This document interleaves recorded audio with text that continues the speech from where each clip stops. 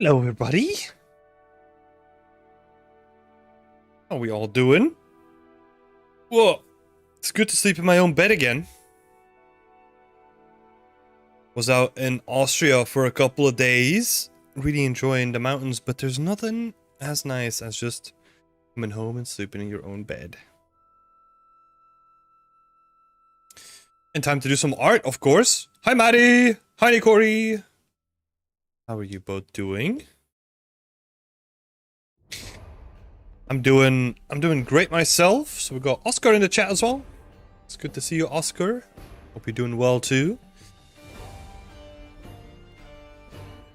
As you've all seen, last time around, spend 4 to 5 hours working, and then at the end, like, it crashed.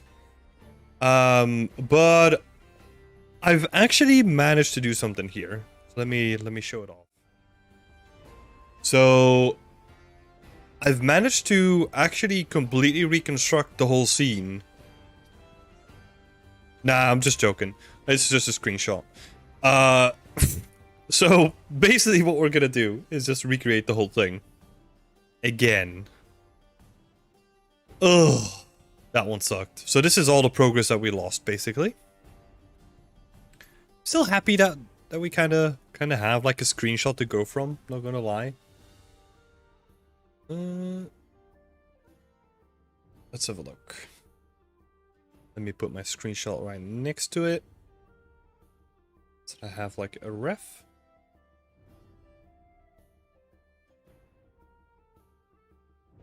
Yeah, that one really hurt, but hey, live from your mistakes, I guess, even though it wasn't my mistake. Yeah, let's just get started. So how are you both doing, Maddie and Oscar? Hope you're having a wonderful day so far.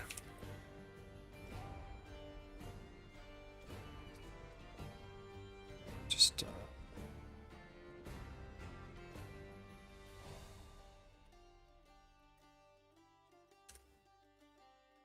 gonna duplicate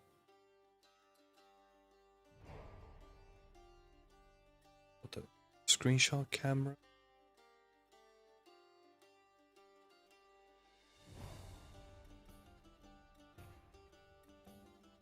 Duplicate this one. Highlight it.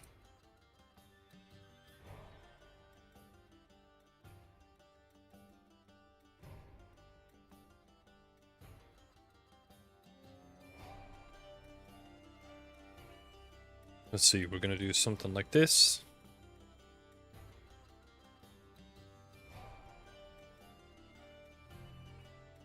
Oh, great. Thanks for the Whip Wednesday feedback you gave me last week. No worries. Happy to help. Happy to help. Might be worth mentioning there wasn't a Whip Wednesday this week because I was out, but there will be one next week. We're talking about that anyway.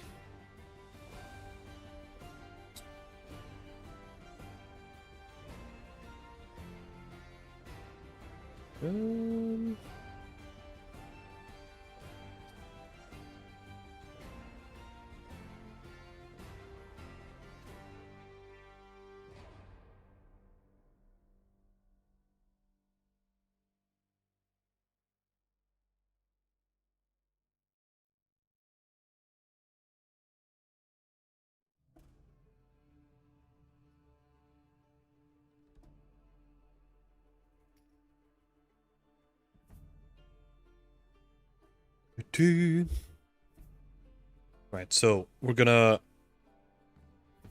push this whole thing down so that we get like a nice curve going.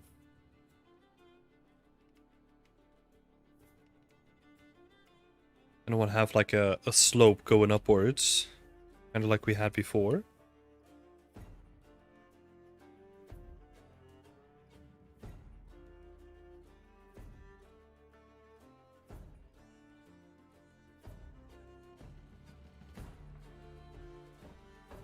All good here, just a couple of days off work, so enjoying the local festivities and the day chilling here with some personal work. Thought of Penguin wanted to join the stream. Happy to have you here, Oscar. I literally returned last evening from a little mini holiday myself as well with the parents. Oh, with my girlfriend and my parents in Austria. It was awesome. Went to explore some caves and like old mines, like a copper and like a salt mine.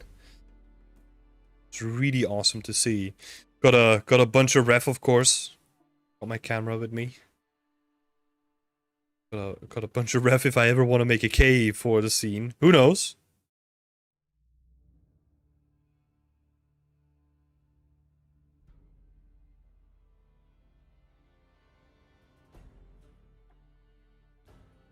Just gonna make this.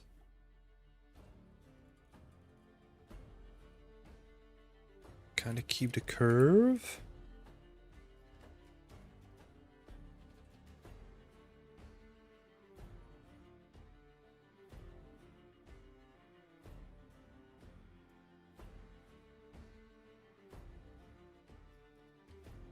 Alright, so we need to kind of move this up. Because I remember I wanted to have like a broader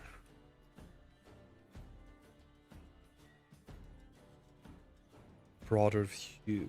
Yeah, something like this.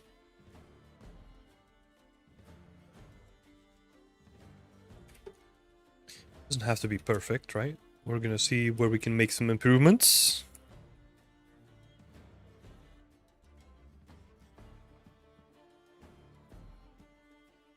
Did you enjoy your holiday? Yeah, it was good. We were in the middle of the mountains as well, so it was like really nice. Really nice and chill. Awesome.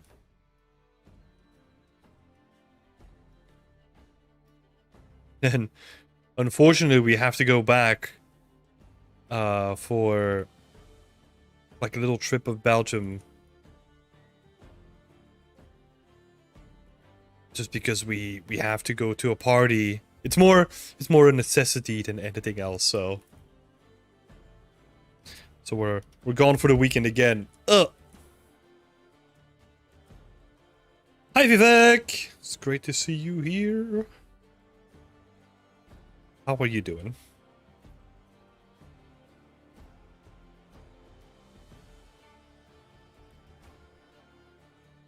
So probably gonna have like a secondary road like kinda next to it.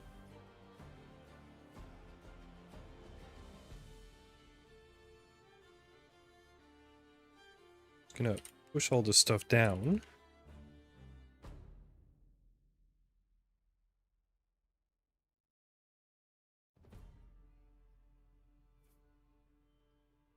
I think I'm also gonna make it a little bit deeper than it was before.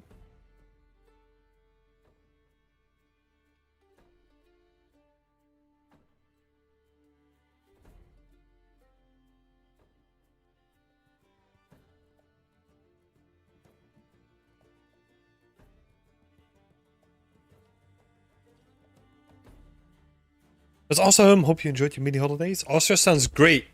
Some fresh air from the mountains. I've been wanting to visit the country for some time. Yeah, let me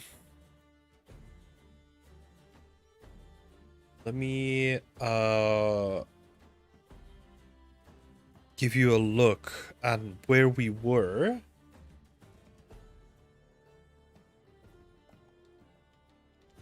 Let's see.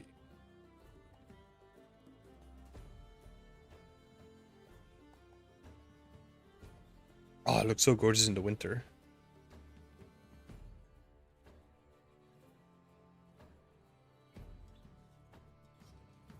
Let's have a look. I think this will give you like a good view. I don't know where this is. This is not the exact location where we were. Sorta. Oh, you have the castle here. Yeah, we were more on like the right side, looking up, looking at these mountains like every morning. It's gorgeous. That's the region where we were. Freaking amazing.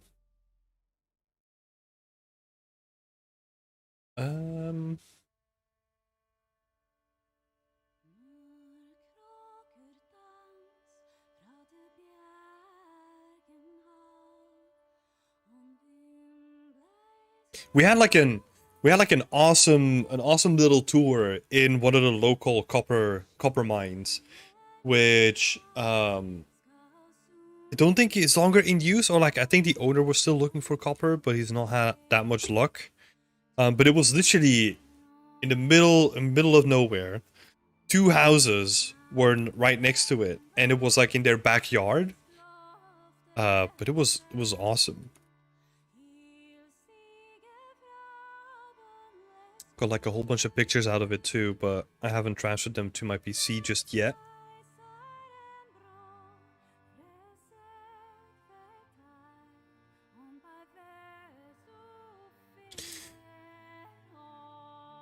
But yeah, the guy was explaining about like how they discovered the mines, like some of the accidents that happened there, how long ago they've discovered it, and you know, like it's amazing to see.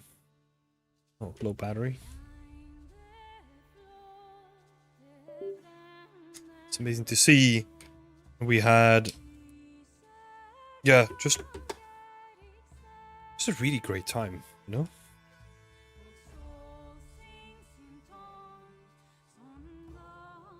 Not gonna lie, it kind of made me want to do like a cave of some kind. So maybe we can massage that into this project in some way. I'm sure I can find a way. What did I?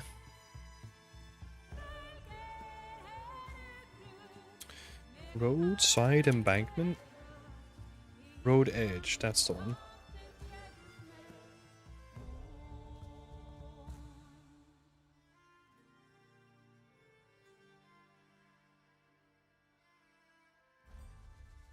Just gonna kind of squish that in here. Because these are just like block out meshes anyway, so just gonna kind of use them as like an indication.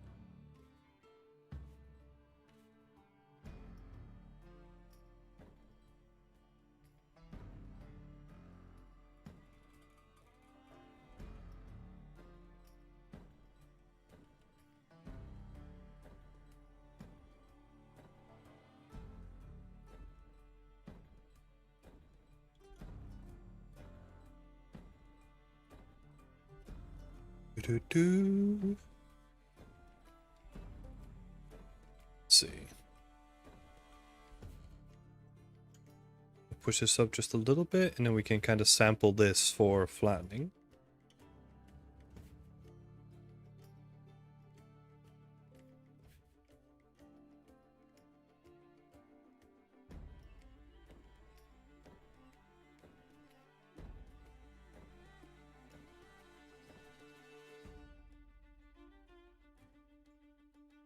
Let's have a look.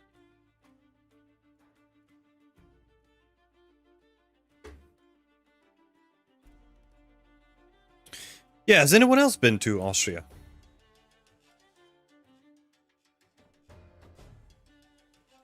I'm assuming you haven't been there, Oscar, because you mentioned that you wanted to go.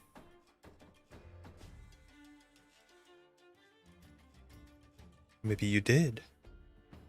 Just want to go back to the beautiful countryside.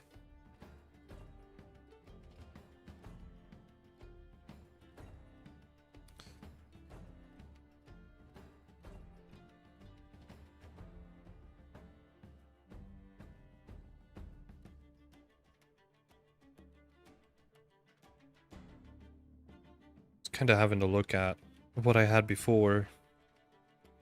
My composition was coming up like way more than it does now, so didn't have a chance yet. Are you planning one soon? Planning a holiday at some point?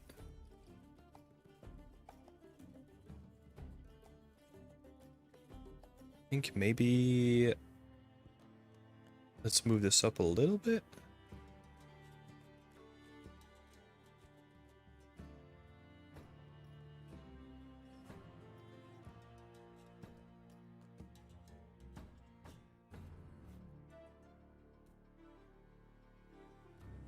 Oh.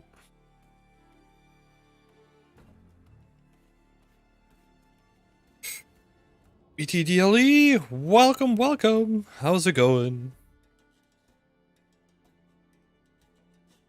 I'm doing good. Just got back from a mini vacation to Austria. So I'm doing great. Literally got back like last night. And it was good. Didn't have any technology surrounding me, which is good.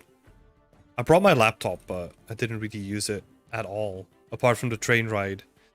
So it was just like a nice tech detox vacation, I guess you could call it.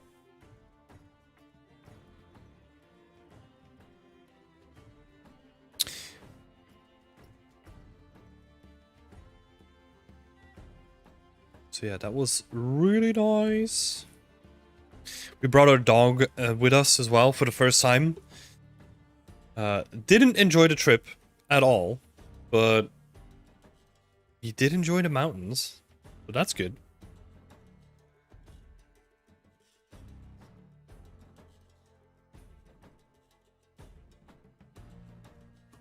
Let's have a look.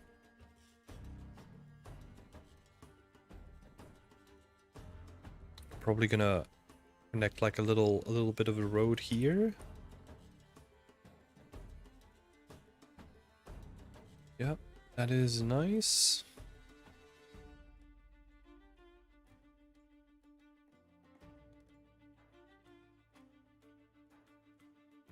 And we're gonna reintroduce what I had before, so kind of gonna widen the path.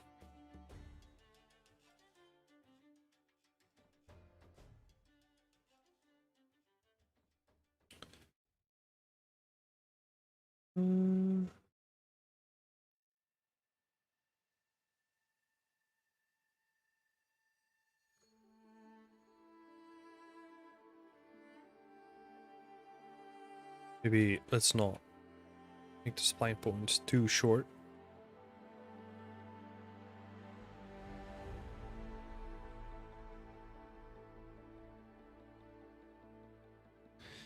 Right, so something like that.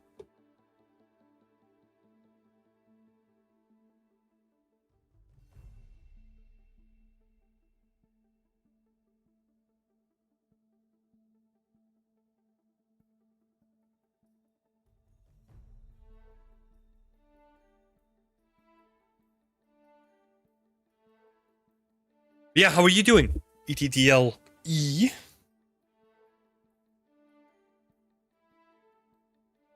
Oscar's not this year, but I'll be moving from work beginning of next year, and once my girlfriend finds a job, we'll start planning holidays together. You have a couple destinations in mind, and Austria will be one of them? Yeah, that's awesome. We've been... So whenever we go on holidays with my parents, we go to like the out of the way destinations, you know, like in the middle of nowhere, just chilling out. But we've also been to Vienna like a couple years back. Really nice. Really enjoyed our time in Vienna, so can highly recommend that one too. And especially because we went during Christmas time, so everything was like nice and festive.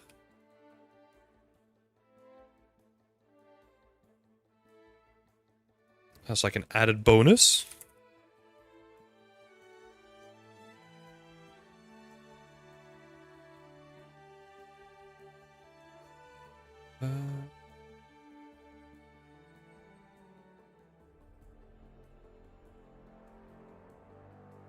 Oh yeah, we set up like a different shader for these guys, huh? Mm.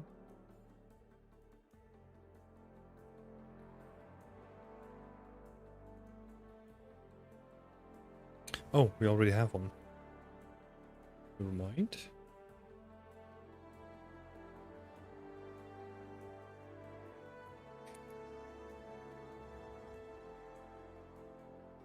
Hey, Arthur. Hope you're doing well. I don't know if you remember me. It's been a couple months. Oh, well, that's fine. I do.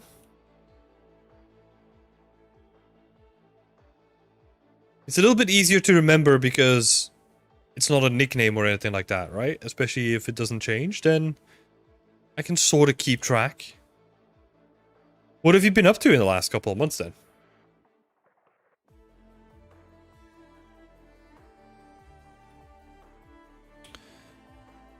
We flatten the normal here.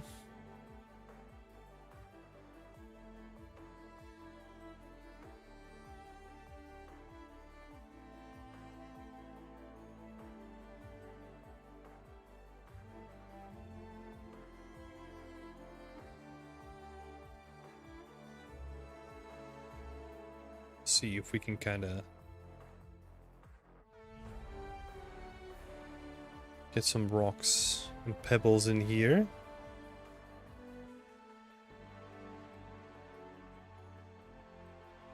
Do the same thing on the opposite side as well.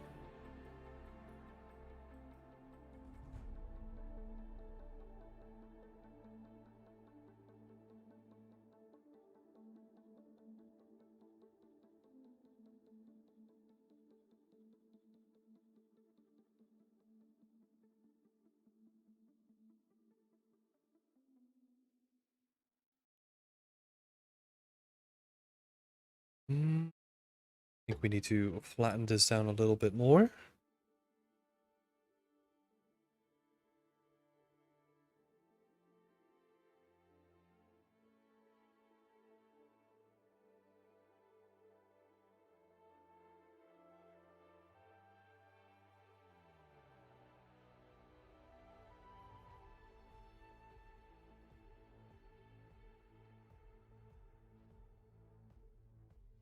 And to kind of close the gap, we're just gonna duplicate these guys. Oh. I think RVT's broke again. That's fine. We're just gonna ignore that.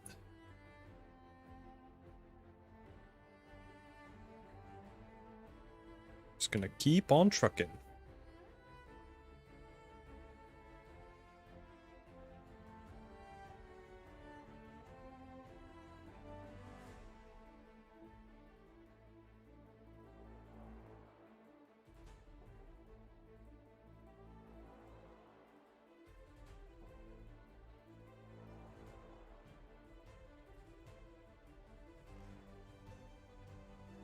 Oh.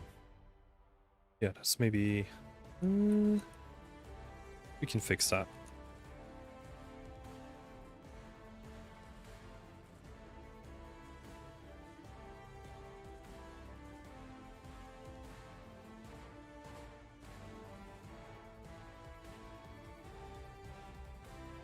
Last 2 months I had the opportunity to work on Agatha Christie's Crime of the Orient Express. I learned so much. That's awesome. Happy to hear that.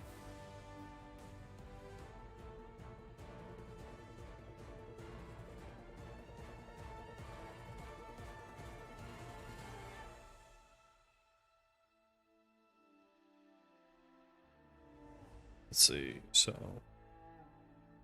Just kind of feeling nice. I think we could even like lower some of these sections down just a little bit.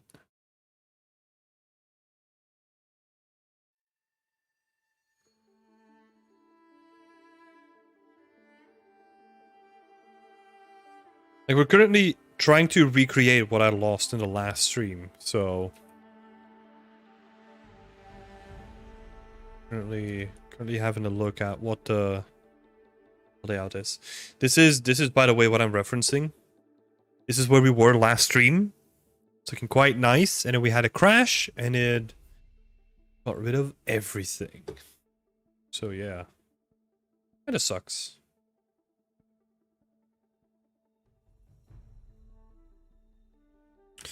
But we'll get over it.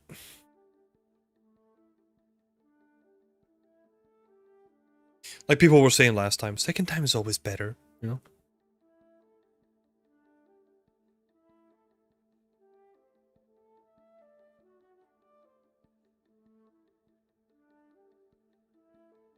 Sculpt this back into place. So that it aligns with the road.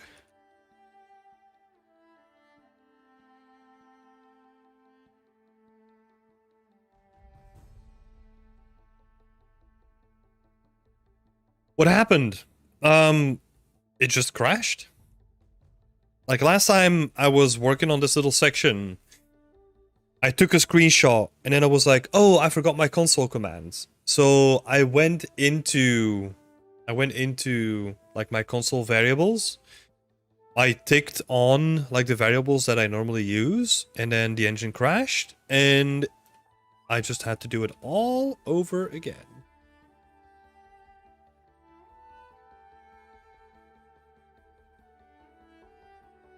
And like autosave didn't help at all. Because it didn't do anything, so yeah. Here we are.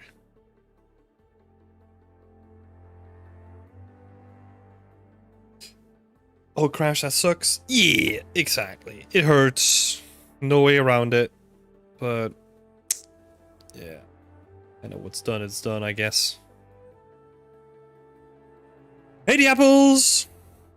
Glad to see you back. I saw you're back working on your environment too after a little break.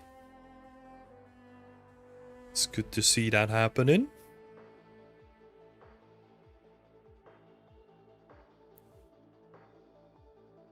And I'm doing good. Thank you for asking.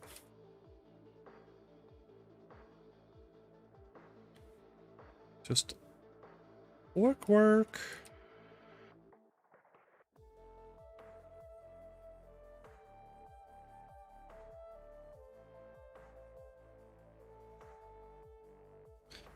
Just up a little bit.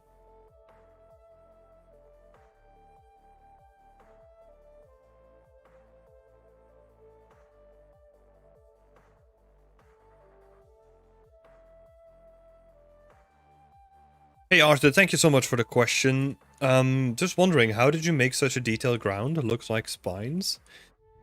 So it's a combination, right? So like the mud is just a terrain texture. And then the splines that are currently not working because RVTs are pooping themselves again, which is like very common. They have like tracks on them. So I have like a very generic like mud ground with like footsteps in them. And then I have splines that kind of give like the intention of like road tracks. Like from like carriages, you know, like carts. People bring their carts to the market. That's where we're getting the tracks from. So it's yeah, combination of like layering, lots of layers working in tandem.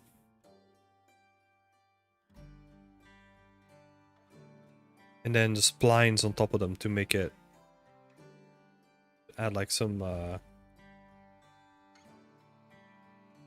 let's see, to add like some nice specific detail in it.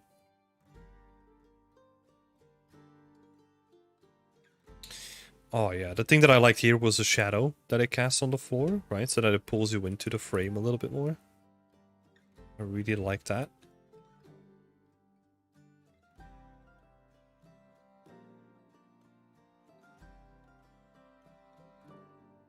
Let's take something.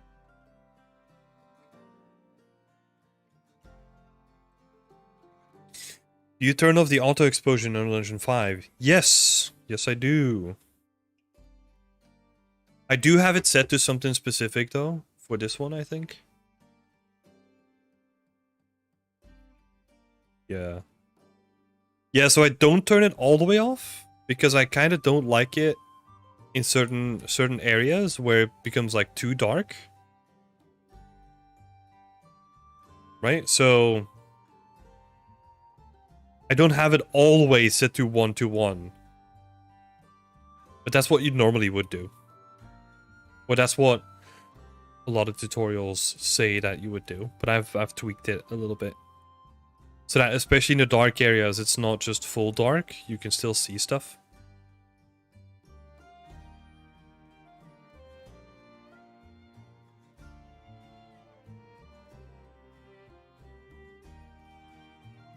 Let's see.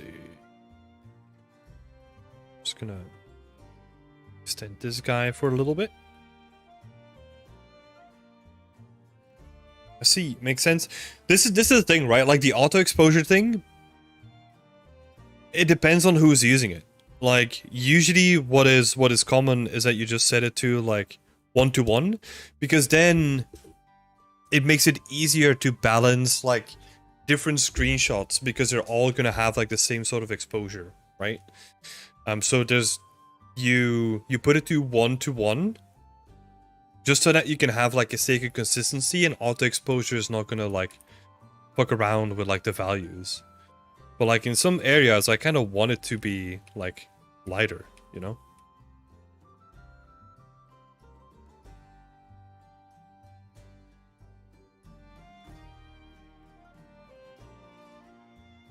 But that's just tweaking and tweaking. It also depends on which setting or like which lighting scenario I'm currently in. Because I think if we go to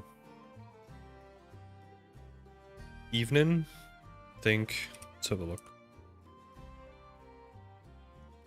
Yeah, this is just set to like 1:1. Oh, that's what this does, right? Yeah. This is another way. This is a trick from shit, forgot his name.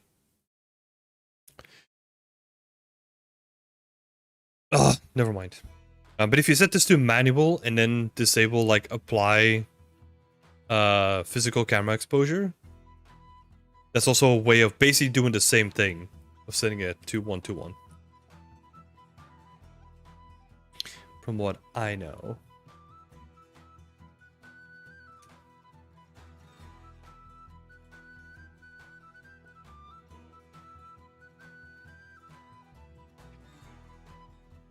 Let's see. William Foucher, that's the one. Thanks, Oscar. Thanks for helping me out.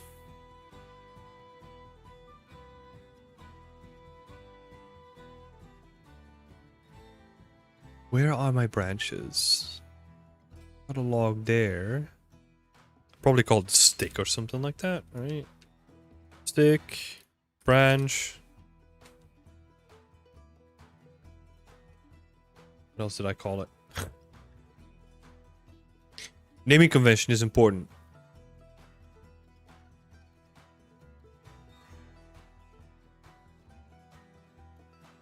And this is why, because now I'm being a dum-dum and just looking through it manually.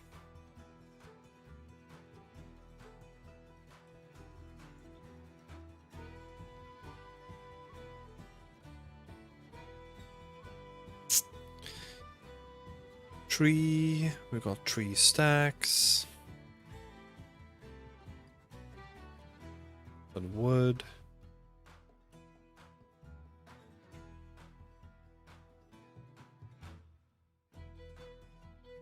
What? Foliage. Roots. There they are.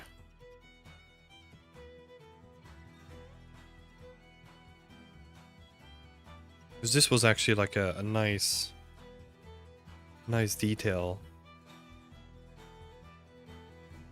Kind of put in there like last time.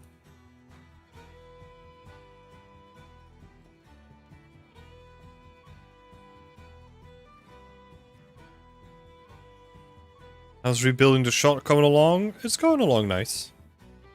Made some good progress. Second time is always quicker, right? As people were saying last time.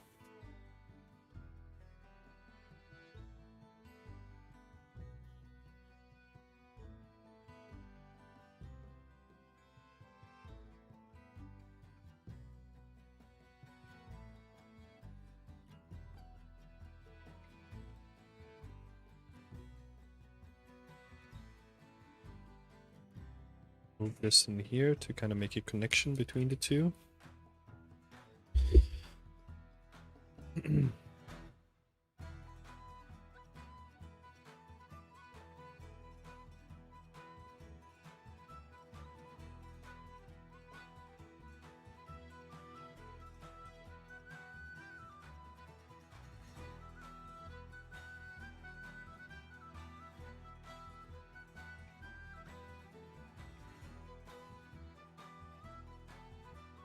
And then we'll just throw some smaller fences in here too.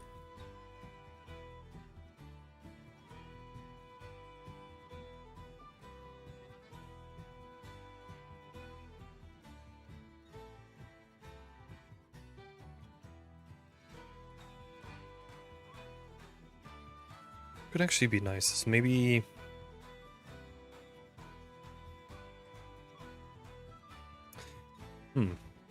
Let's try that. So, what if we add an additional road here? Wait. Is that going to be in the shot even? Yeah, it is. I'm thinking, what if we do, like... road... Okay.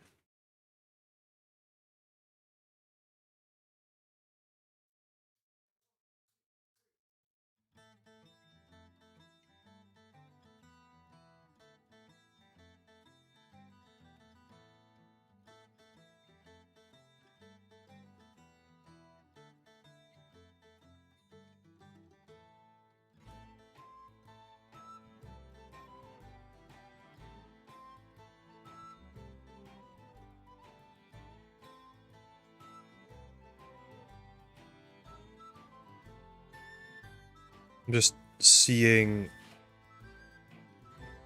Probably don't want to do that much.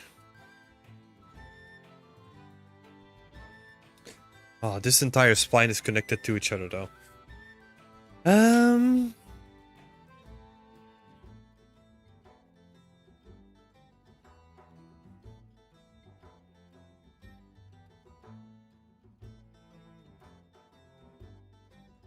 whatever. Deforms and paints a landscape to fit only the selected landscape spline segments and control points. Okay, that sounds good. So I've got these ones selected. Right? So these three gone. Then... why not?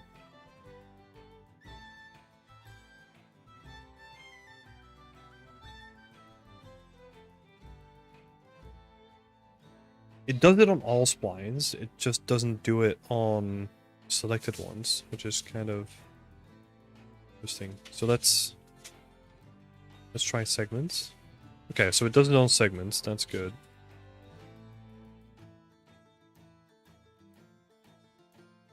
Want that.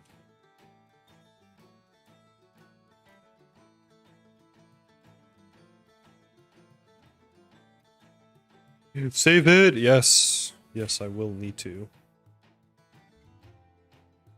I've been saving it more and more this time around.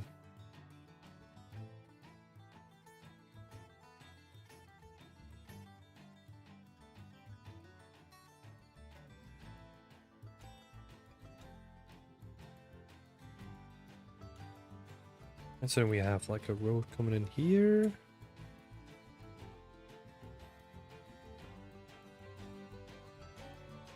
Maybe we'll put like more emphasis on this guy.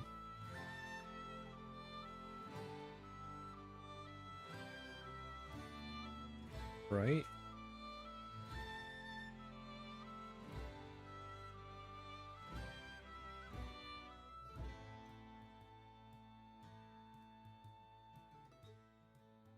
Push that up.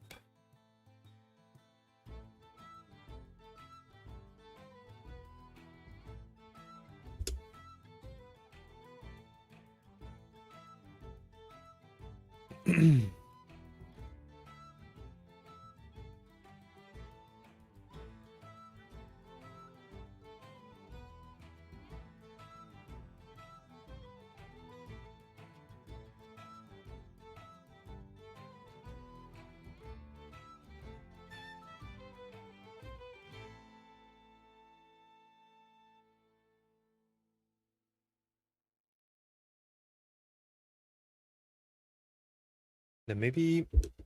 So the reason why I wanted to add like another road is just saying... Could add like a road sign to it.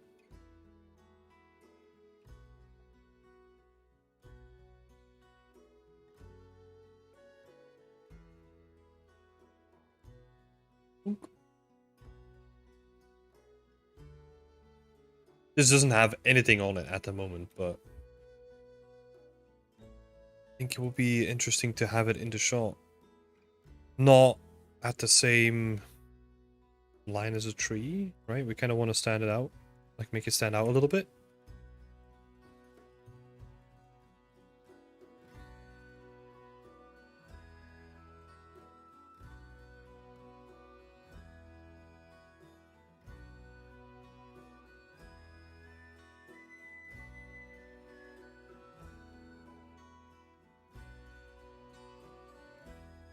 I think the foreground elements is coming together quite nicely again.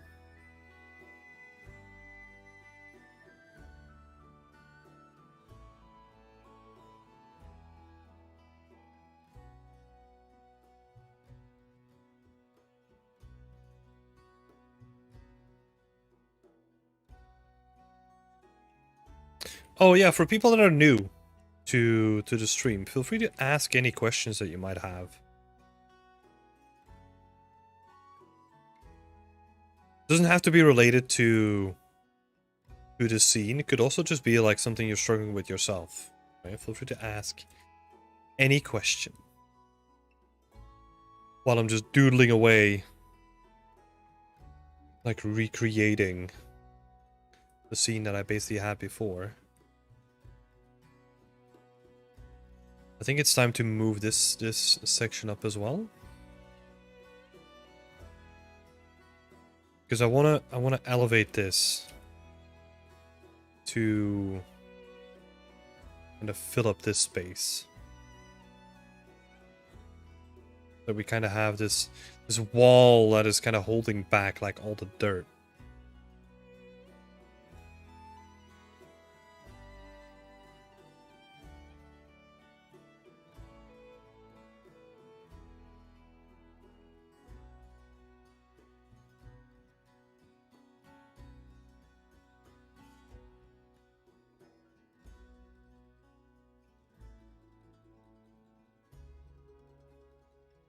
Oh, yeah, also, I've been away for a couple of days, and Unity is completely pushing the self-destruct button. Who knows anything about that? Because it seems like I missed like a ton there, and I'm still getting to grips with it myself.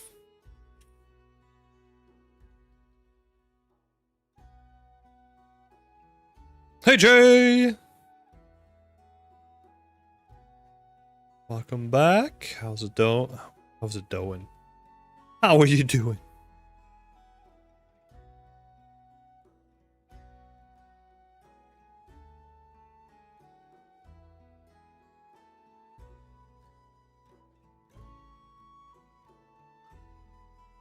Oh, no. Wrong dirt.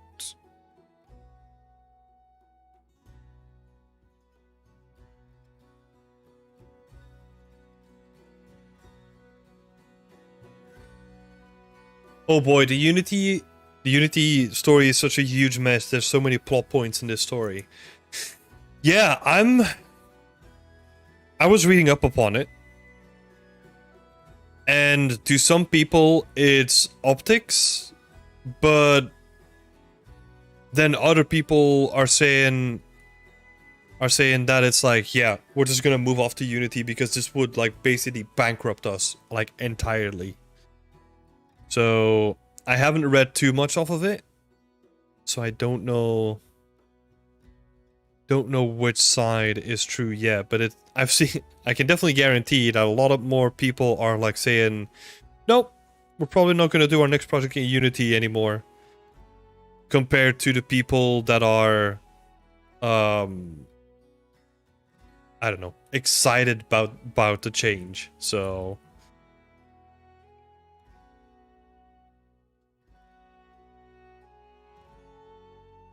yeah, it seems to be a huge mess.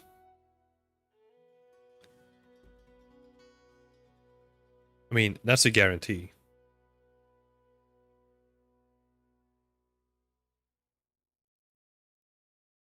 You're making people pay for the amount of installs they have, right? That's the only thing I've seen. Yep.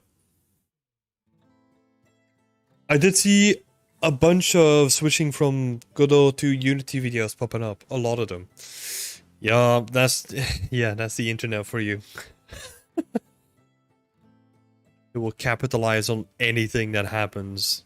And the worse it gets, the more money gets it's capitalized on. Like, the quicker the response is gonna be, let's say it that way.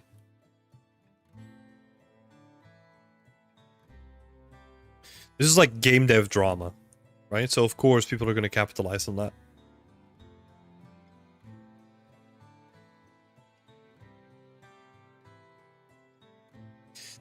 Yeah, but that's about as far as I went as well, Jay. Like, that people have to pay for the amount of installs, and there was also something that it's also retroactively, right? Like Oscar's saying, for me the worst thing is that it works retroactively. So the dev would have to make a decision for their engine based on conditions they force to change.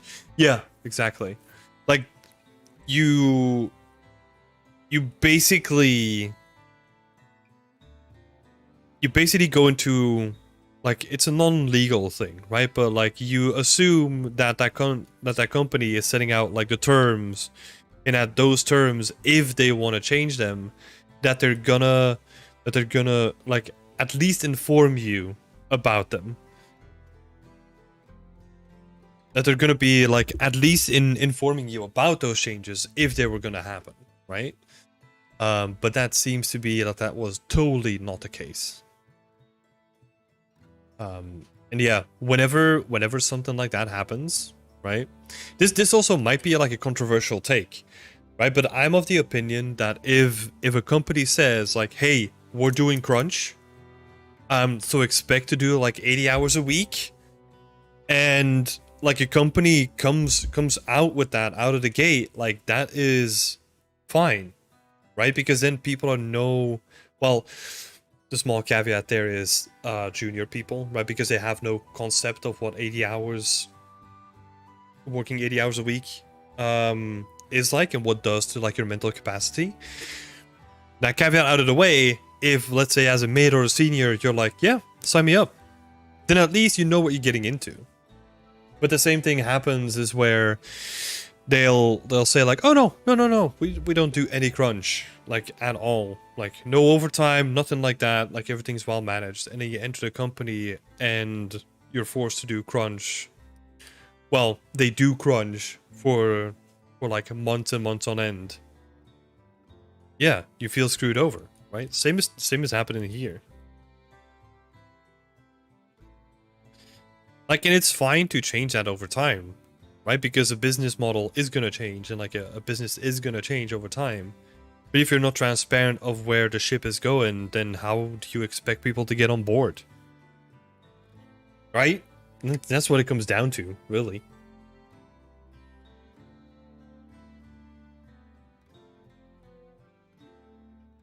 Looking at this kind of objectively, it's clear they're going after the huge free-to-play market on mobile, like Genshin, which is the only segments that makes them money.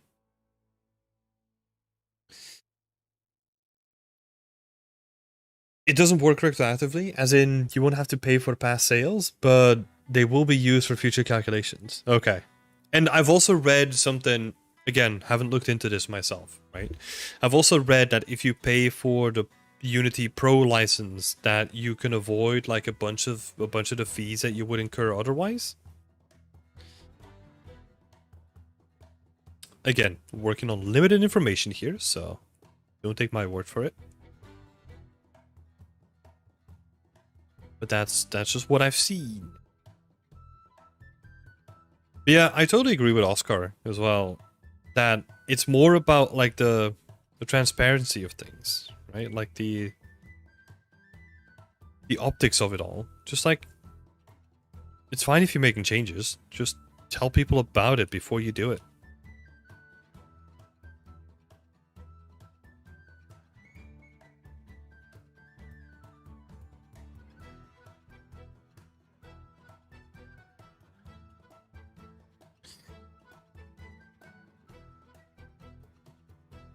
It's apparently really bad on the mobile level somehow, but I'm not certain why or how. Well, yeah, because I think no one's really come after like Soviet is saying, right? Is like no one's really come after like the huge free-to-play market because like all the installs have been free, right? And like usually like it ends up just more about like user data and then hopefully trying to get people hooked into like some sort of microtransaction system, right? Which it's really hard to monetize that from like a platform. But yeah, seems like they're really going after that. The amount per install goes from 50 cents to something like 0.02 on higher licenses, depending on the number of installs. Oh, okay. Yeah, that's what people are talking about then. Yeah, but it's all very unclear at the moment. They won't say how they will calculate installs, and apparently even pirated copies will count. Yep. But like you're saying, right, this seems to be like a move towards like the free-to-play market, more so than it does to like all the other ones. Because I think what might happen is that, yeah, for free-to-play, you don't have pirated copies, right? It just sucks that you're at the receiving end of like a policy that is meant to target a game that you're not working on.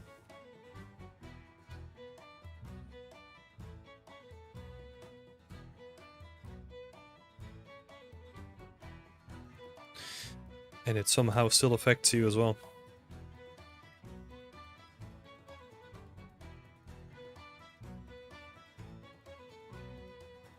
So this goes up here.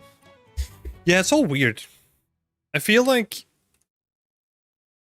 I mean, they did apologize, and they're gonna look at it, right? They're gonna reconsider. Well, not reconsider. I think that's a strong word, but I think they're gonna have a look at like how they can do damage control now.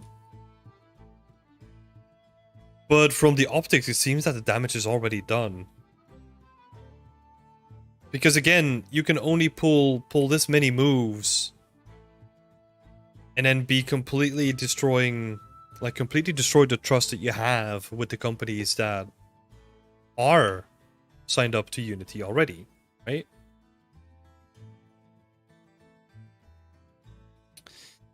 So yeah, they're not doing so well on that front.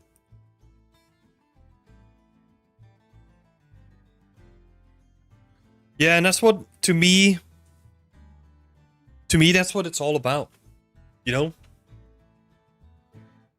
The trust and what the brand stands for, right? Because like you could, I've used Unity in a couple of projects, right? Like a couple of personal projects, and it's an engine, right? To us, it's just a tool. But if you're gonna be pulling moves on this with people that depend on it for their livelihood, and potentially even businesses that do, right? And then you're going to change their business model drastically without any sort of warning. Oh, that's scary. Because it comes down to uncertainty, right? Like if you're going to be uncertain about like, oh, we're going to use this product we're gonna be using this product, and you're gonna go into like that agreement with them because you think the terms are favorable to you.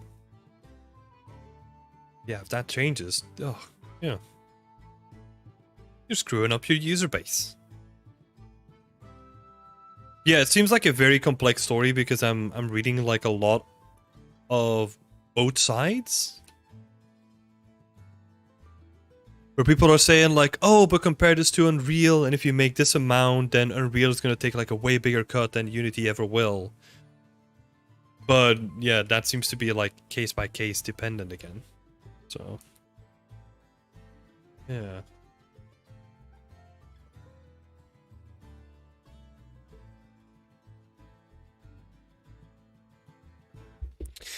Not gonna lie, the funnest thing about it is that most of the major games made with Unity use versions of Unity that have been so rewritten that they're almost different engines.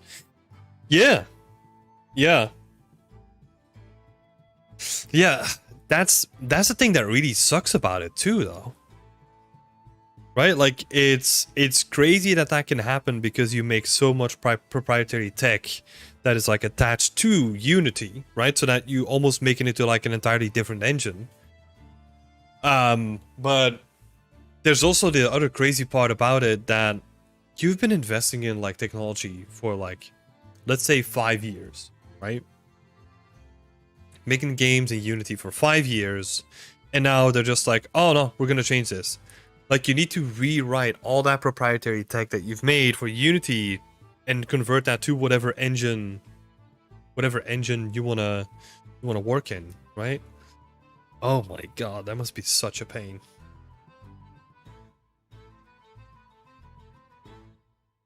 Because I don't think it's ever gonna be plug and play.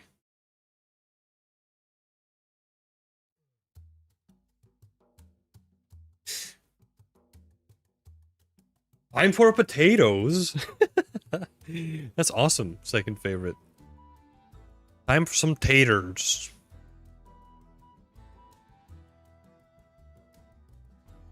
Hey, Angelo. Great to see you here, buddy. How are you doing?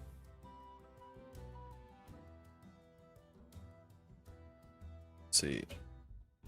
Oh no, I joined and it's Unity talk. I mean, I went away for like a couple of days and all the talk was about Unity, so I kind of know how you feel, Angelo. I was just trying to get caught up with the whole whirlwind, like the chaotic whirlwind of things. Love the beard style. Thanks. Appreciate it.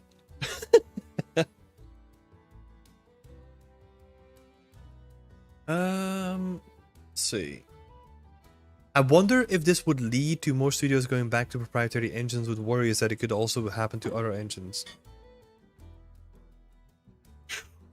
That's an interesting question, but it's always like a cost calculation, right?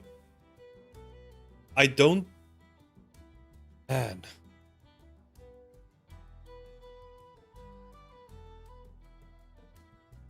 I think if you're looking for like cost efficiency, again, I don't know too much about this, right? But Godot seems to be like a very interesting choice, especially for smaller developers.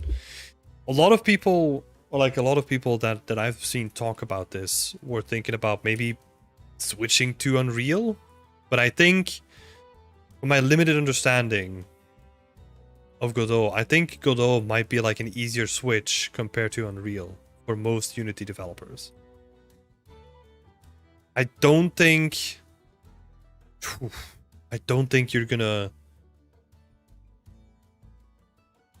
Man, I don't think you want to build an engine from scratch. Like, no matter how much flexibility that gives you, right? Like, the industry moves so quick. And it is nice to have like a consistent base with then your unique stuff attached to it, right? And you don't have to worry about like, oh, now I have to update like our entire render pipeline because like this seems to be the new standard and it's way more optimized and all that kind of stuff, right? Like, seems such a hassle to do that, especially with a small team, right? Because that seems to be like the majority of people that have been affected are smaller developers. So I don't think. Oof.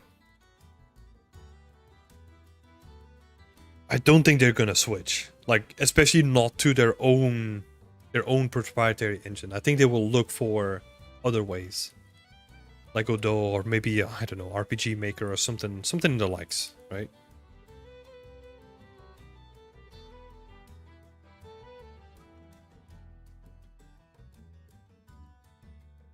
Godot uses y-axis as up, so it's completely unusable for any human.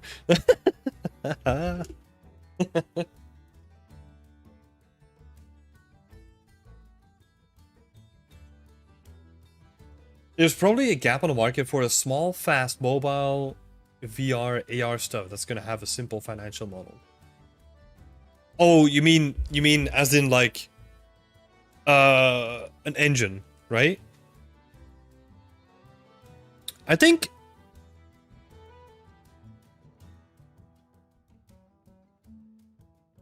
Godot is closer, but I still don't know how the licensing works with consoles, etc. Yeah, I have no idea about that. Like the financial side of it, like I barely know anything about like Godot itself, let alone the financial side, so I mean engine. No worries, I got it.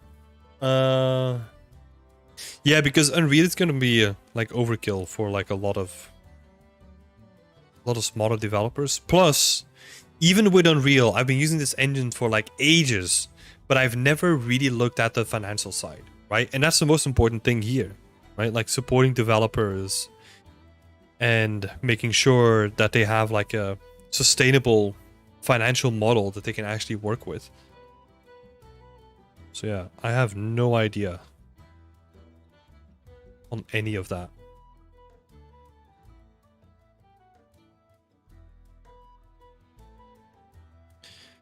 Yeah, but it is an interesting question. Would like people make their own engines?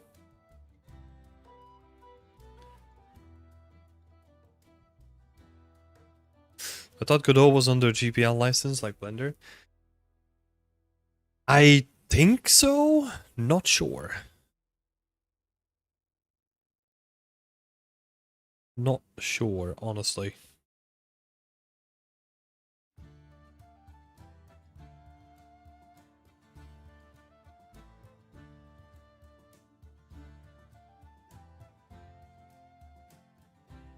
No path here. Let's see, so we kind of have this stuff figured out. I think the only thing that I kind of need to reconstruct is just like the little island that we made here. Like the little entrance.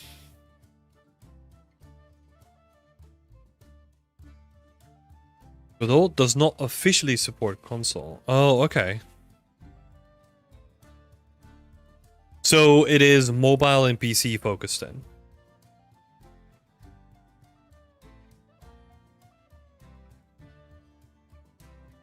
I guess you learn something every day.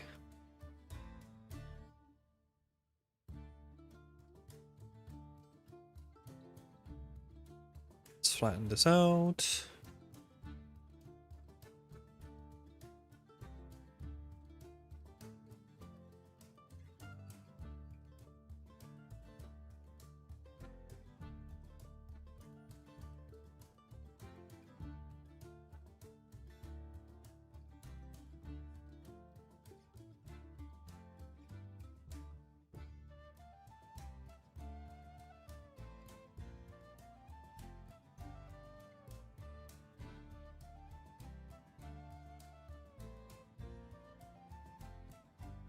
What must be licensed as a company?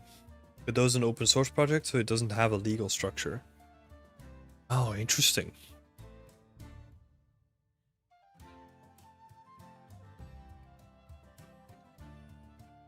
I'm just trying to think about like the comparison between Blender, but it's like a completely different thing, right? Because Blender's used by companies, so they don't necessarily care.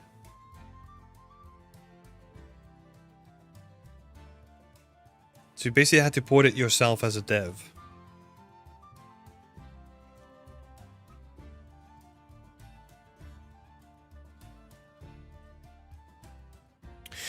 But that's where...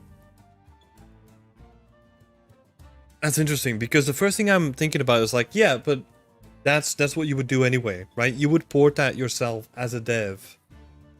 So you would actually make like a module, like let's call it like the PlayStation module, and you would make that as like a thing on your engine, right? Like as like a little addition. If you wanted to port something, let's say you're developing like a PC game, you then wanna port it to like a PlayStation, you have to do development time yourself. Just trying to think.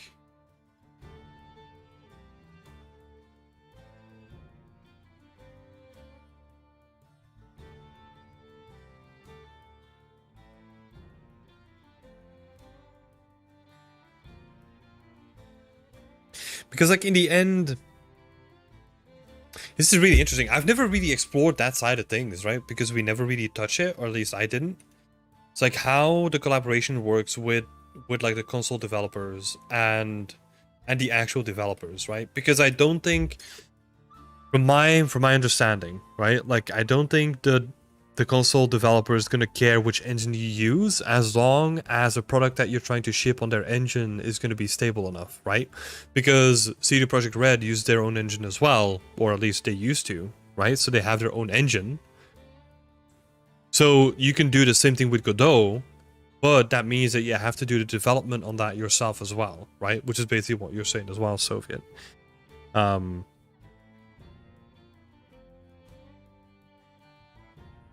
Because yeah, you as a developer would act as like the financial institution there, right? Like they don't really care if you use like open source software or not.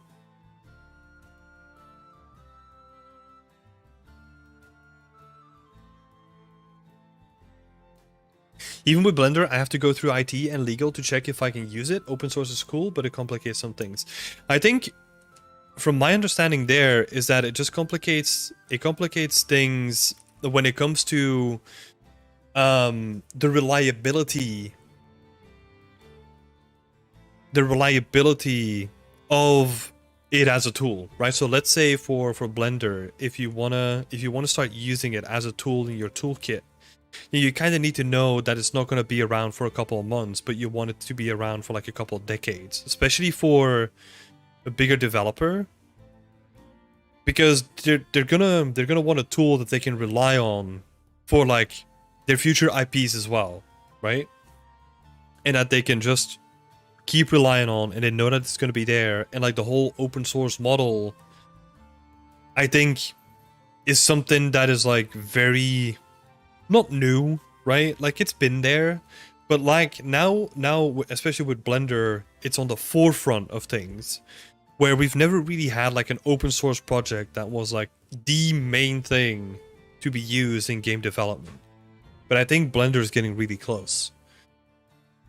But it does raise those questions of like, what are we gonna do with support and all that, right? And that's why we've seen Blender do like the, what are they called? The LTS versions, where you can upgrade to those versions and they're gonna be maintained at the same time as they're making like newer versions as well. So they have like their own stable versions, and then they'll have like more experimental like newer versions on top of it. Because I think my, again, limited knowledge on how the collaboration works here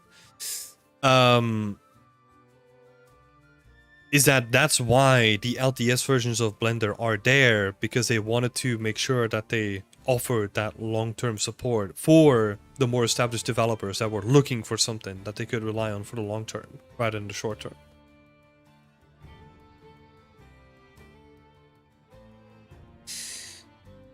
Have you tried individually modeled leaf trees as nanite foliage? Some people said they perform better than normal masked material trees. I don't know if that's true or not. Yep, that is true. Because opacity is super expensive. So, especially with nanite, individually modeled leaves, they're probably going to be cheaper to render. I have not tried making them myself though. I'll say that as a caveat. I'm still doing it the traditional way with like opacity masks and all that.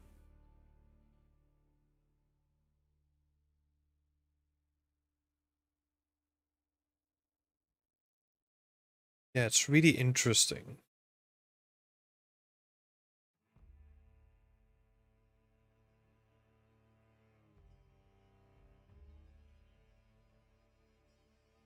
So let's see.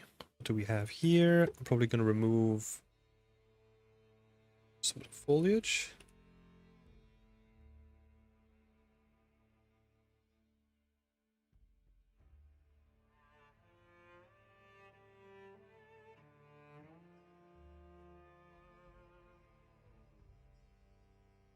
Master materials got a 25% performance increase, so it might be okay to use, but not personally.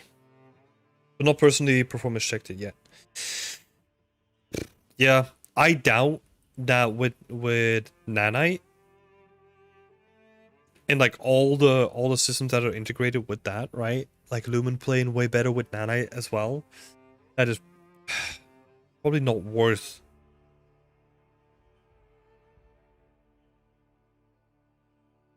It's probably not worth doing it. If Nanite is a thing that you have available, right? I'm trying to stick to non-Nanite stuff. So yeah, I don't have it available, so I'll have to go through it like a traditional way.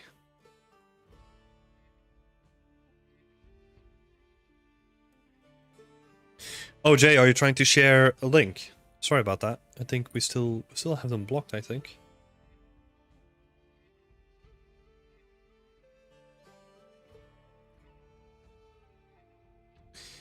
So do you think the technique will be adopted by game companies? As a student, which one should I learn? As a student, focus on the old school method first, because the newer methods are way easier to learn.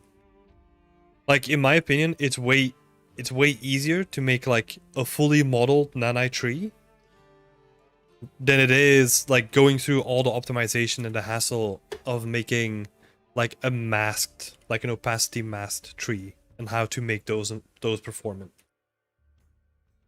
Currently, a lot of the industry is still doing the opacity masked way. Same applies to Nanite as well.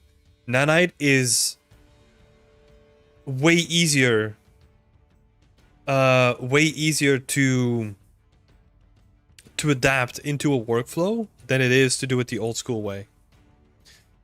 And for now, a lot of companies are still looking for the old school way, even though it is changing.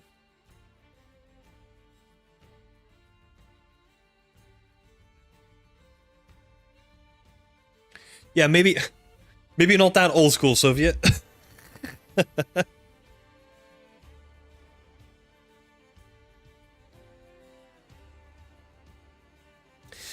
Nanite is way more performant basically on every case scenario. If you're working with Lumen and Nanite, the only reason not to use it is if you can't use Nanite. For example, on translucent materials. Yep.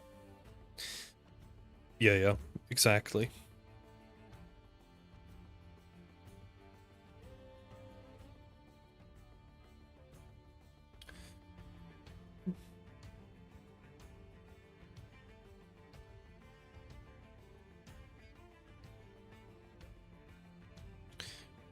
Throw down like a bunch of stuff here.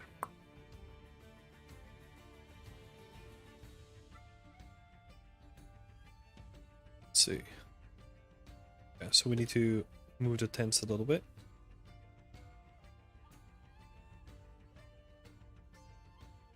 I think something more like that.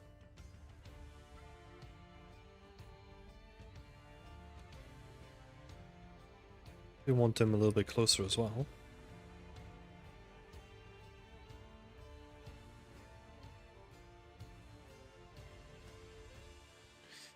I always recommend the old school way. This is Jay in the chat saying, I always recommend the old school way, learning how to correctly use alpha cards, and there are still some issues that occur without them. Example, aliasing at a distance on Geo is worse than alpha. Yeah, and you probably have less control over it as well. Lunch break is over. Have a good one, Tim. Soon is looking lit. Thanks, Angela. Thanks, Angelo. Appreciate it.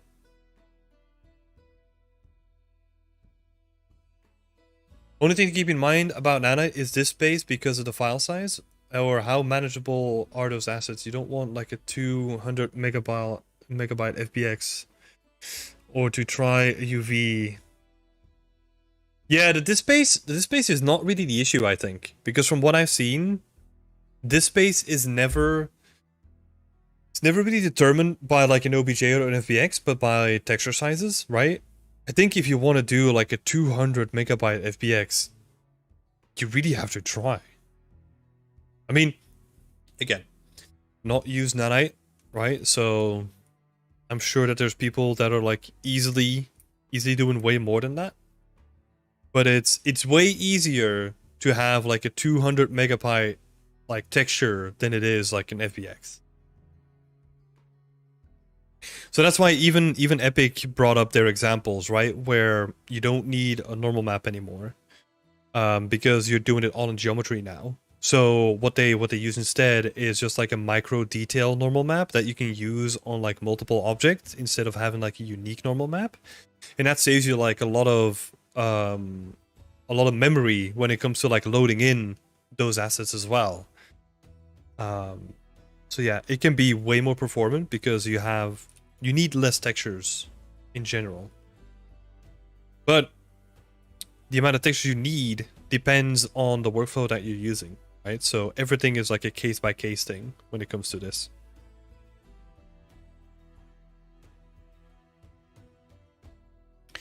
Vertex painting is so fun! I know, right?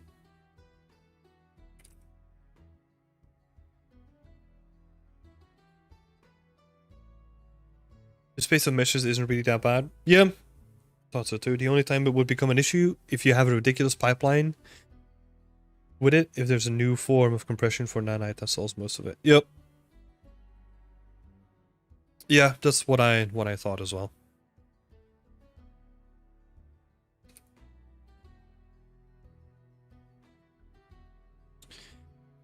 Let's see. It's probably a little bit less flat in my previous version, but that's all right.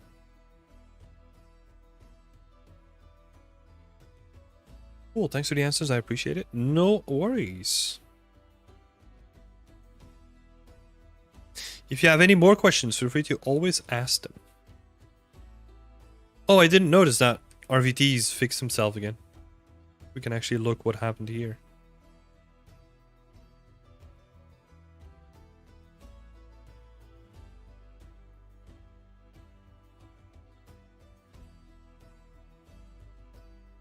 I think what I might want to do is change the base color on this guy a little bit as well.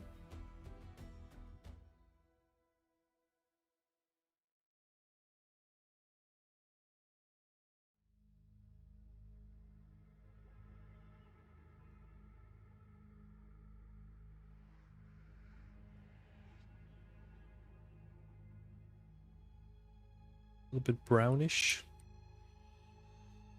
Blend a little bit more.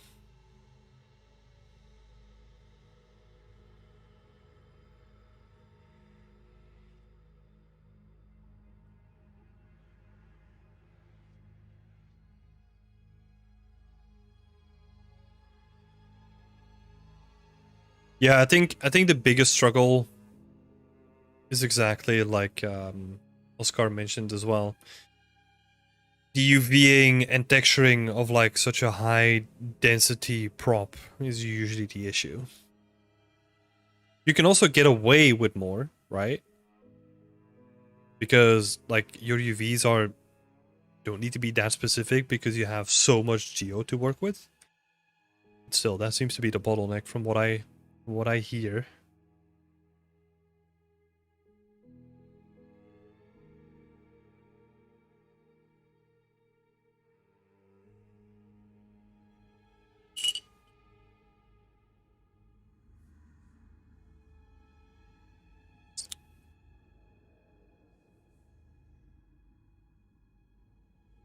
Let's see, so what do we have? You could see a little bit more. Okay, so maybe we'll move this up a little bit.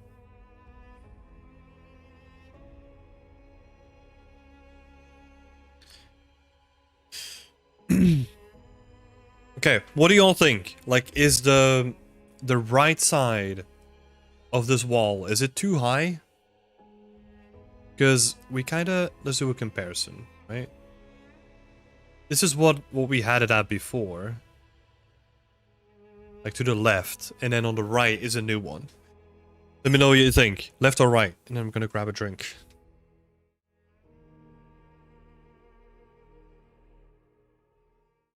Well, this is not gonna work, right? I'll be right back.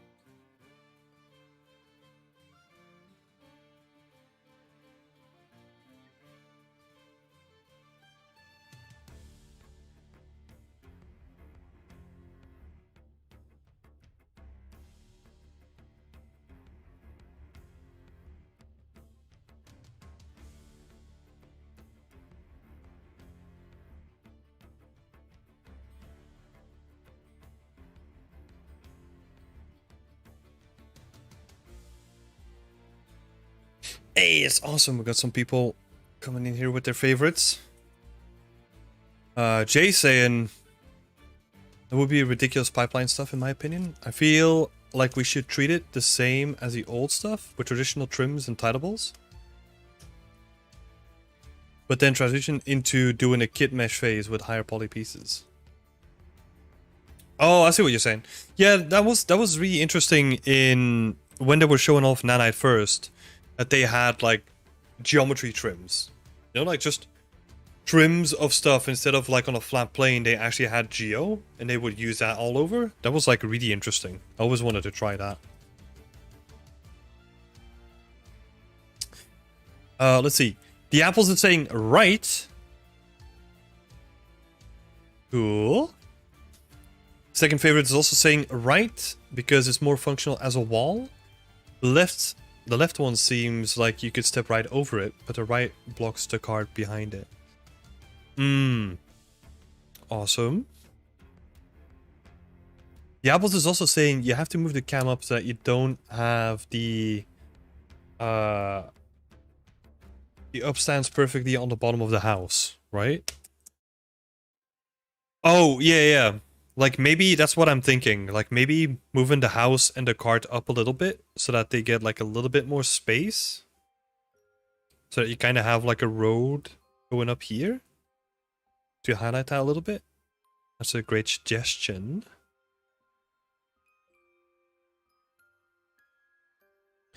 And Jay saying, I like in the right a bit more, but it's it might be worth seeing if it works with the house in the foreground and moving the cart and the trees in the background.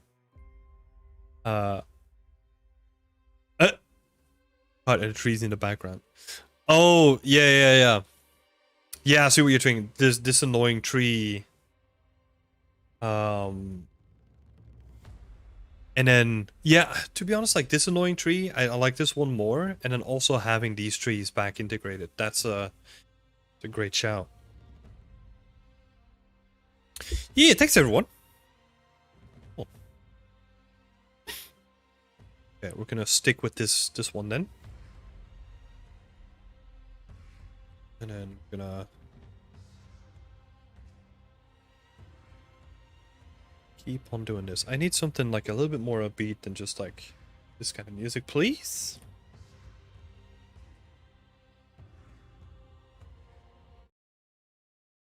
I need to find new music. Like, we're just constantly going through the same kind of stuff now.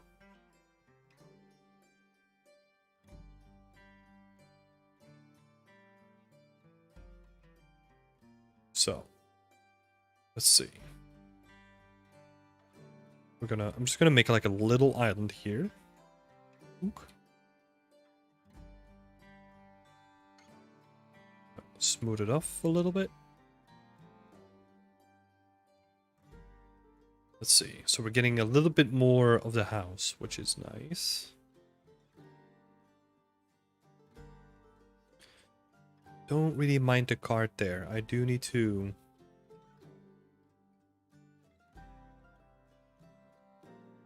get rid of this tree. We're going to place it manually. Gives us a little bit more control.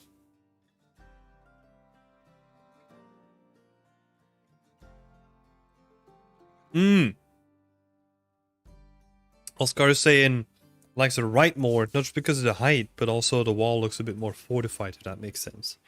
Yeah, it looks like a proper structure rather than something that has no actual function, right? Yeah. It's a good shout.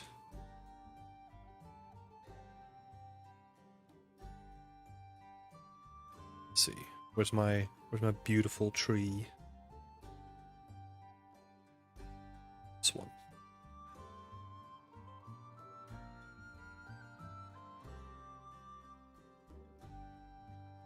Well, I don't know about beautiful, but...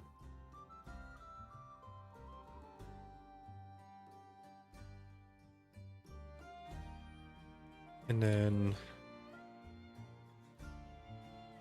I have to do some adjustments here.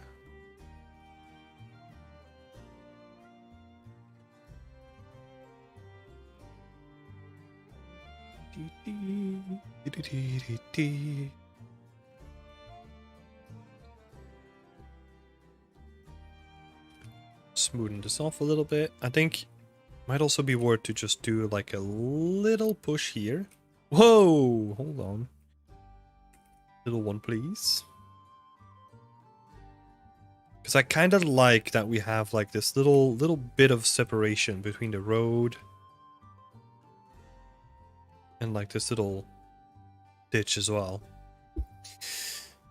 Time for me to leave and make some lunch. First time on the stream and I really enjoyed it. Great job, and I'll be back when I can. See you all. Thanks for popping in, Oscar. Enjoy lunch. And yeah, again, thanks so much for being here. Glad you enjoyed it.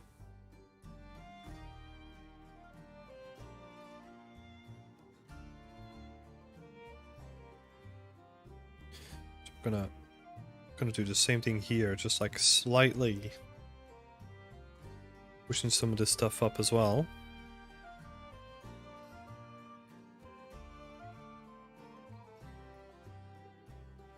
Right.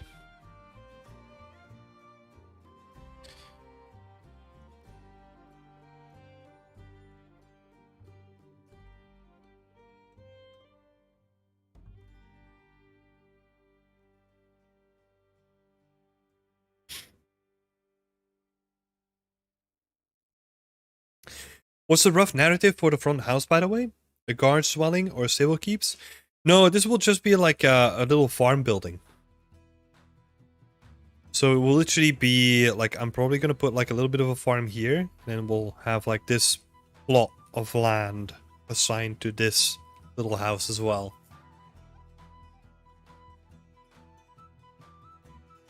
Because I've kind of laid out like a couple of farms around it, right? So this is probably going to be farmland as well. Same here. So it's going to be like a little bit of a farmer cottage.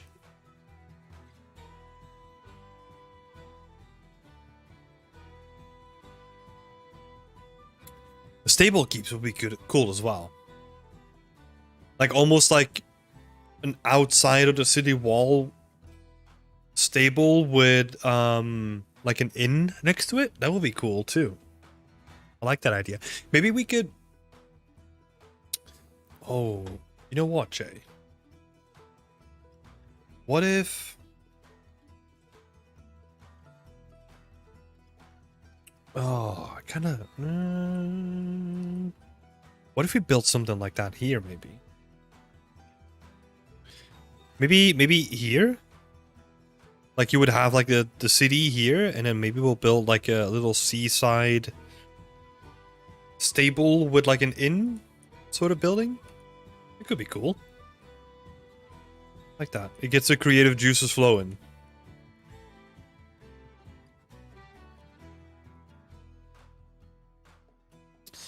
Could be very cool. Hey Hendrik! Hey ho, what's up? I'm doing good. Recovering from the last crash, so can't complain. How about yourself? How are you doing?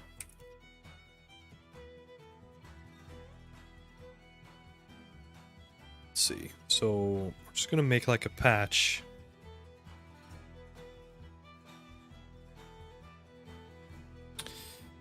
Hey Mikhail! I see you rebuilding from the last unfortunate crash. Yes. Yep, exactly. Rebuilding our city entrance. Just had to be done. And I didn't really have any time to do it off the stream anyway, so I was like, yep, let's do let's do part 2. I guess.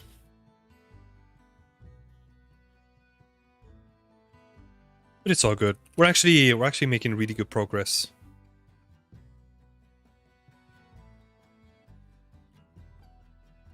Let's see. So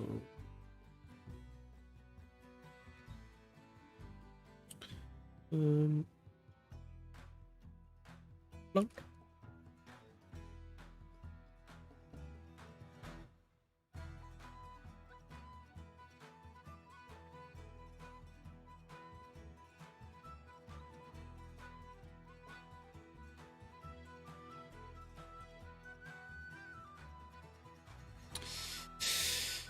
Yeah, that wall's a little bit too high. That one doesn't really serve a purpose.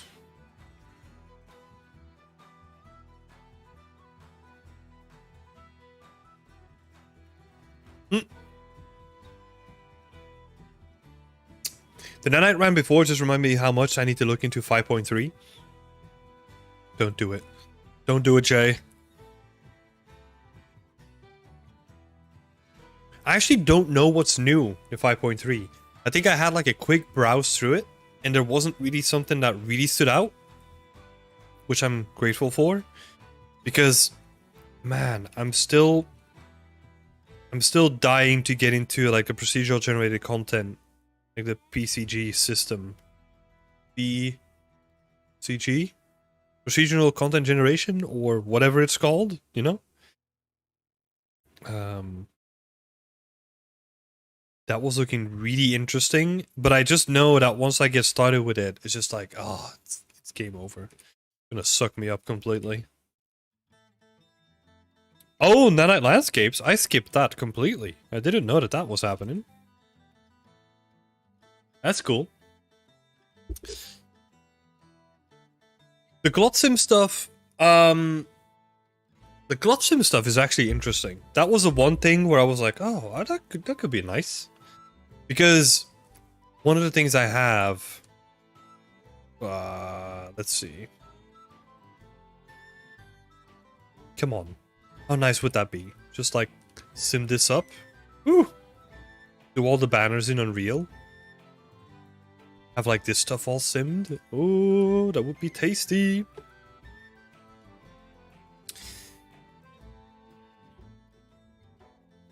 Do you think that 20,000 polygons for a 4x6 medieval elves building is too much, not a game asset? If it's not a game asset, are you rendering it offline?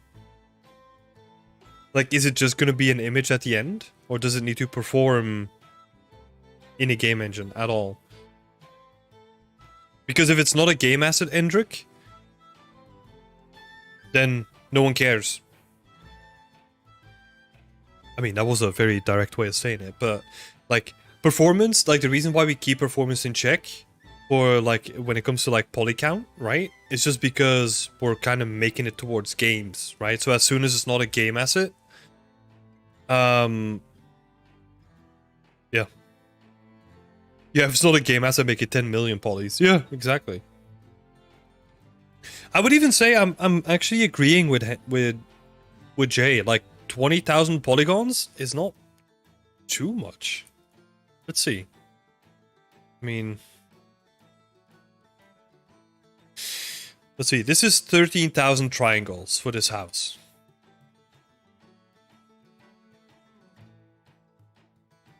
Yeah.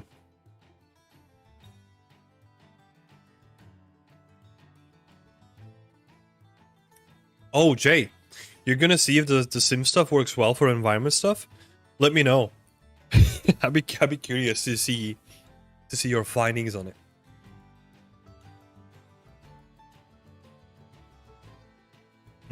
Okay, a couple more trees. 3.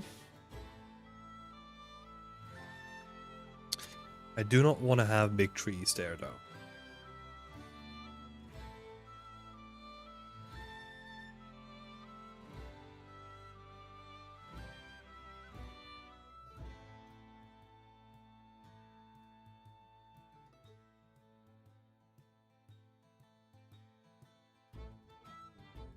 And Rink, that's good to know to compare this. I mean, look, you're still comparing a game asset to like a non-game asset, right? So, yeah, go crazy with the amount of polygons. I will say that if you're building a modular asset system for my own renders, then what are those renders going to be used for? Right? Because if it's not a game asset, then you don't necessarily need to go modular either, depending on what you want to build. But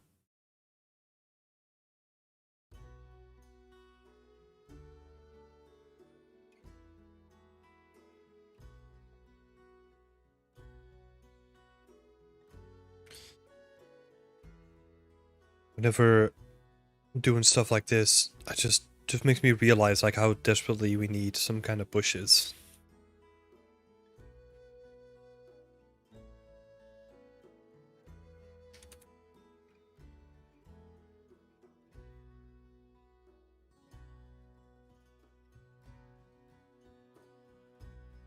And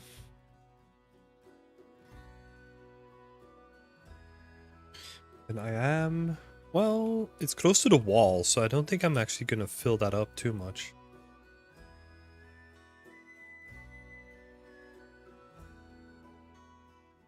Just want to learn it and make the choice open to get it into the game engine.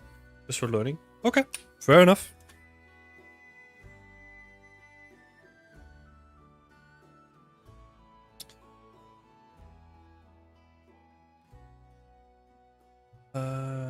Okay.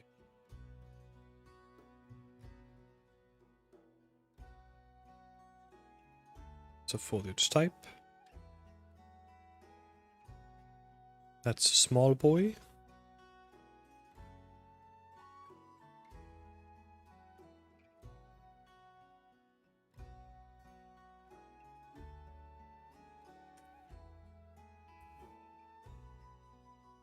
But a war is usually a go-to for quality bars. See if you can find any polycounts wireframes for that and try to match it.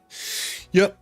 Yeah, they go like, I mean, from what I'm used to, like they're way over budget from the games that I'm worked on. But their stuff looks really nice though.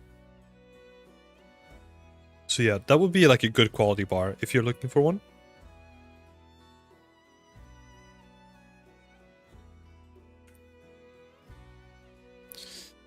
But man, it makes me jealous sometimes.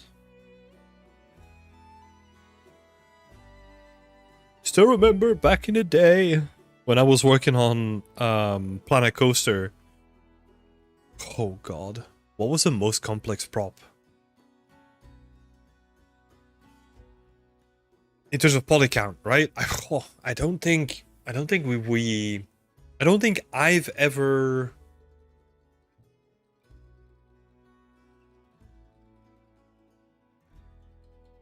For like most for like most of the pieces that I made, right? I don't think we ever went over 1K. Ever. I think the most complex thing that I've made was like a cart that was based on like a movie franchise. That maybe, oh my god, I don't even remember. Something like 2K tries or something like that.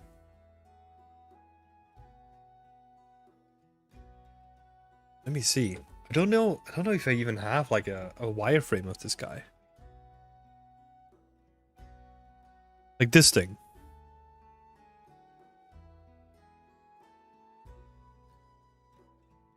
And it was pretty complex, you know, because it had like the whole engine block that you could like disassemble. It's probably going to be a little bit over 2K. Let's see. No, I don't have it in there, but... Oh my god, in the high poly. All the details on it. So much fun.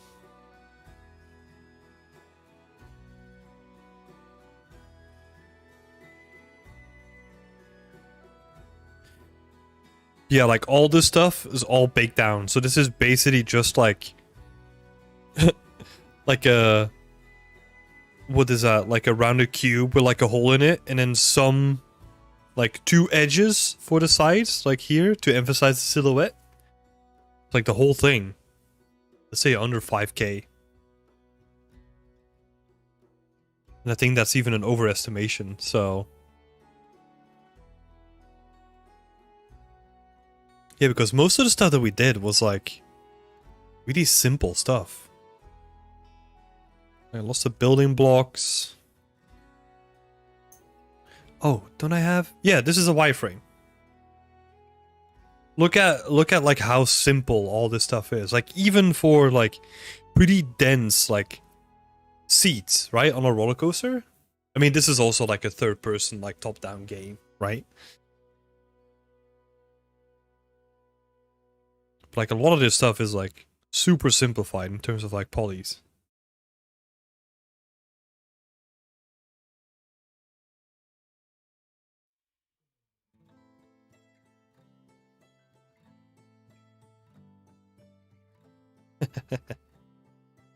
So fun to work on.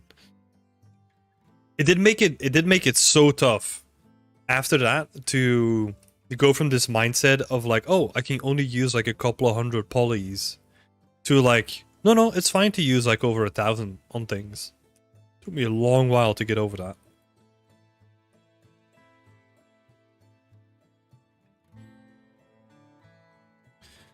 Let's see.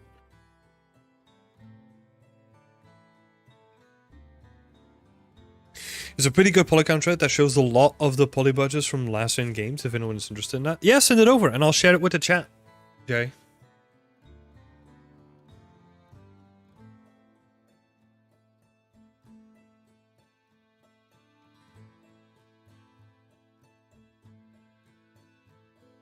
Oh, polycounts. Polycounts in the next gen games thread. Yeah, if you want, you can share a link in the Discord and I'll share it with everyone here. I'm gonna enable links in the next couple of go rounds. I finished my freelance contracts, gotten over the flu, and my semester at school is all about portfolio pieces. Time to finish some stuff. Let's go! Second favorite! You got this, buddy! Let's see. Takes up too much space.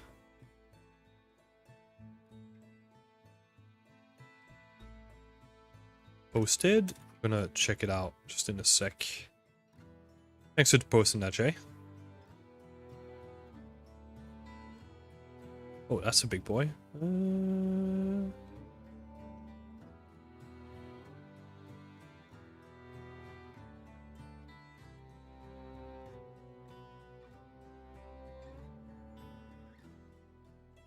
What did I do here?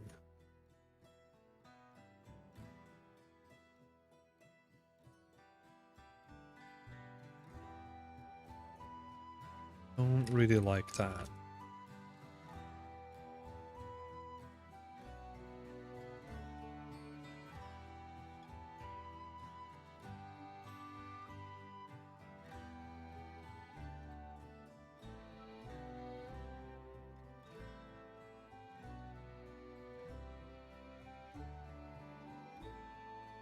feel like in my older picture. Oh, that's why. There's like a lot more shadow here as well. So let's see if we can correct that. Because I kind of want to push people to like interior of this piece. Right, so I want to have more shadow in the foreground and it kind of pushes you towards the light.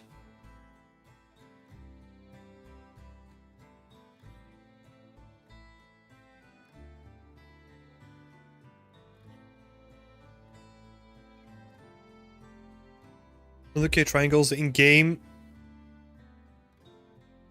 Driven by 50 splines. Yeah. Yeah, some of this deck is crazy, man. Some of the stuff that people come up with is just like, wait, what? Like, how? How does this work?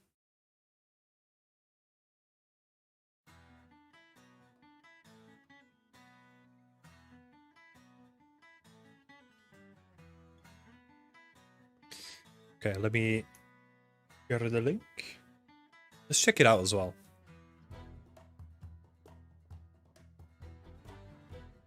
Dunk.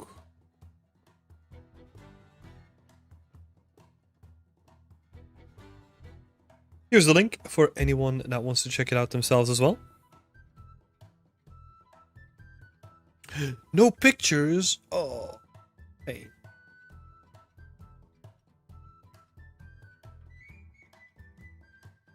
The order 100k per character.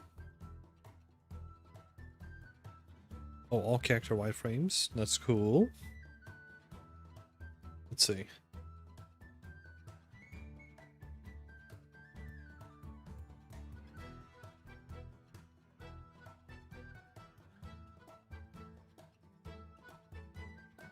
Civilian wireframe.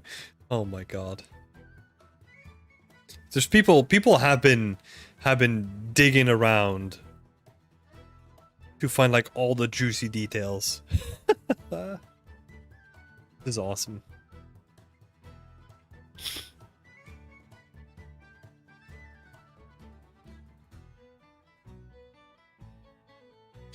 Paragon.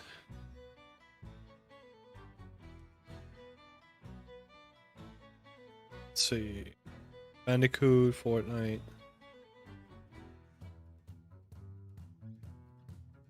Yeah, this guy. 23k tries for this guy. It's a cool silhouette though. Okay.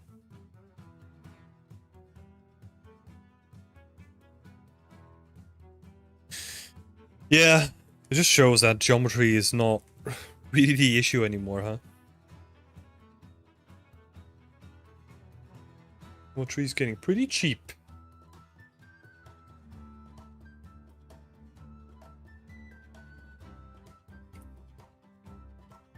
Let's see.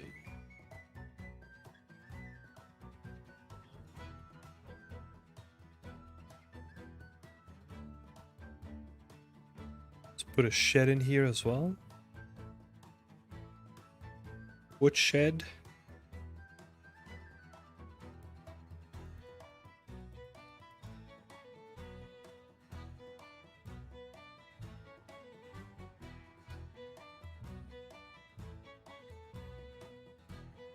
Yeah, thanks for sharing that, Jay.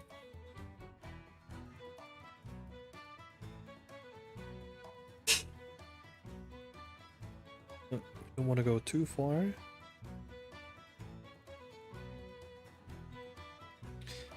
Hey, Puns!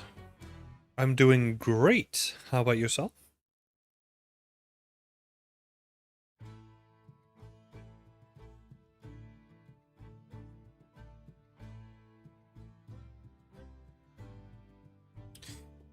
For people popping in, feel free to ask any questions about the video games industry, or maybe your own work, you know?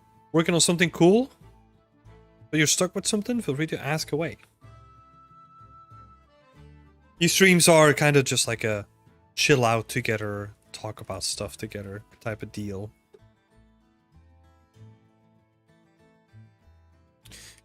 as I'm currently reworking or like getting back to a screenshot that we had a week ago.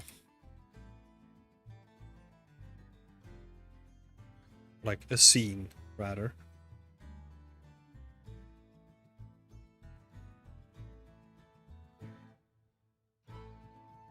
Let's see.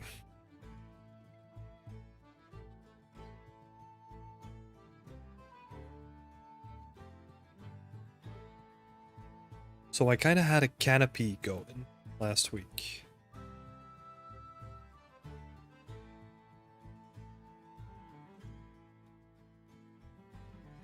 Yeah, something more like this.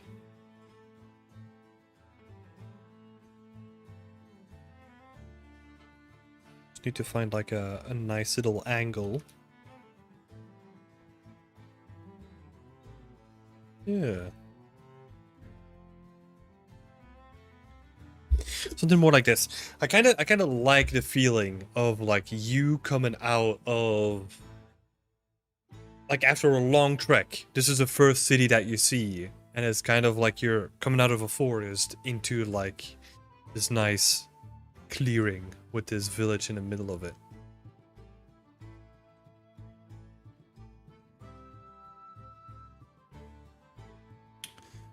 Yeah, I think this is actually quite a bit nicer than the last time as well. Especially with the proper camera in here. We'll just need to set dress this little island here as well. I'm doing great. How's your day going? Yeah, it's been going great. Had a mentorship before lunch. And then, well, not before lunch, like in the morning. And then now just doing some art, so can I complain? Don't think so, right? Just came back from like a small 4 weeks, 4-day holiday as well, which was good.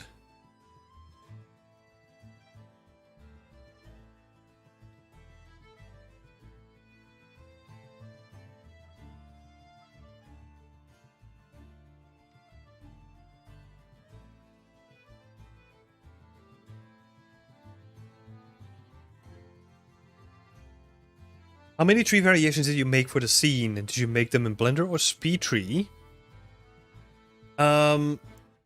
So I made them in Blender, but I've made my own SpeedTree clone. Not completely, right? Don't get any crazy ideas, but like something that just works for generating trees in Blender. So yeah, that's how I'm making them. And in terms of variations, that is a good question. I think I have 15, I think. Let's see. Because I have the smaller saplings, right? So these are like all like very small kind of trees. Then I have the big ones, which are 5 of them. And then I have the middle ones, which are 6 of them. So I have 6, 11, and then 8. So let's say 19 in total, with like all the ones included.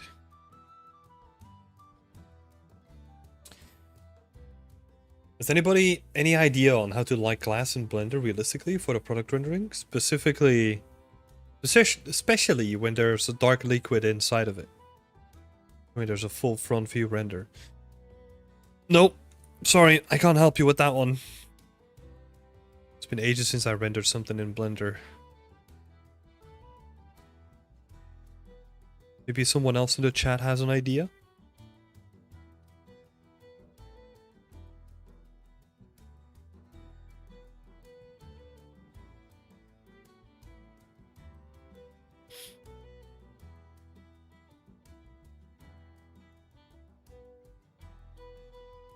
So I've got a little outpost going on. I heard Tim's mentees are pretty cool people. Yeah, I think they are. And they make awesome work as well. Like, their art looks really nice.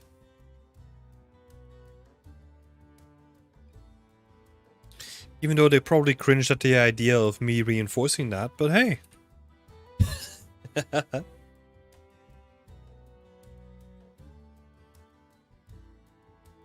That's a lot of trees.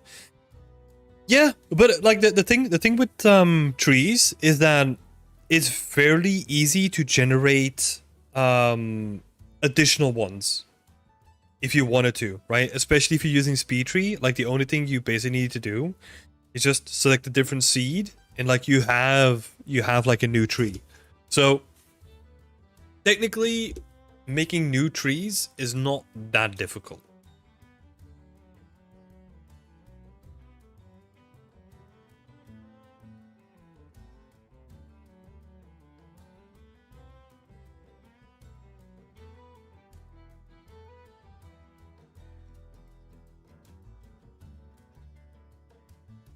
See,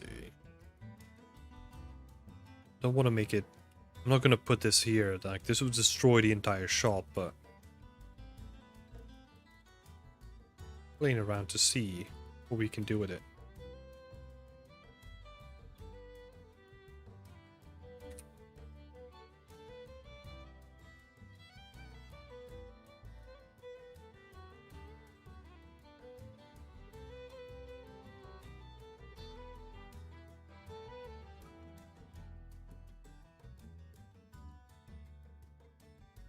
Something like this. We'll see.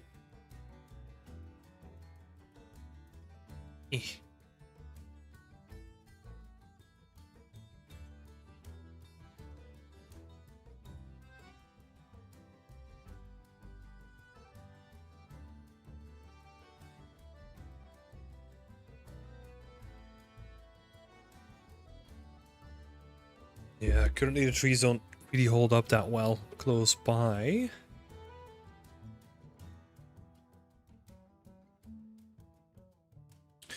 Let me see.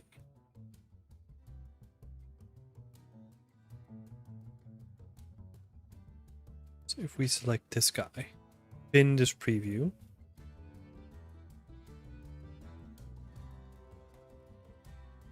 And we're gonna see,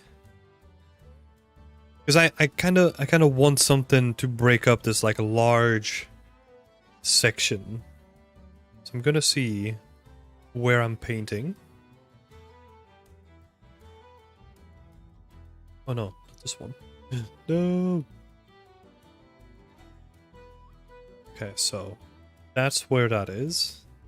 Then maybe if we paint some grass in the foreground. Could be interesting.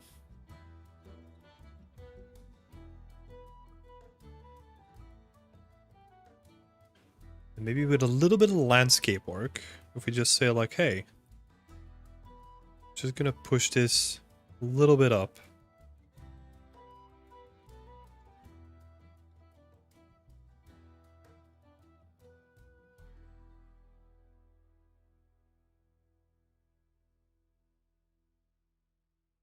Something like that could be interesting.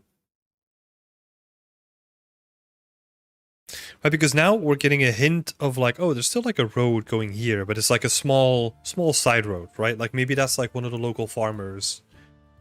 But then you have like the main road going down this path.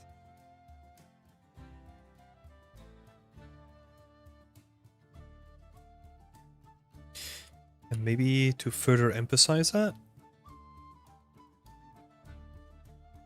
Maybe.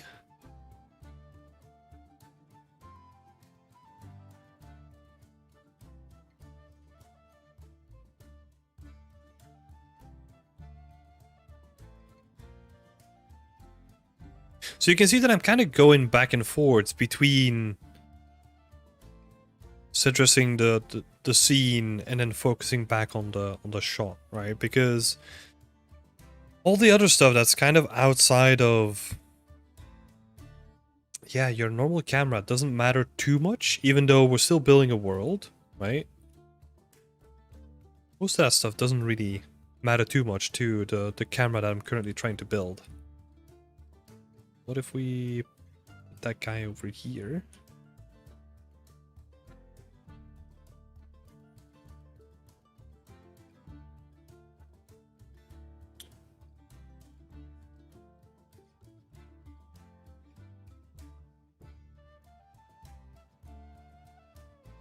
Just push this up a little bit.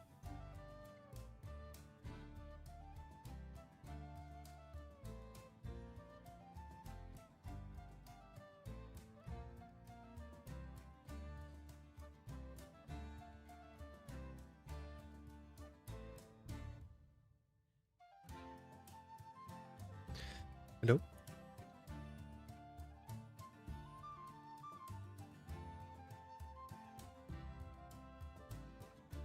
Oh, I think my brush was just like a little bit too small. Maybe not. Oh yeah, I think it is.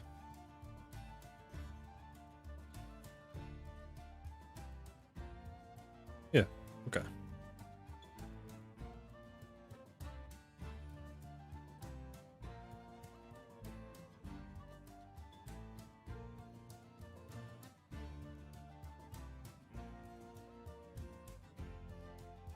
May also cover the connection from the shop beams and the ground with some foliage. Find it kind of straight on top of the ground.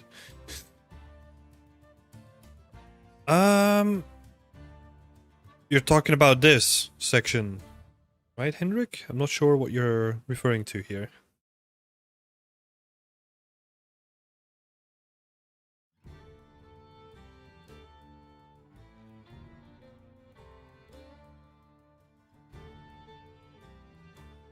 I think the issue was just more in terms of the actual spread, like the clustering of the assets.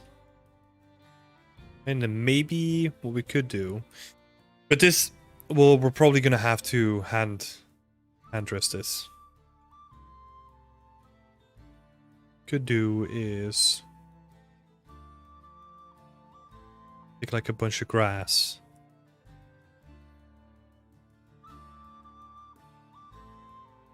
That's from the 2 trees in the middle. Oh, this stuff. Yeah. Those are still like placeholder meshes. So they will need some love. And then you're 100% right. Then we'll extend the landscape a little bit and add like a little bit of grass on top of it too. That's a great spot.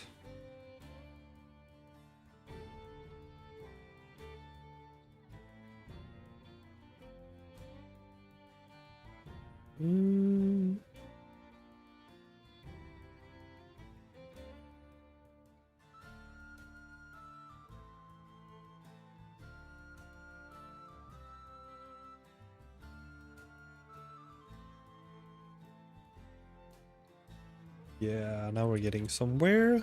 Adding these like little details always helps a lot.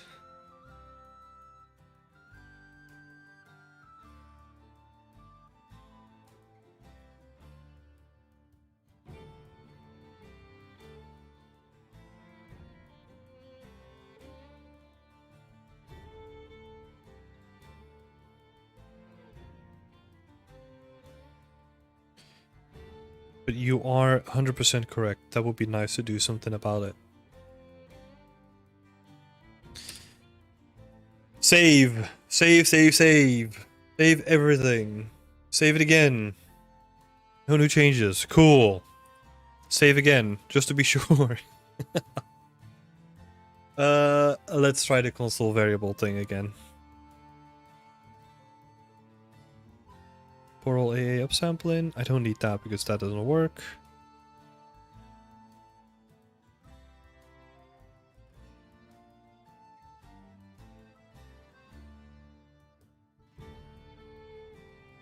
Yeah, so now we're getting a bit more AO.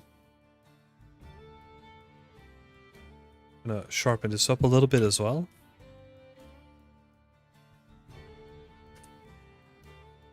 And then Let's have a look.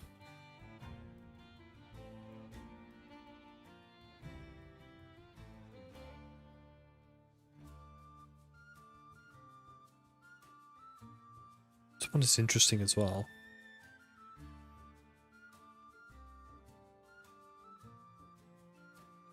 We'll have to wait on the light a little bit. Let me...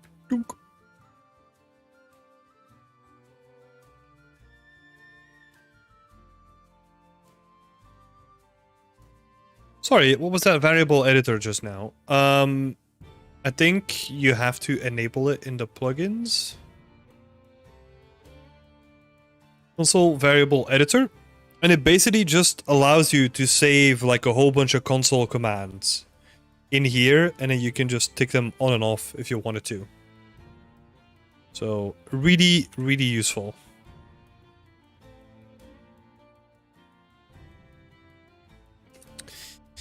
Hey, welcome back, Jay.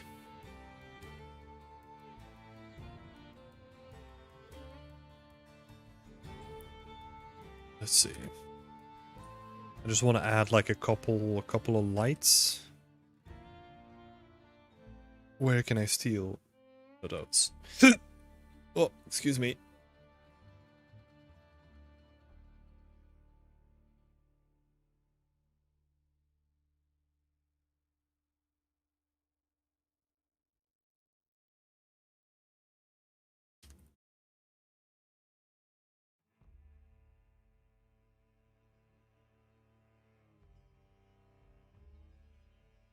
All the little things I pick up in here are really valuable. Yeah, it's like a whole bunch of, what do you call them? Like,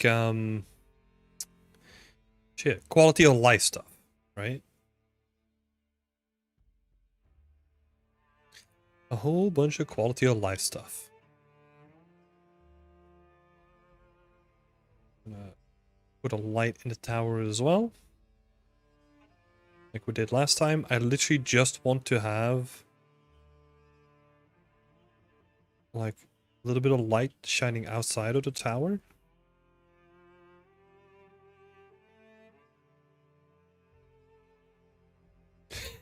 Let's see. Don't want any volumetrics.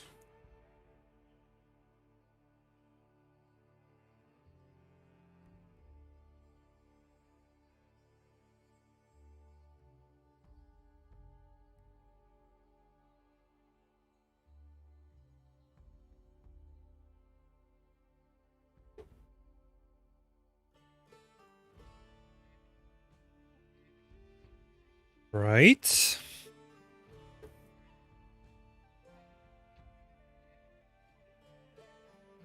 Maybe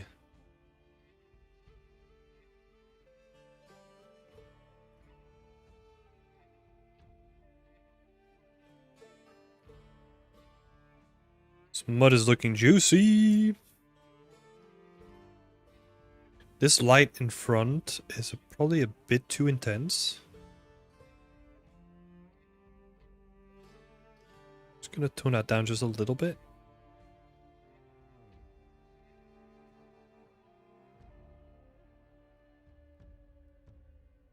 Tone it down by half.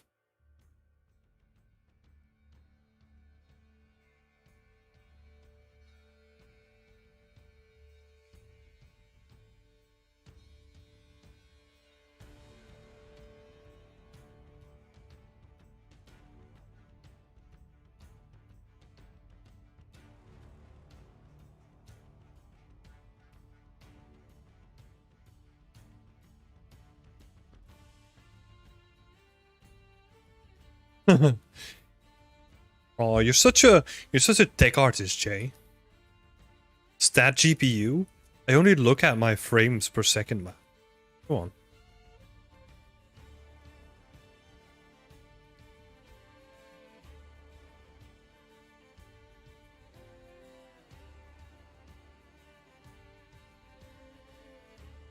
Yeah, they're really useful for debugging art, though. I'll say that. Did you use Photogrammetry to make your assets? No. No photogram. What? Not true. Not true. I did.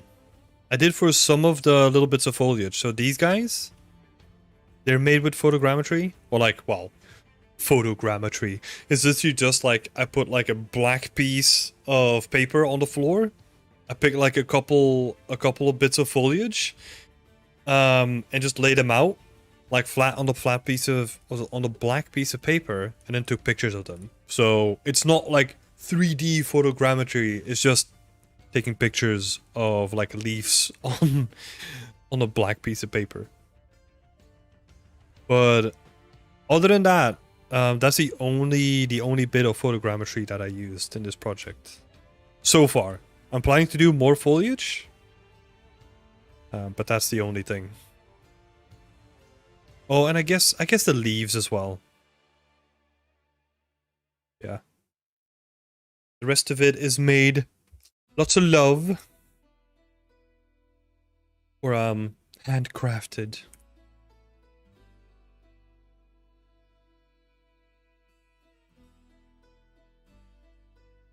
Okay, so what was I doing? Just added some lights.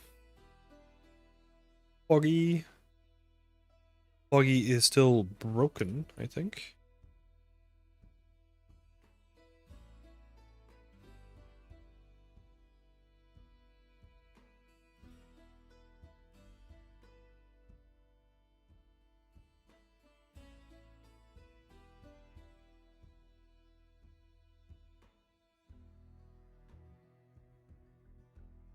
Yeah, I was about to say so. Like the other shot's gonna be completely...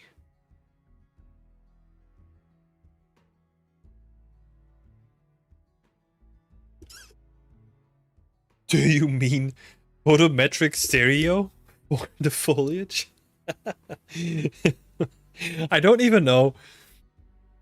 I don't even know what that's supposed to mean, Jeroen. Like, I'm literally talking about like going out with a camera and taking pictures of like stuff on the floor. Like, super simple, super rudimentary.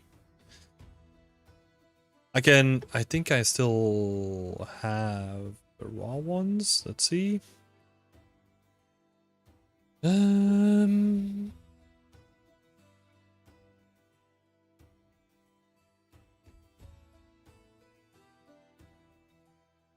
Maybe I didn't even put them in here.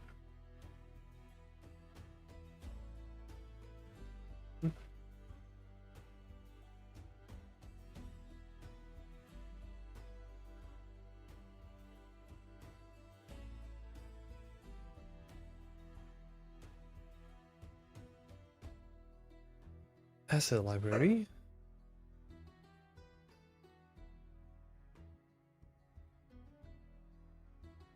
Oh, source images. There.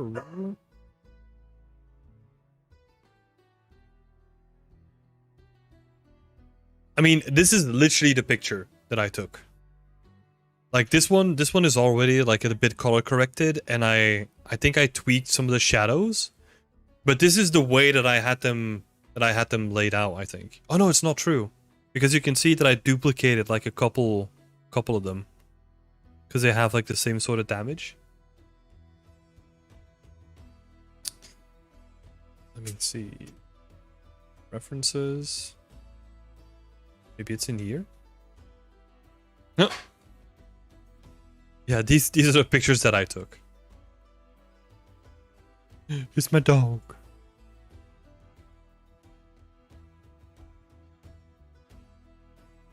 Source files. I was looking for the raw pictures, but I don't think I have them in here still.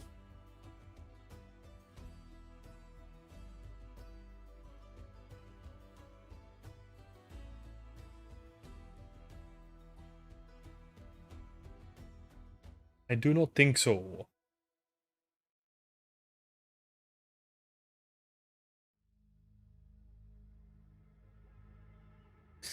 Nah, I don't think I have them in here.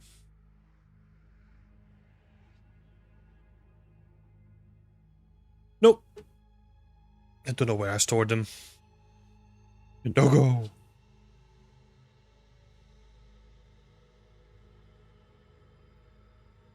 It's similar to just taking pictures, but you use a light that you move around the leaves in 45 and 90-degree angles, and the software like Substance Sampler can use it for generating normal apps. Oh, I see. Yeah.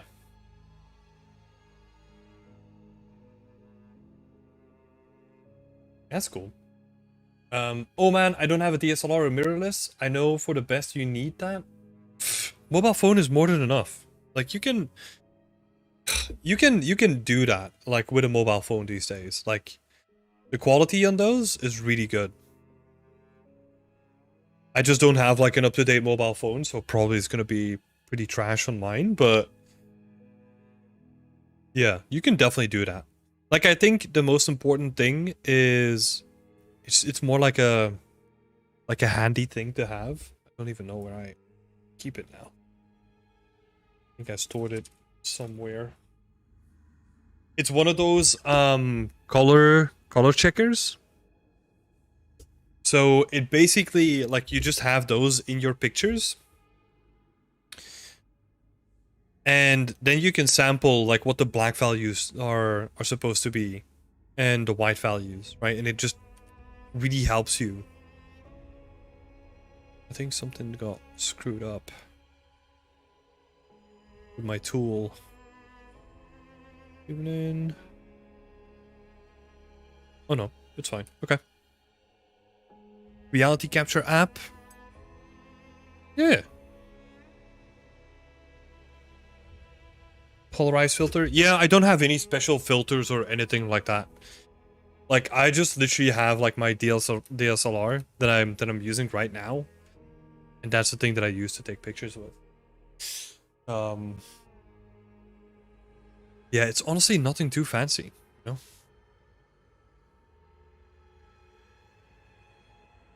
You can do that with a mobile phone as well. For sure.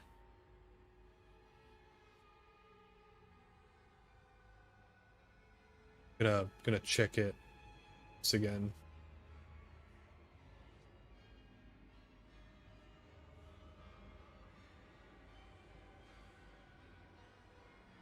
I don't think.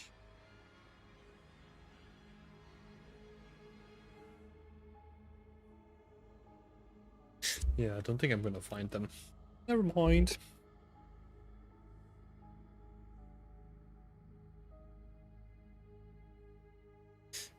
We need to make a group photogrammetry expeditions for nature in BE, definitely.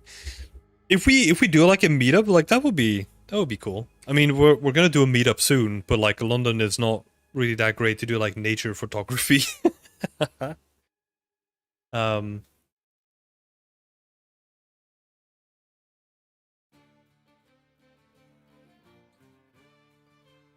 Is there an in real life live stream coming? Would love to see it. No, what I usually do, or like, well, the times that I've gone out and actually taken pictures from nature, it is literally just me walking the dog and like while we're walking, just taking pictures from stuff on the floor. So yeah, might as well, right? He's having fun. I'm having fun as well. Let's see. So this side actually came out pretty nice. We finally got back to it.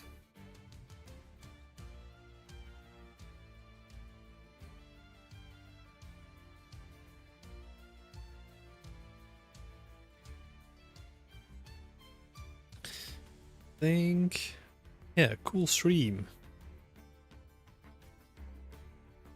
Just exploring out in the wild.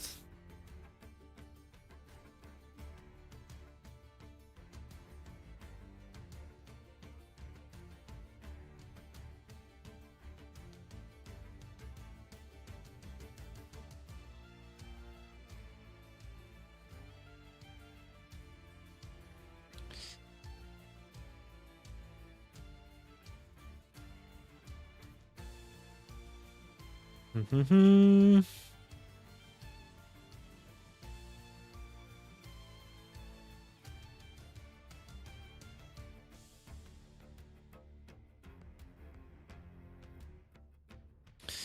The wilds of Germany.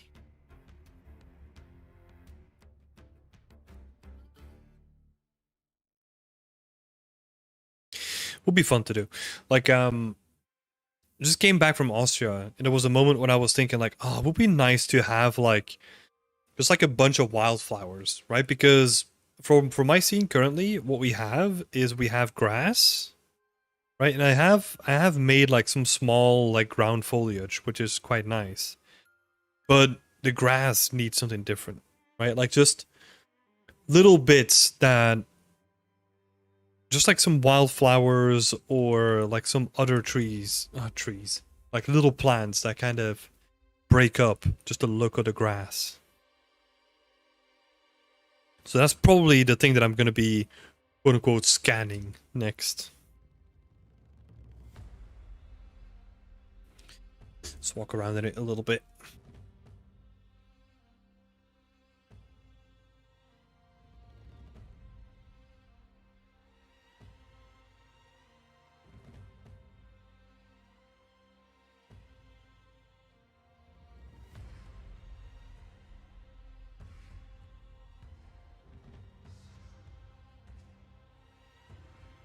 Just relaxing. Yeah, exactly. This feels so nice, you know?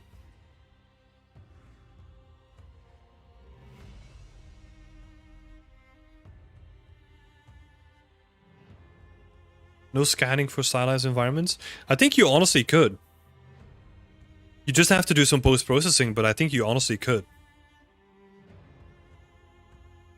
You can probably get some really interesting results with it too.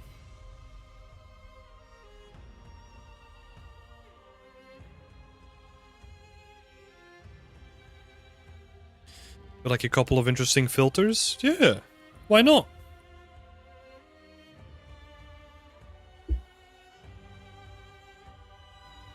Your character's not a bit big for the environment? If there is an issue with the scale, it's not an issue with the character, but it's with the environment. So for some areas, right?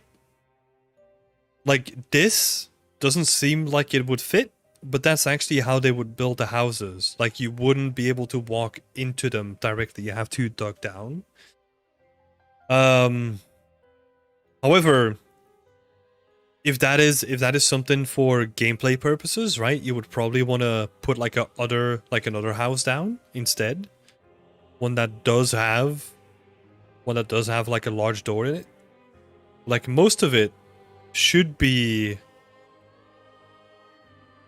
doable for the characters. I haven't really checked like most of the doors, to be honest, but it looked like they're good. Yeah, it looked like they're good. Also, the people were smaller at that time. Yeah, but then, I mean, yes. But then I would have to scale down the character a little bit, right? And that gets especially confusing when you're kind of used to building everything towards like a 1.8 meter character. Or make it the animator's job. Especially that. Just don't fix your proportions. Just dump the issue on someone else's lap. That's the game dev way, baby. Let's go. Nah, I'm just kidding. Even, although, sometimes there were times when we were just like, yeah, no, this is something that we can't fix, so, have fun.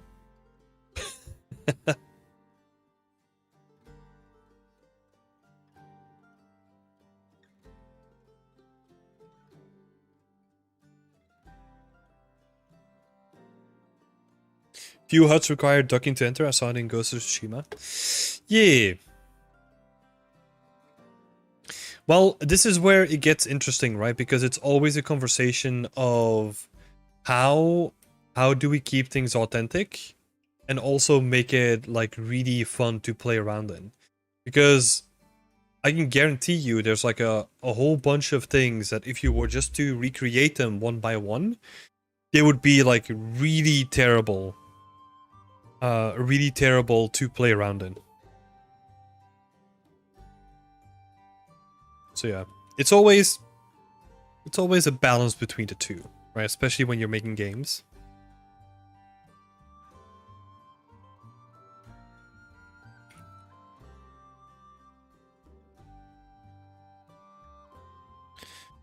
Okay.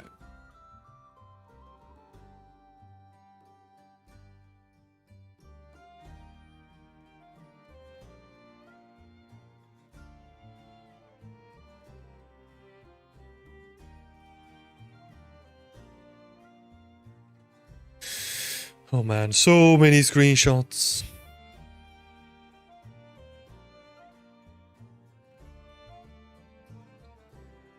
Even from things that no longer exist, like the town area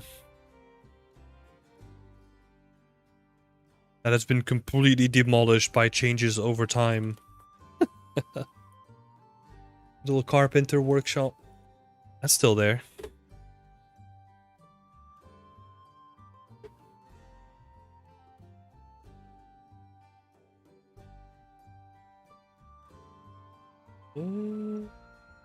What's this one? It's Cairo! Hey Cairo, how's it going? Just gonna see.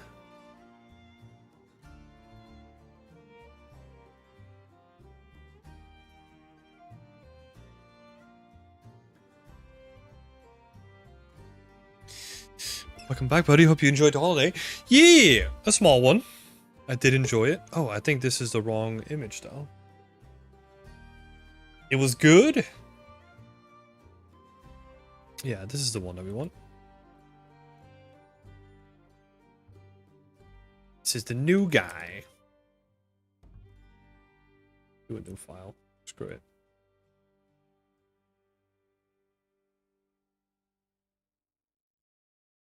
I think we need to adjust this section. I don't want that little mark to be that far into the scene.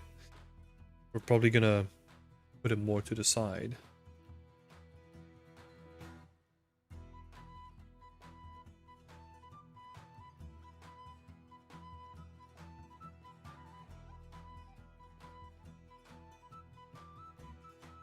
Let's see.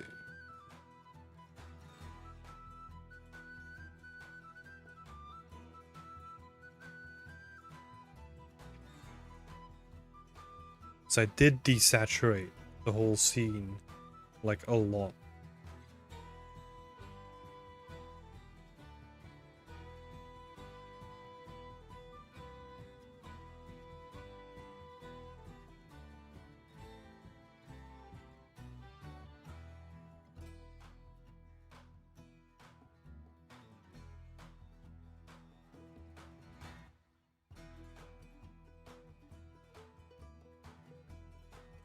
Oh man, me in a medieval town for like 190 meters? It was a pain, man. My neck hurts even thinking about it. Yep. Yep. Tall guy issues. I know the pain.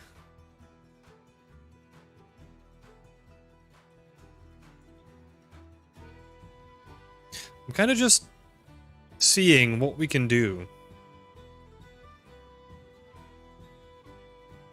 Because maybe I do want to make it like lighter. So that we have like more to look at in the shadows as well.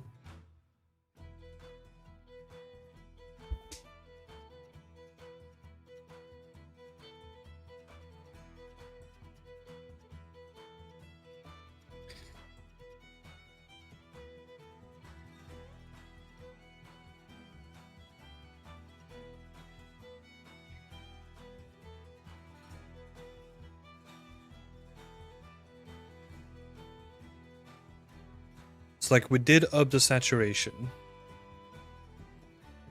We increased the shadows and the highlights a little bit. So we're basically lifting the whole piece up. Wait, let's do this instead.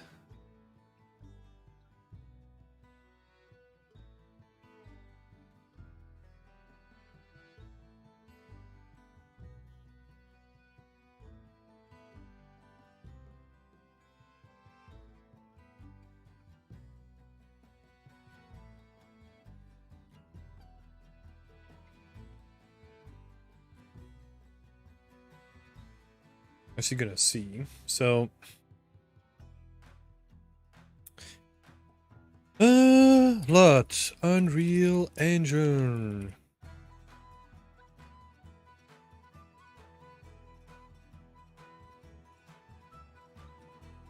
Neutral.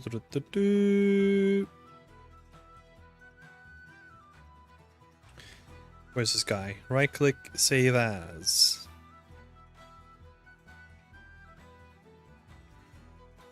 (16-bit) PNG. Shouldn't you do this post-processing in Unreal Engine though? Yeah. You don't necessarily need to, right? Like sometimes it's quicker to iterate just in Photoshop. And then you can, using the technique that I'm just gonna show you now. Oh, do I? I still have my base one here. Okay. I don't need that then. Using the technique here. Oh my god, jeez. Using the technique here, we can then transfer the adjustments that we've done in Photoshop or whatever you use back into Unreal. But I've already done like a bunch of post-processing on top of it, so I'm gonna see if this works.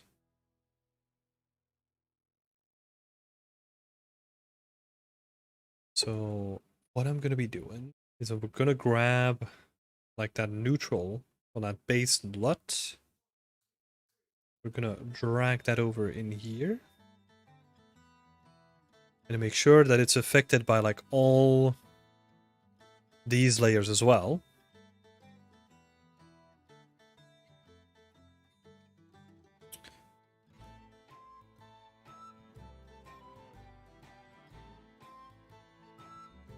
Oh, I cannot.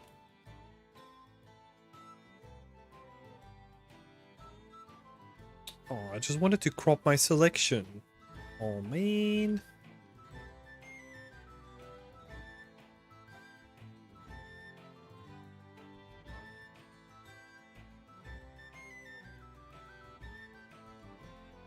This is a little bit janky, but hey, we'll live with it.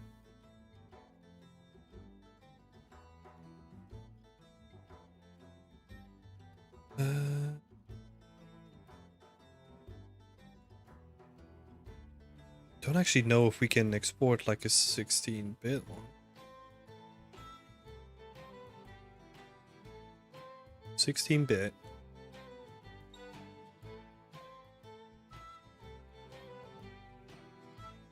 I'm just gonna put that on my desktop.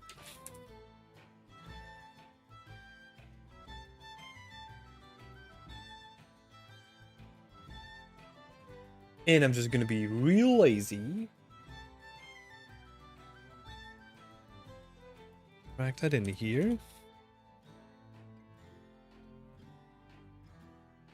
Make sure this is set to compression. Got a lookup table? Wasn't that a thing?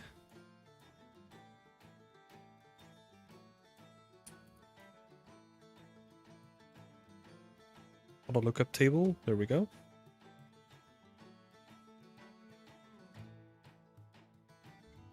And then I'm gonna go in my post-processing volume.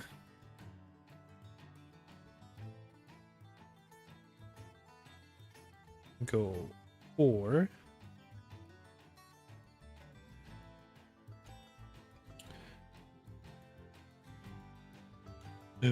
Look, and then it works.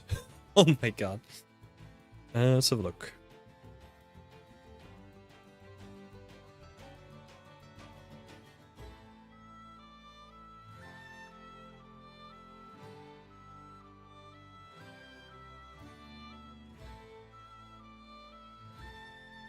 That is crazy though. What is this? Color grading a lot? Default.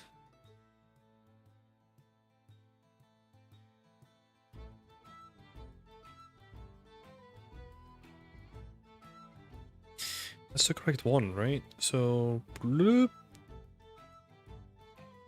Oh, I guess. Yeah. Let's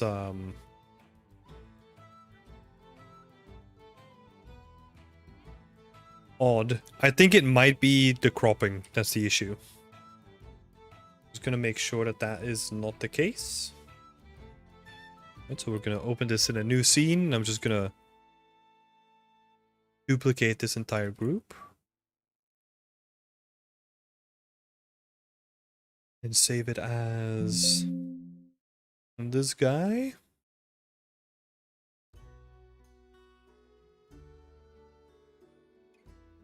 Did it save it already?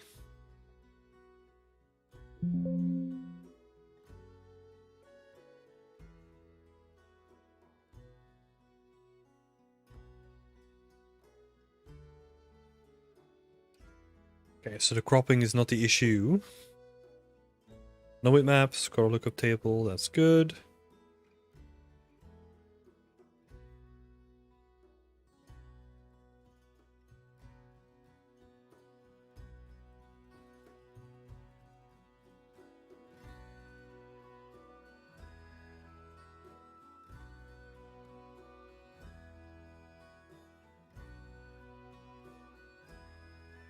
For this reason, lots are being moved away from as a way of doing color correction image processing. Okay. So maybe they're not a thing anymore.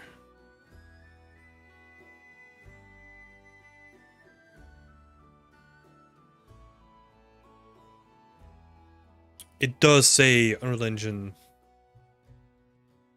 4. Huh. Still in here. Let's see, did anything change?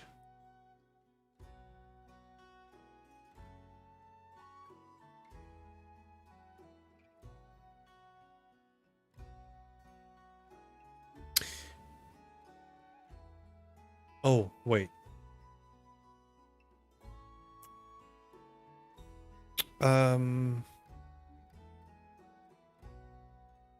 No, never mind. Let's try something else. So if we make post-processing volume. Dink, dink.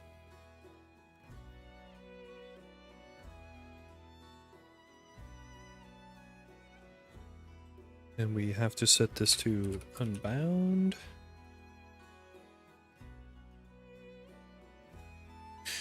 That is interesting. Maybe they're not supported anymore?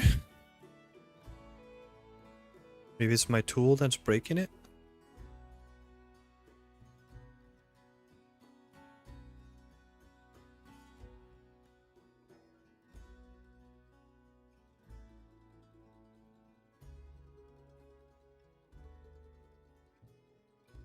Nah, it is definitely changing it, but it's not breaking it.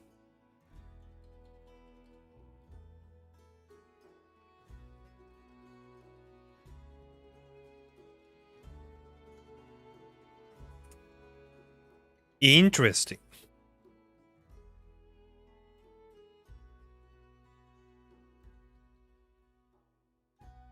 Oh, Cairo, you used them in 5.1. Okay. Maybe an affinity thing? Yeah. Okay, let's see. I don't know if we can see anything in here. 24-bit pixel depth. Oh, that's the neutral one. Okay, cool. Kind of what I wanted. And then we're gonna compare that to the one that we have here. Oh, not the entire folder, dummy. Let's see. 48.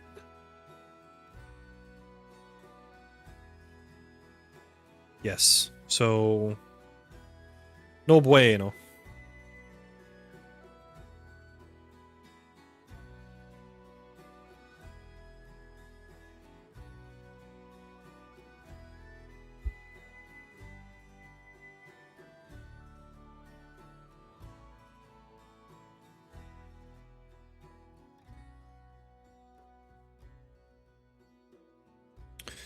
I don't think it has anything to do with the exposure, but that's something that we can try in a little bit.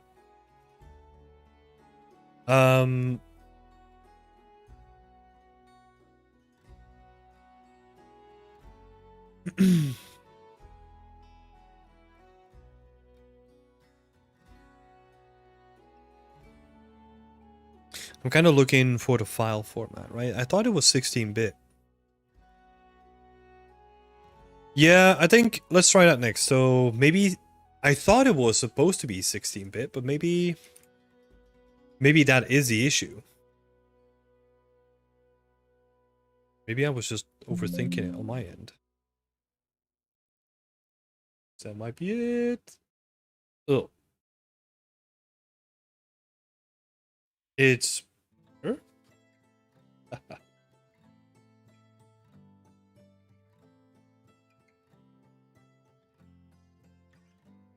think it did change a little bit.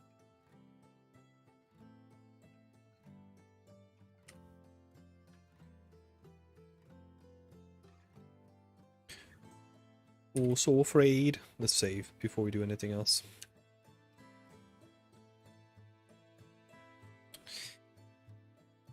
Right.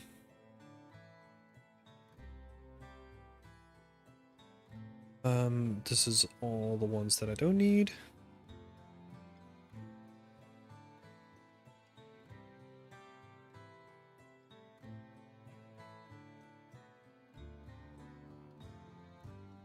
These ones work, even though... Oh no, they do.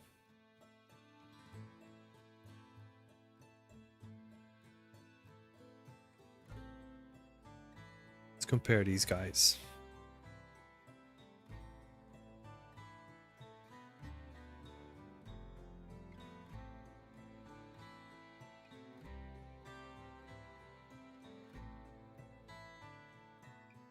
Try that PNG-A preset? Yeah, let's do that. It's a good shout.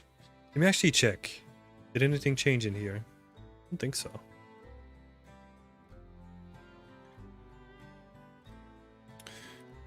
Dunk. PNG-A.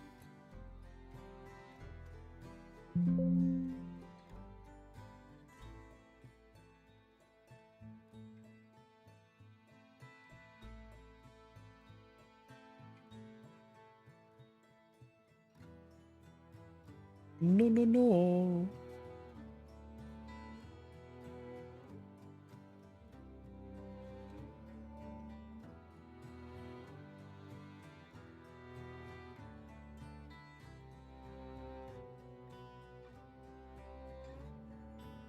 Export LUT?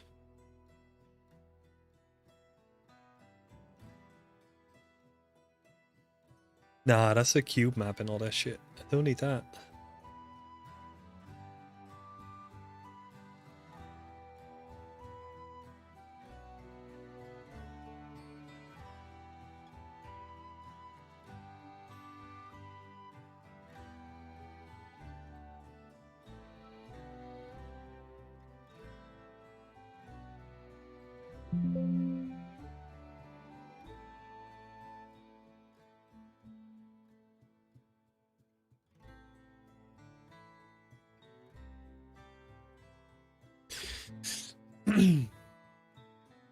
Wonder if it needs to be PNG or TGA to work. I've always done it in PNG format. So I don't know.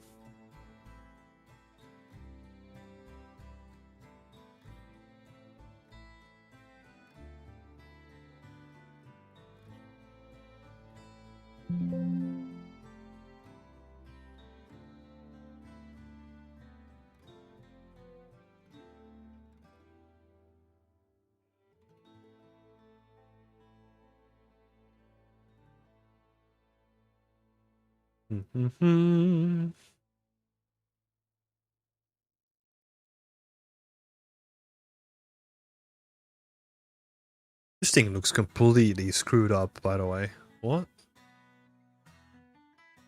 Do they all look like this? Oh, that's because they have alpha map? What? What's in the alpha? Oh.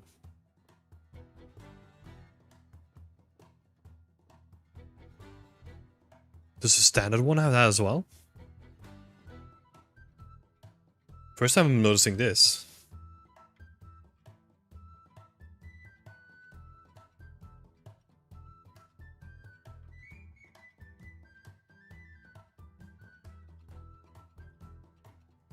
Just going into like a rabbit hole now.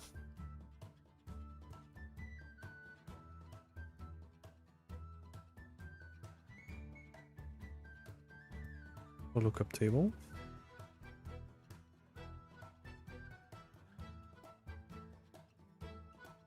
Let's actually test this guy, because that's a neutral one. So maybe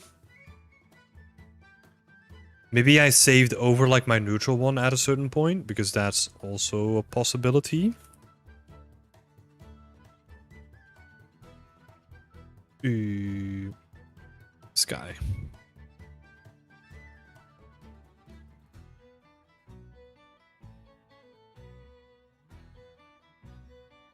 Did I really save over my neutral one?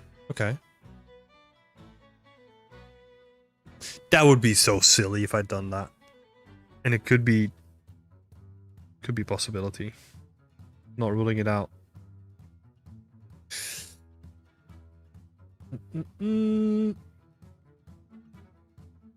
Where do I need to go?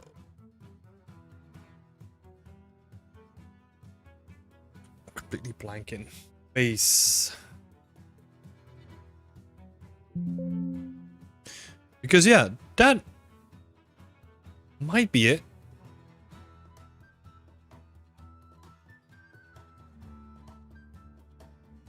No? Open, please.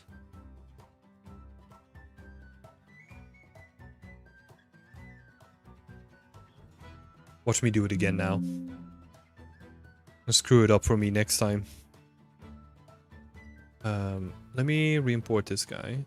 Oh, okay. It was just my dumb self getting into my way. That's awesome.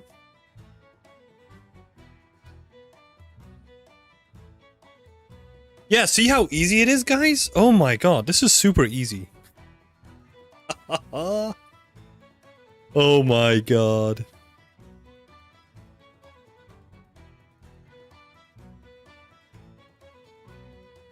Cairo was also saying, I swear it's something dumb like the file name or something like that. No, it's even dumber, it's just me. Oh my god. Okay. Hey, we're here now.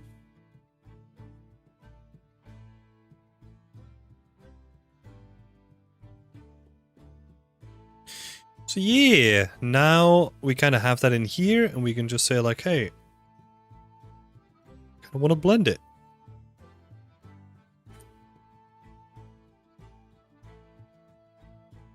It's a really nice way of doing color grading. It's probably not going to work on like all the shots, right? Because we've specifically done it for the one shot, so some of it might be like way too saturated. But it does look good.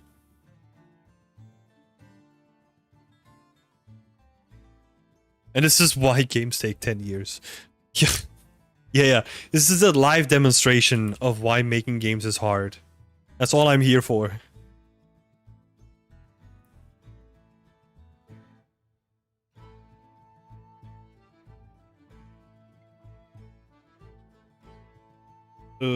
I think it might be overridden by my main one.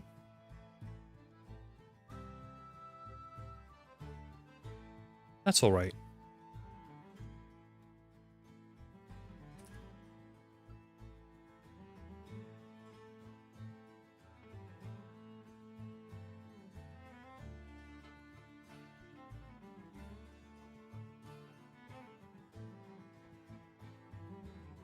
Okay, yeah.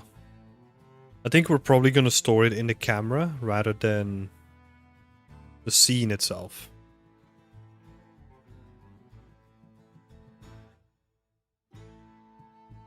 Yeah, makes a bit more sense. Cool.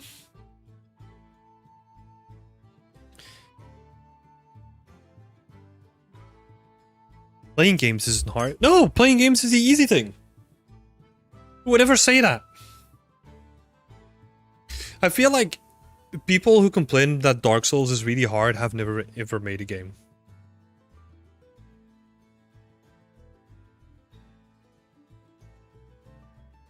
This is still some high-level wizardry. Oh, it's so good. Especially if you don't fumble around like me, huh? Have you played Tomb Raider games? Yeah, I grew up with them. I gotta be honest, like, I don't really care about, like, any remasters or anything like that. The closest that I recently replayed, like, Quake 2. Like, beginning to end with, like, all the new stuff that they added, but I don't care about seeing a remaster of Quake 2 with, like, new graphics or anything like that. It does nothing for me. Gotta be honest.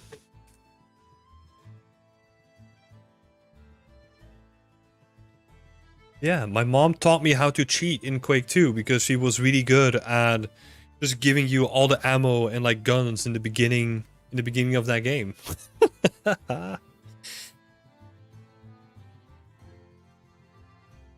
Okay. So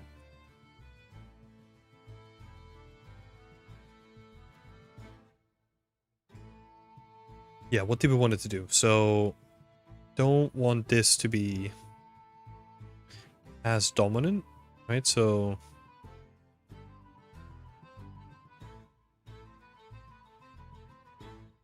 yeah, Quake was so good.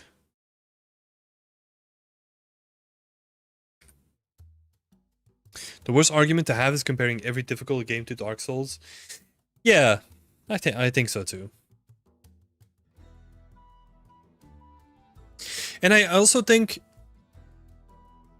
oh no, I don't know if this is controversial or not, but I also think that if a game is too difficult, don't play the game. Don't expect the game to change for you.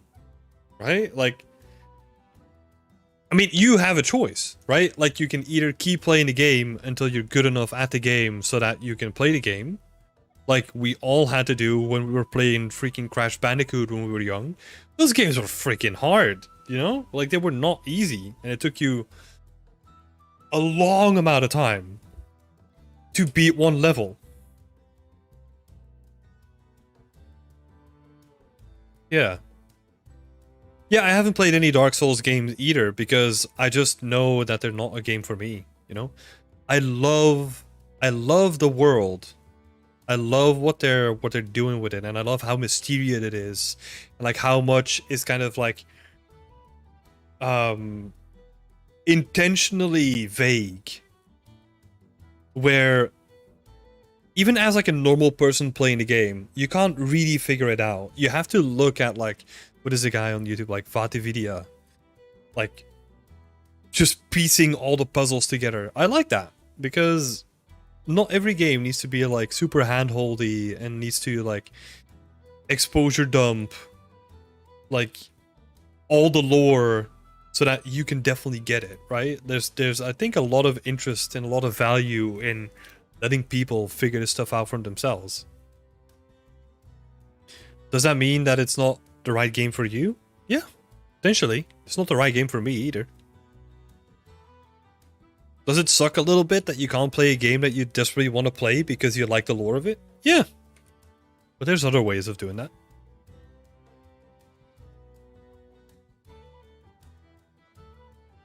Oh man, Crash was tough. Yes. Yes. It was... Crash Bandicoot games were rough.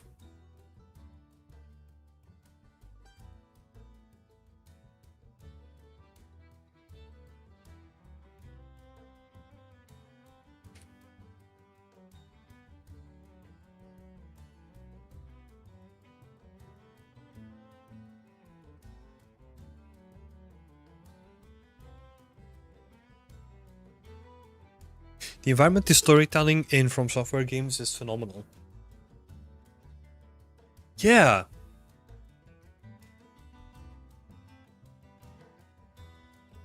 It makes me think if it is phenomenal in its own right, or if it is phenomenal because it doesn't do any hand-holding at all.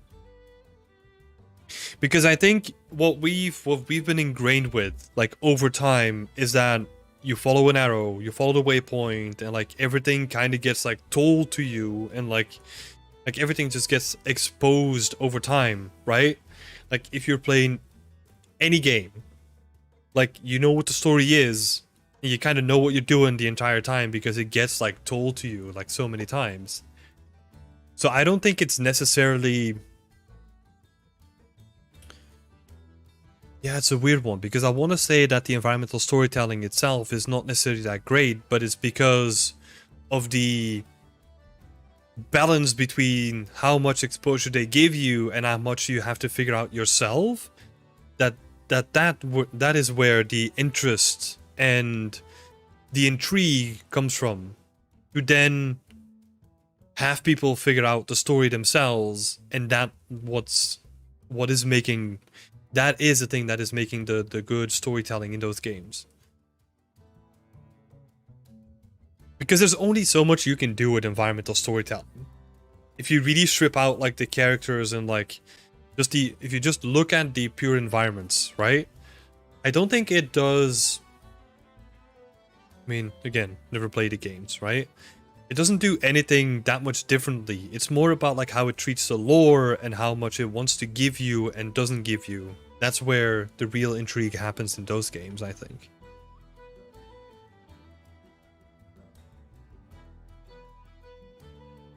I don't know. It's also coming from a person who's not really played the games, right? Well, to be fair, I did play one of the games. I think it was the first one with a mouse and keyboard, which was like not recommended. So that was kind of my introduction to the whole series.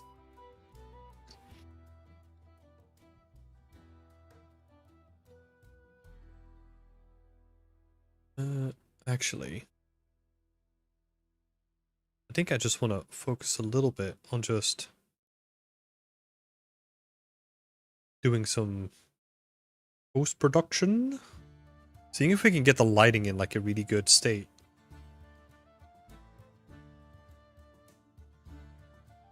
Let's see.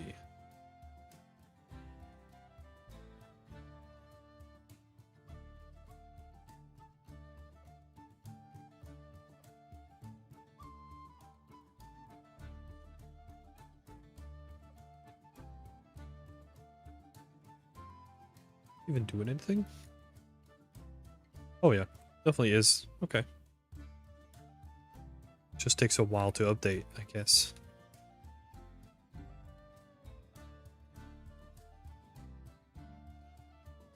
Maybe let's see if we can do something more interesting with the clouds as well.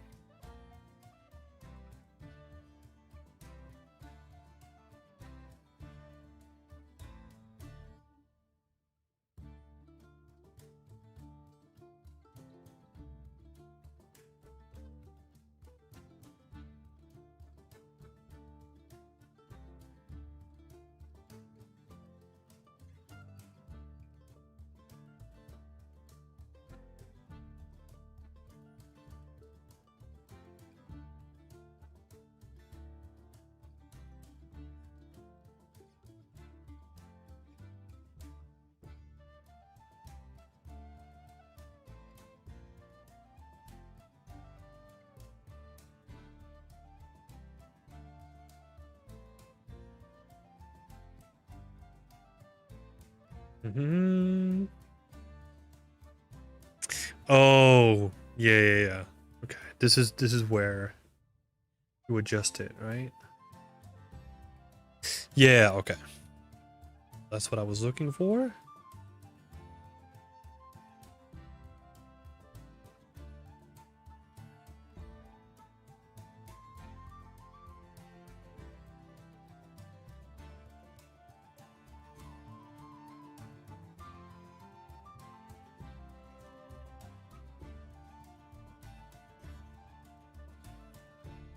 And I have no idea what is happening with a lot of these things. Oh, so it makes it more wispy.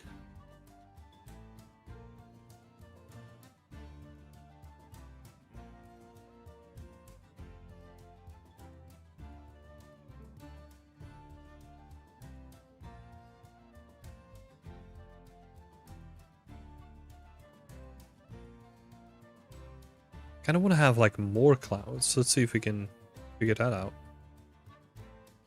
Oh.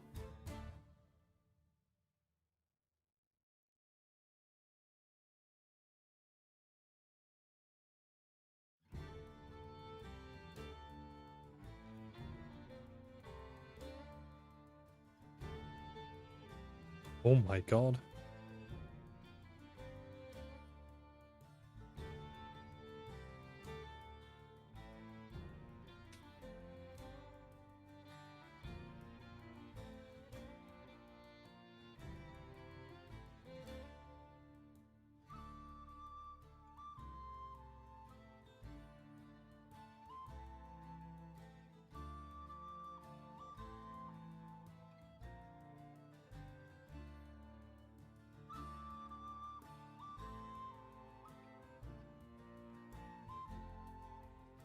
It feels like going into an old art museum or gallery.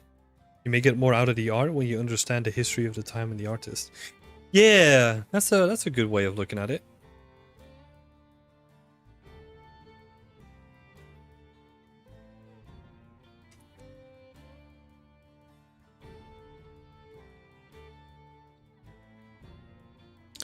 I think it's always interesting to just reflect on those things and see where people are coming from and what the current time period is, as in what is the current state of the industry, right? Like, I think there's a lot of fatigue when it comes to holding people by the hand a bit too much. And it's been a thing that's been going on for like quite a while, right? But like how to solve it is like a whole thing by itself, right? Because it's not an easy thing to solve. Because you could say like, oh, just look at the From Software games, right? Like they seem to have it nailed down, and they do on like a certain aspect, right? But that can't easily be applied to like a mass market audience with a different game. So it's like, how do you find a solution that works for your game without compromising what the game actually is? That makes sense. It's always a freaking balancing act. It always is.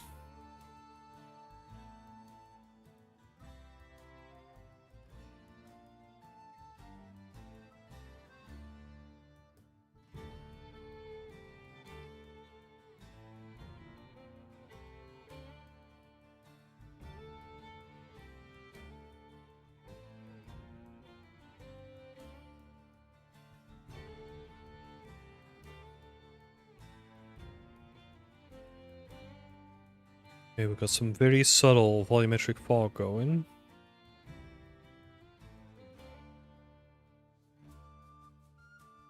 Lock albedo.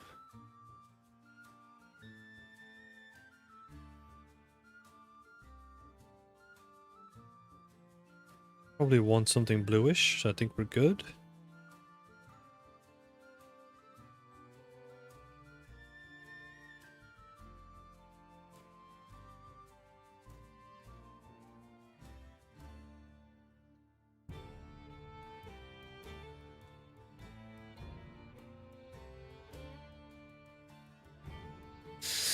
I guess you find your audience and cater to them as much as possible. Yeah, it depends where you're at, right? Like if you're like a new studio or if you're like a new developer, it's easier to do that. But let's say you have been working on an IP that's like very well known, and then having to pivot to like finding like a niche audience and cater to them as much as possible, that's going to be very tricky because you want to keep the volume of people, right? Because you've probably, or to a certain degree, right? Like I'm looking at it from like a very AAA perspective now, right? Like let's say Ubisoft would say like, hey, Assassin's Creed is only gonna be climbing, nothing else, right? Because people enjoy climbing, so fuck the rest of it. We're just gonna make a climbing game.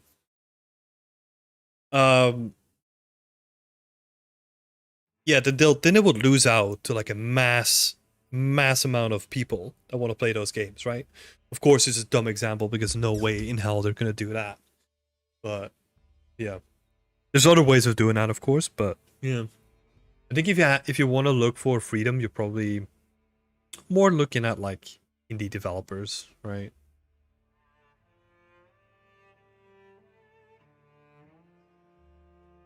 Let's see. So we have morning.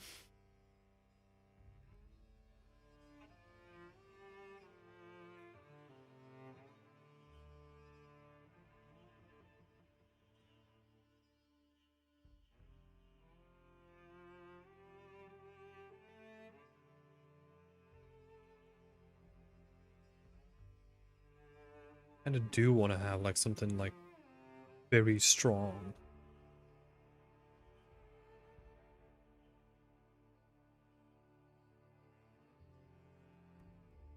Oh.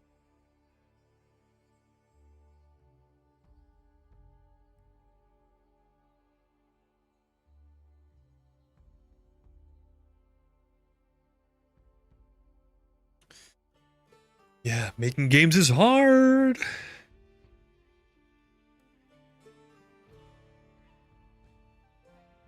And then also, by the time that you've kind of figured out an audience, then it takes like 5 years to actually make a game for them too these days.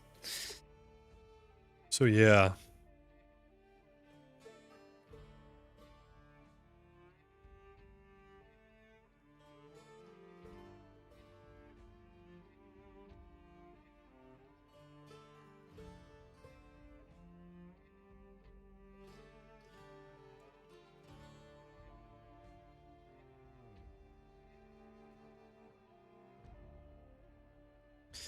Let's see, we're just tweaking the lighting.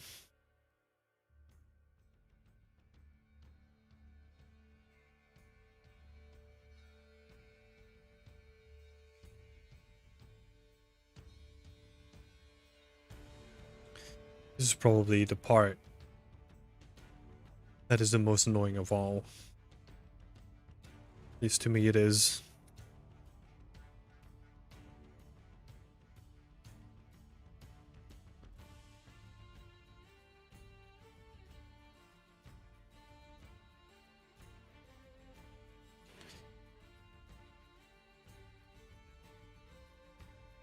Because I kind of want to have like a lot of bounce light, but maybe I'll have to do it like another way. Maybe pushing up like the exposure. But that's not what I want either, really. So then we'll kind of have to go into shadows and like pushing them up. Gain, maybe?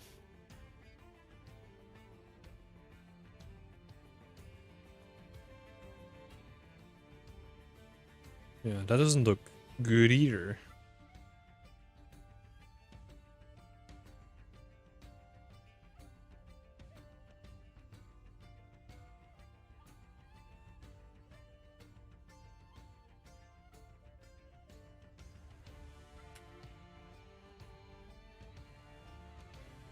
Oh, reducing the contrast.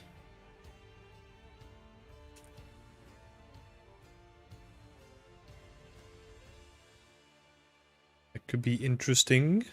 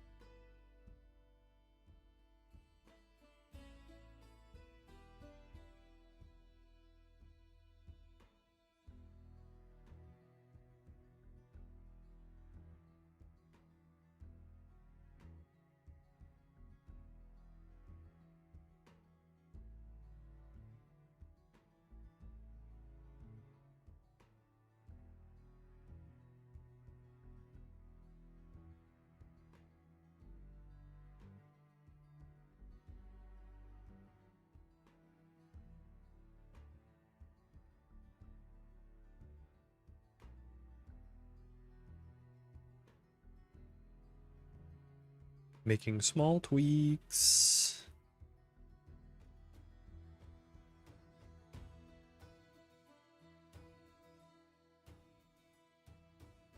Because I do like how we're getting like the orangey versus like the blue sky tones. I think what could maybe do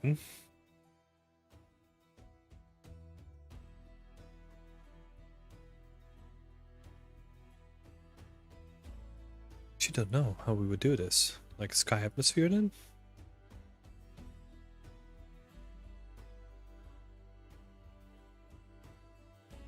Yeah, so whoa. Whoa, this looks disgusting.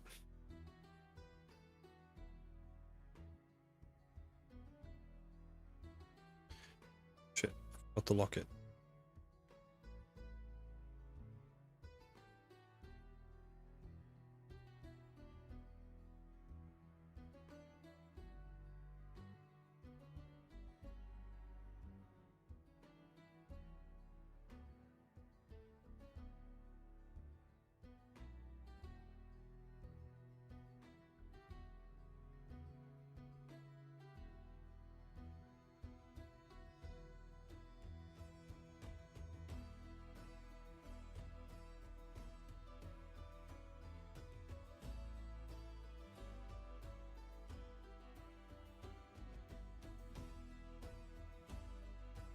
Seeing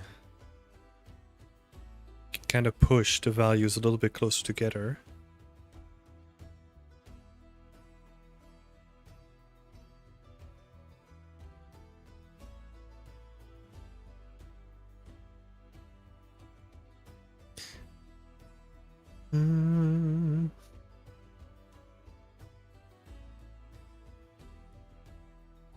Have you saved in real this time?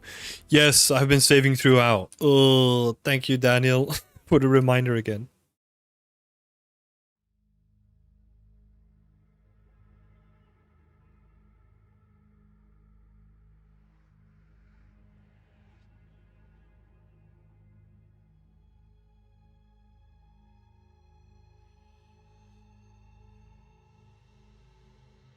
That was pain.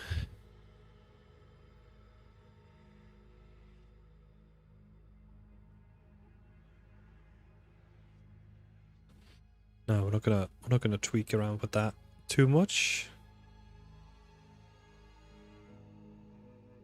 I want to make it like a little bit more subtle because sometimes we're kind of losing colors a little bit. Don't want that.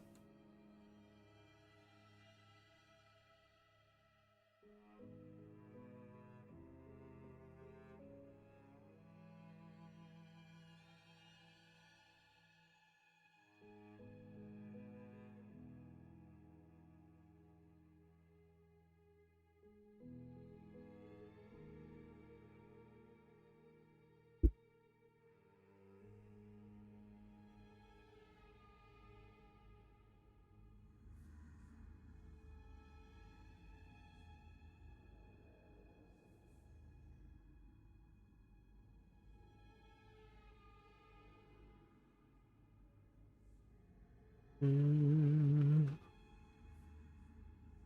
think we might also have like a bunch of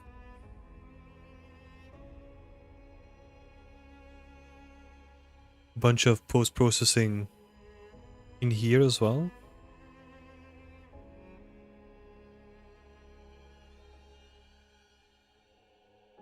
I'm just gonna reduce all of that.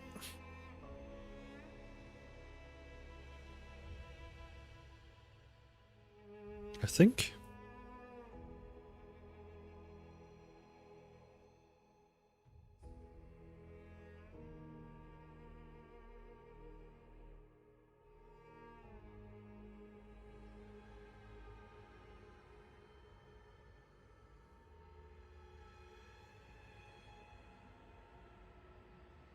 Oh, I guess we can just, yeah.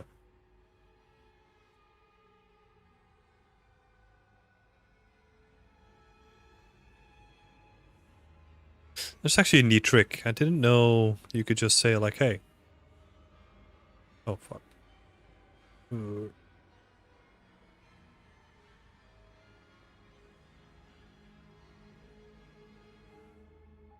No.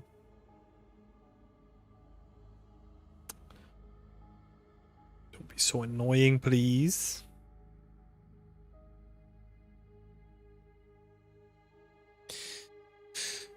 Didn't know that you could do this.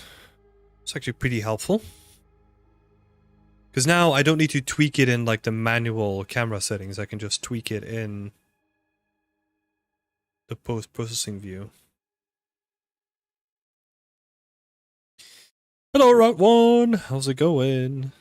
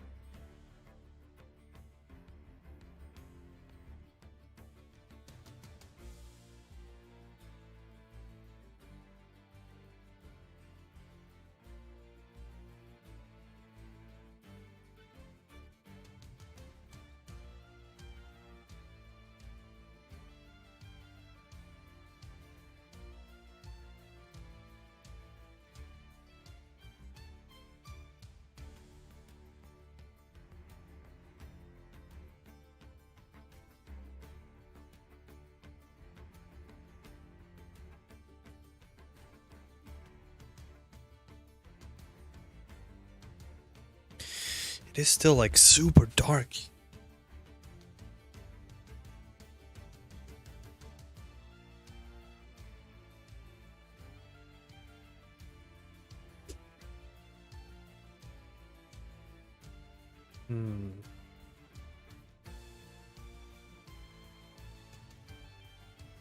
No, because that's overridden.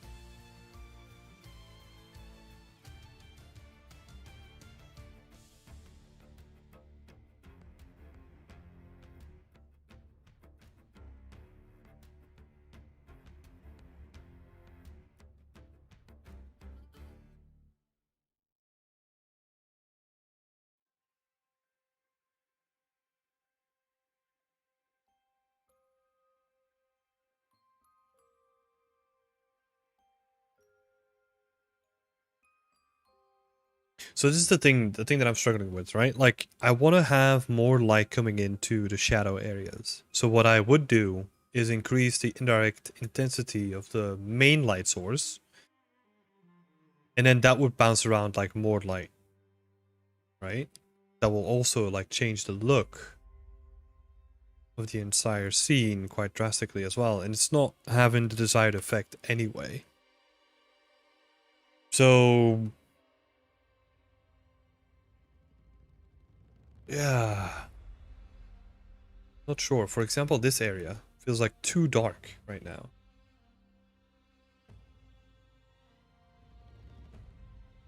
It is also morning.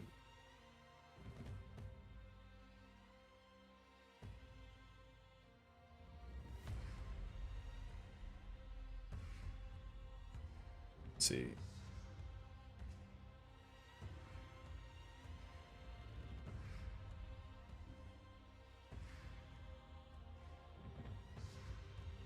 Because yeah, it would be nice to have more something like this, right?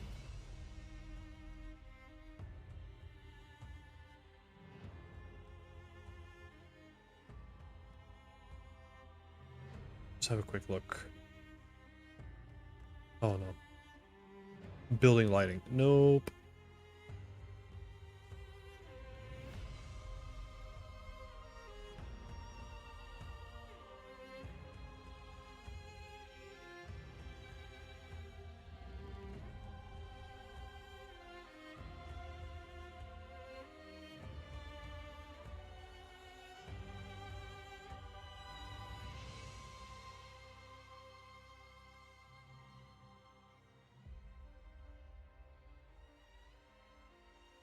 Hey Andrea!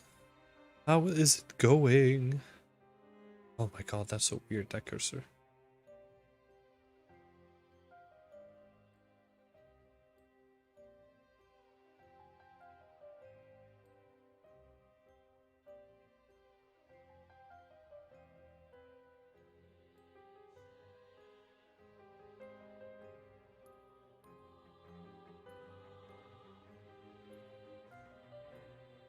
Chromatic aberration, vignetting, and then go into color grade. Okay.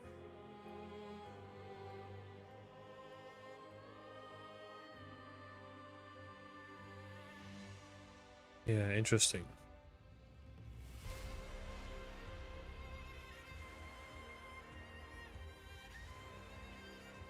So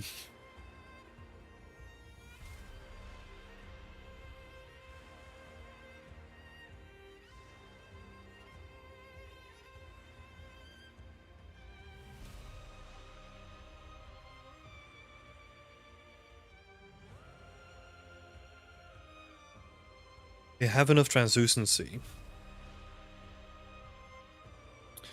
That is a great question. I think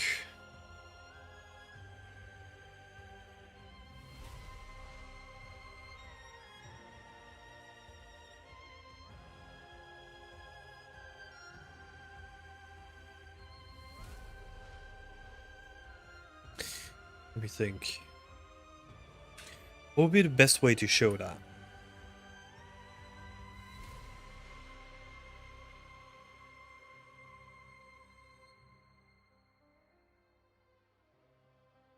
What is the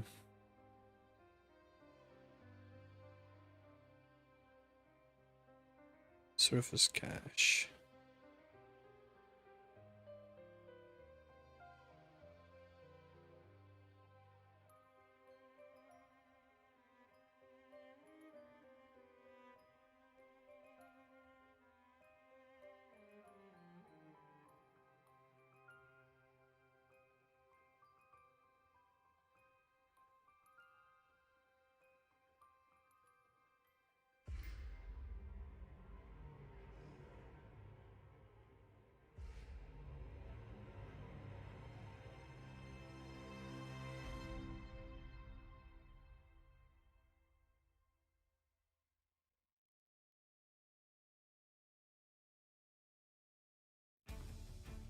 It's going well. How are you? Yeah, I'm doing good. We're currently struggling with lighting a little bit.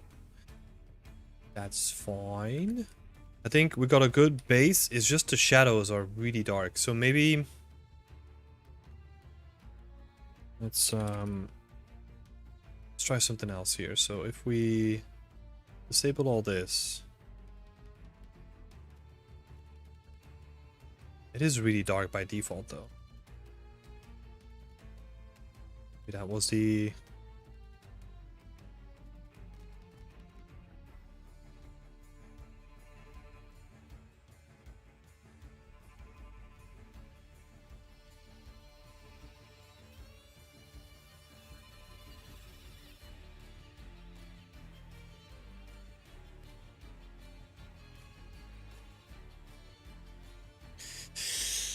I was also trying to think like translucency on foliage only came in like 5.2, I think, right?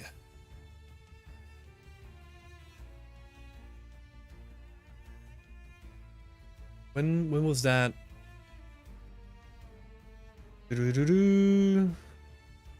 Oh, that's early access.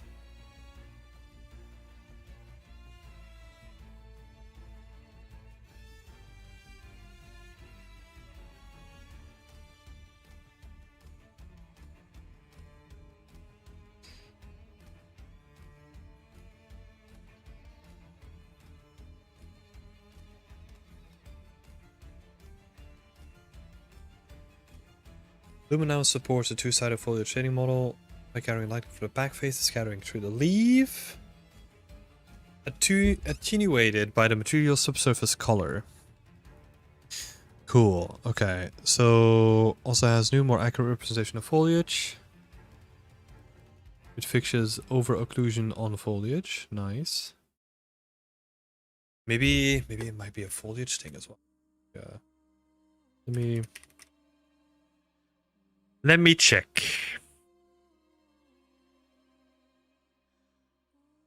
This is two-sided foliage, yes. Retrace shadows.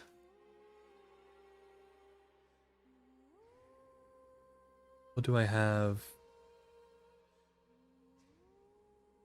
My subsurface scattering strength is just set to 0.3.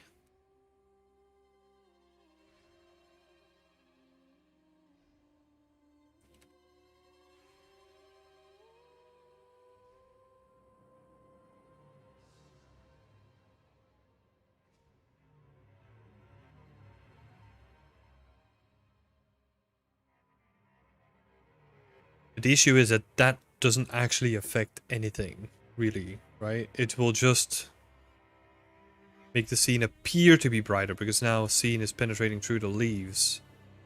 But it's not like it's actually doing that, I think. Does look better though.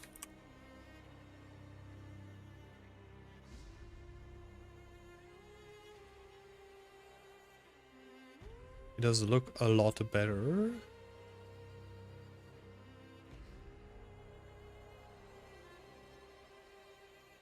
Not as good as this stuff though.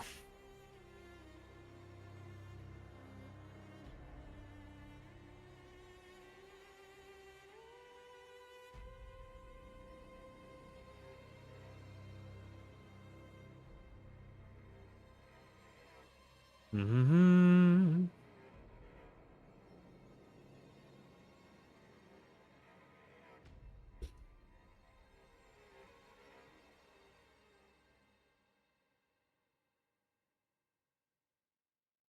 To be fair, it doesn't look too bad either.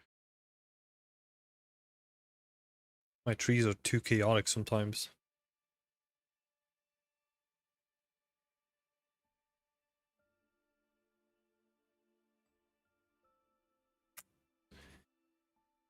Uh,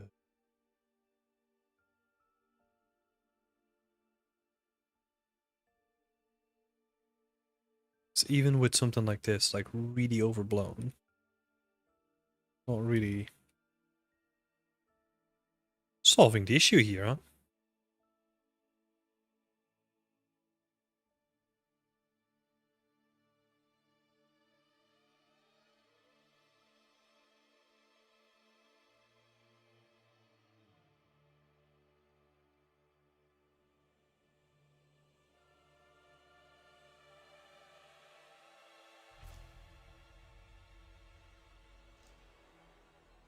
To preserve area, nanite. Yeah, I'm not using nanite though, so. Soundscape.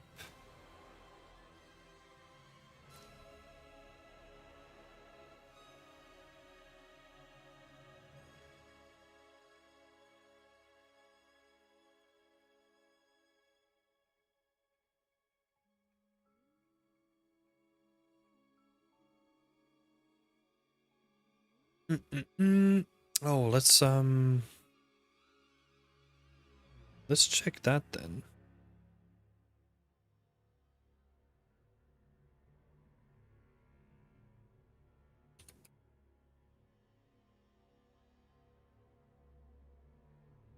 Where are you?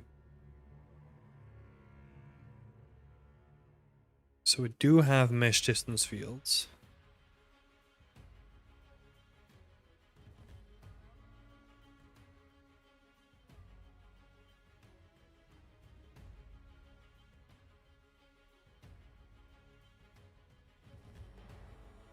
This one.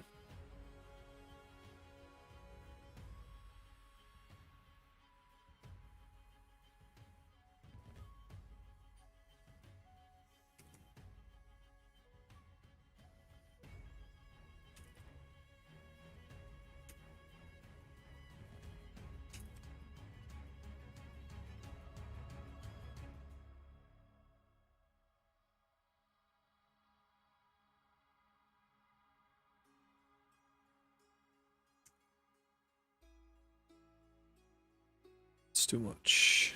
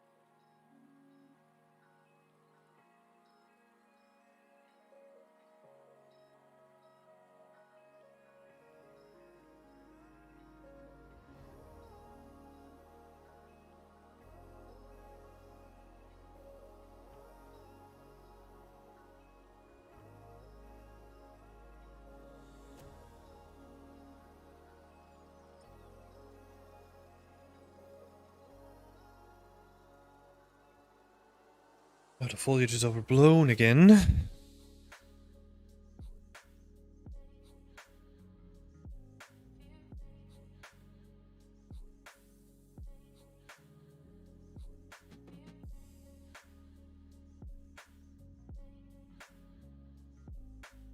I feel like we're going into the right direction though. Even though it might not seem like it.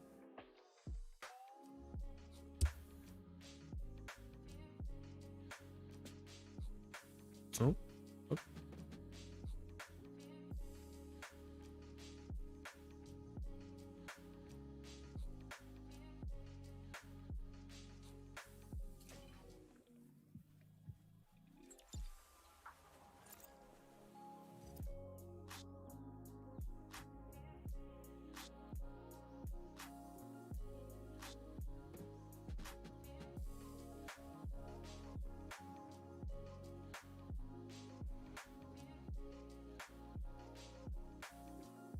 I think now maybe the global saturation.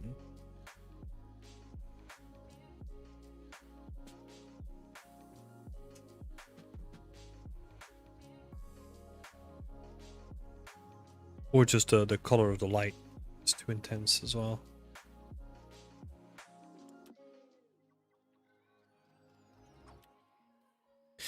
Ooh.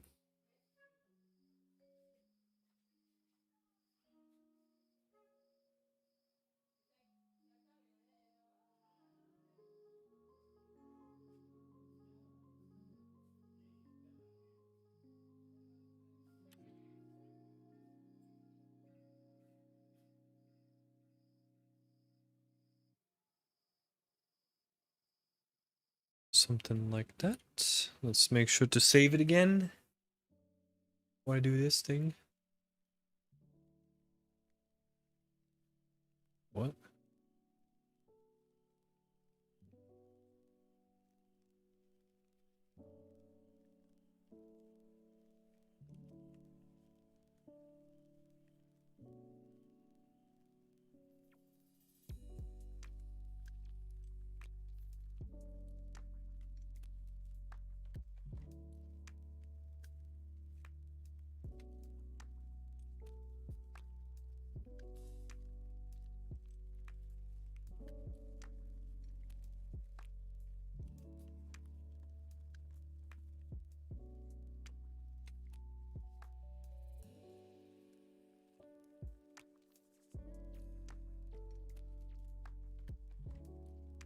Hello, RVT.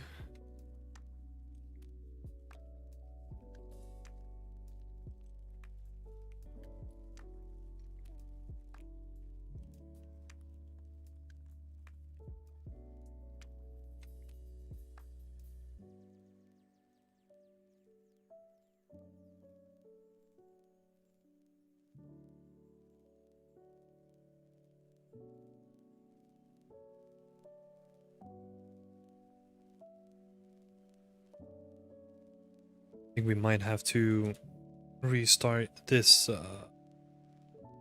level for the RVTs to work. Or maybe...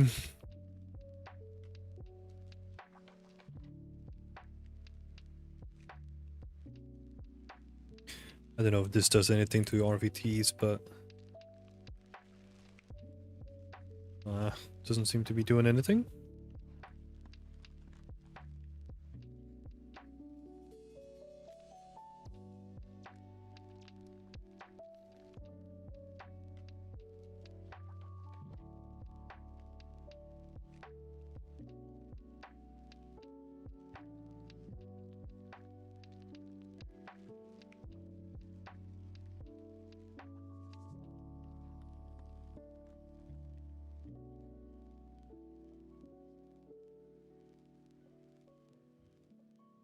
Let's just try reopening the level then.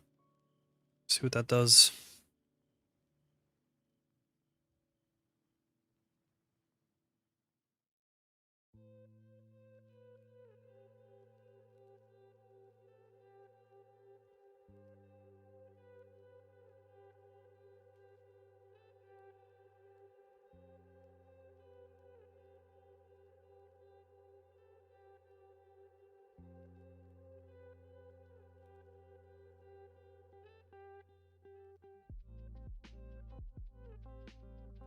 Okay.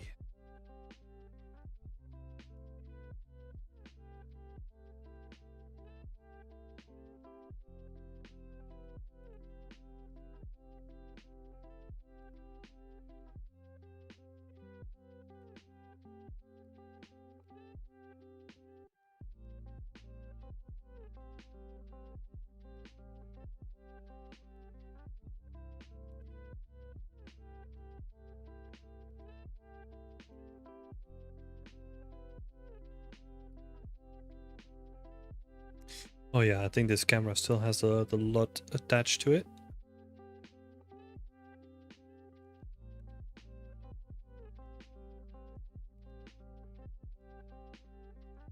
Oh, it doesn't.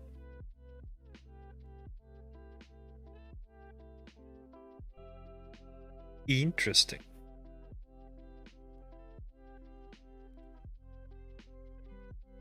I do like it with the... I think it's mostly the vignette then, right? And like maybe like a little bit of post still attached to it.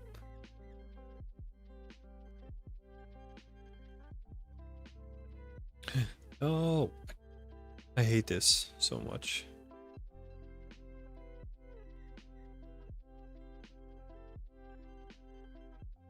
Yes.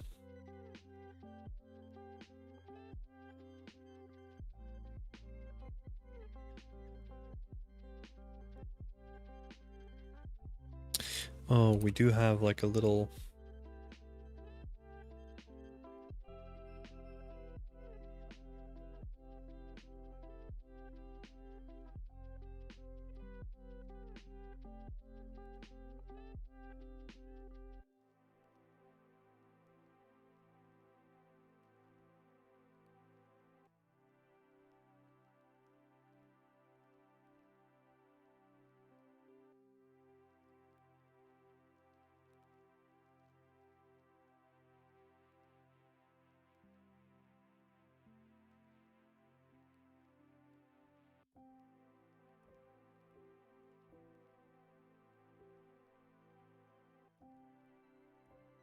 Mm-hmm.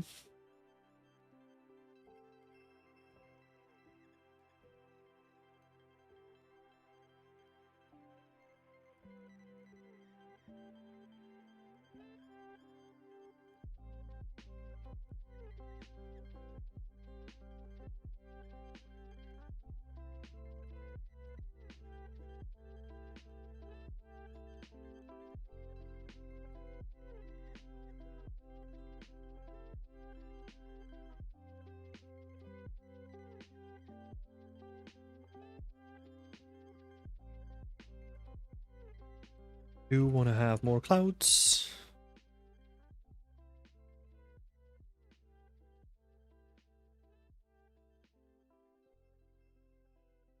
I think the clouds might actually be like overexposed as well.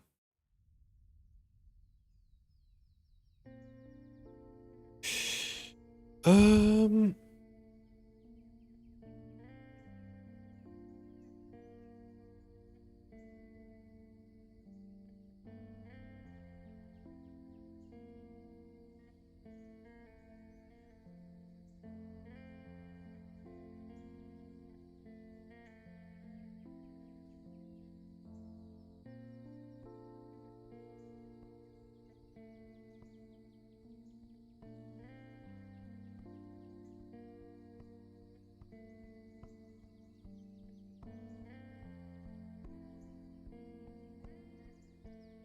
we're getting somewhere.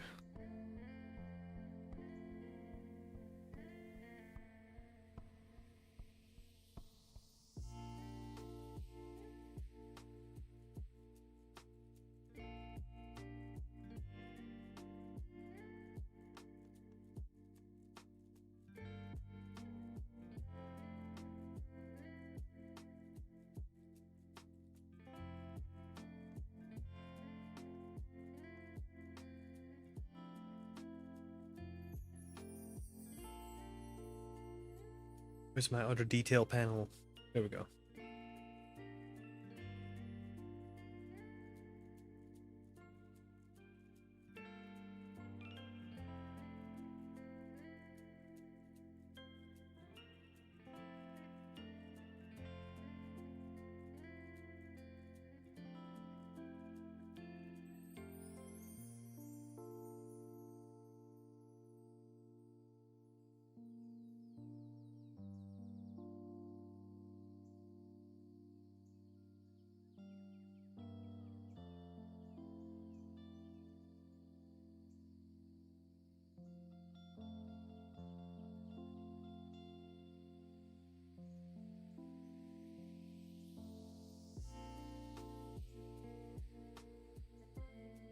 I wanna have the road in there, but I don't want to have it as like a main feature, or that it's so bright that it takes up all the attention.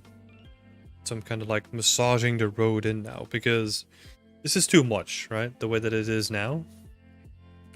But if we put the intensity of the skylight down from 3 to like 1.5, we give it a little bit of time, we can kind of see that that already feels like a little bit better as well.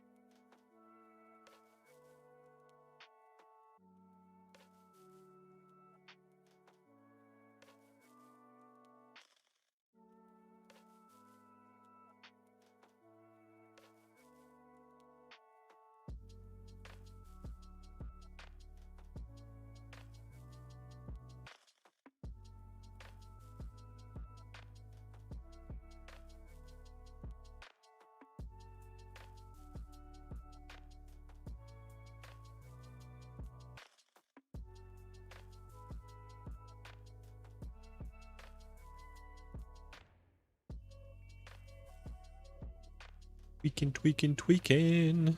Yeah, this is full focus mode. As you can tell.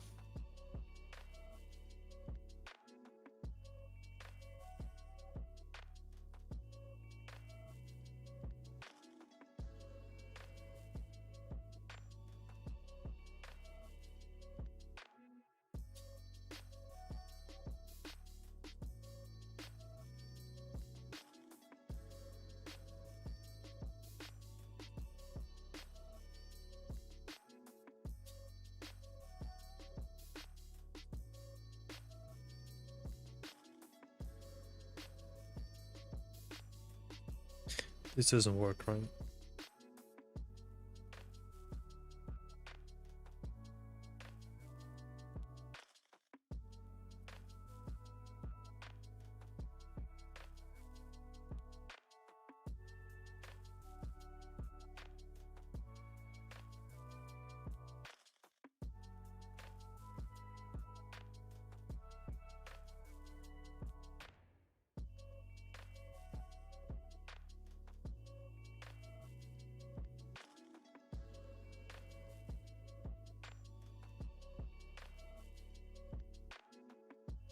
Oh, I shouldn't be doing this.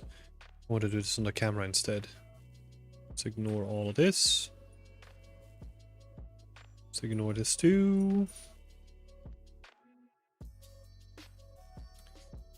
Yeah, let's do that on the camera instead. Like a little bit of a depth of field.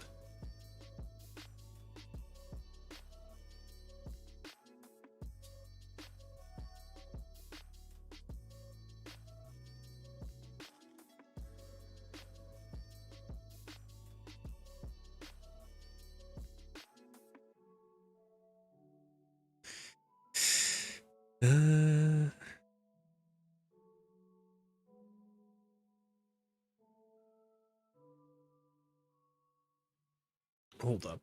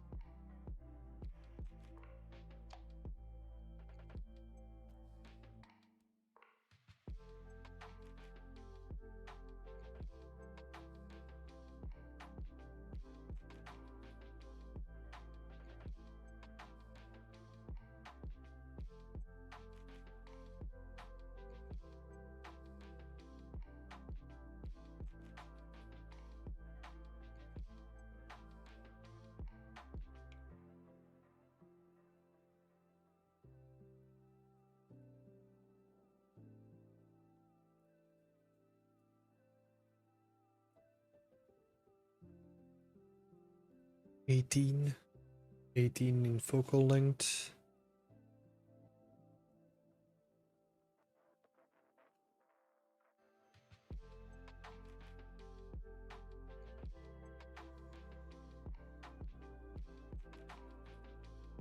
Maybe 20. Normally, like, very much in love with like the wide angle.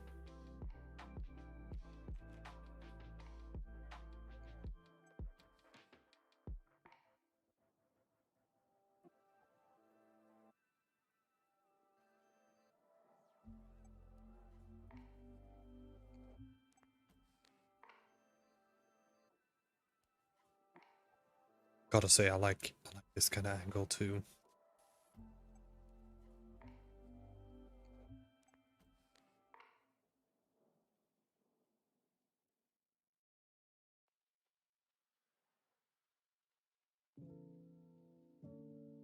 Hmm.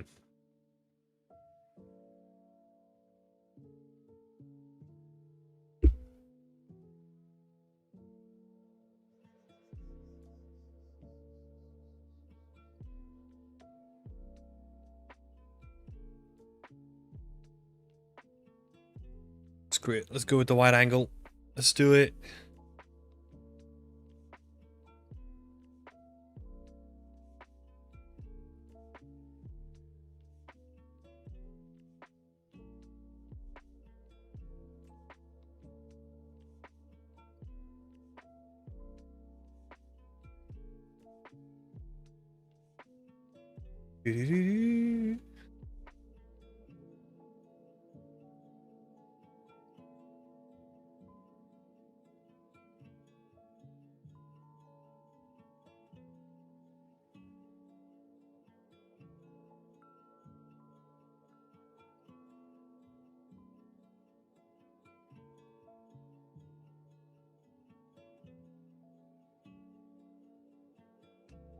Don't really have anything to put in the foreground, right? So we're not gonna get like any depth of field, which is okay.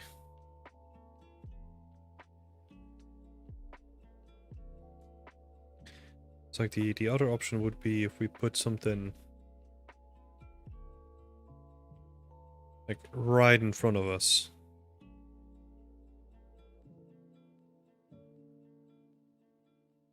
I don't know, there's no good option. I think what I like is that we kind of have this funnel going of like we're going wide to small and then it kind of opens up into the city again. I don't mind it too much actually. Oh, I don't like what it's doing here. Okay. I thought it was crash time again. Please save.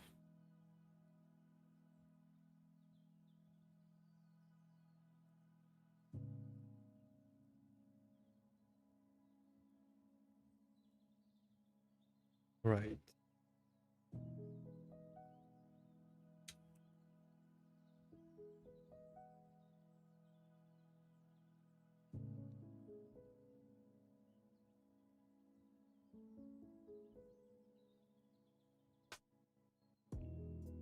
I think the only thing that I kind of would want is like some additional like blockers over here. Like just some, again, like some little bushes or something like that where I can have like the light stream in from this side so that we're not getting distracted by all this kind of stuff. I don't even know if I have like anything that I can kind of substitute. Like maybe...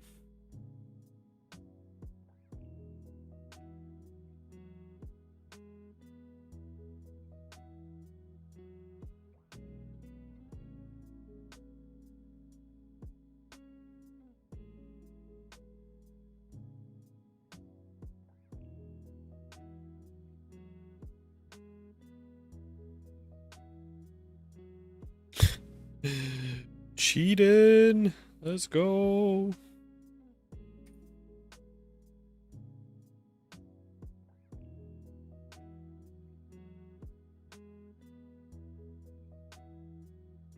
Hello, Shazar! The Last of Us 2 took 8 years to release, plus the game size is enormous, and now it's getting bigger and bigger. Yes, yes. Games will probably almost always, well, AAA games will probably always continue to get bigger and bigger. I mean, look at it now, right? Starfield has like thousands of planets. Of course, they're not at the density and detail that we're seeing in like something like The Last of Us, but we're gonna get to that point for sure. We're kind of working towards it, right? Like slowly but surely.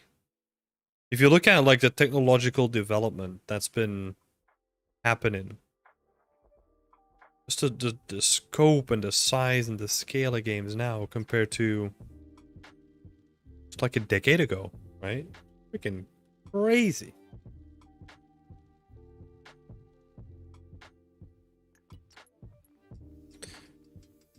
Freaking crazy. And I'm all for it, you know? Give me more worlds to explore, please. Thank you. More universes to explore at that point.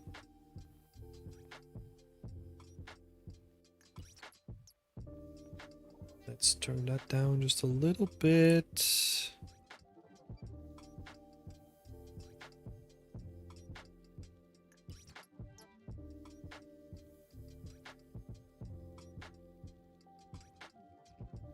Makes sense. Yeah, I'm honestly excited for it, you know? Like we'll get into the topic in a little bit. I'll have to go use the toilet for a bit, so be right back.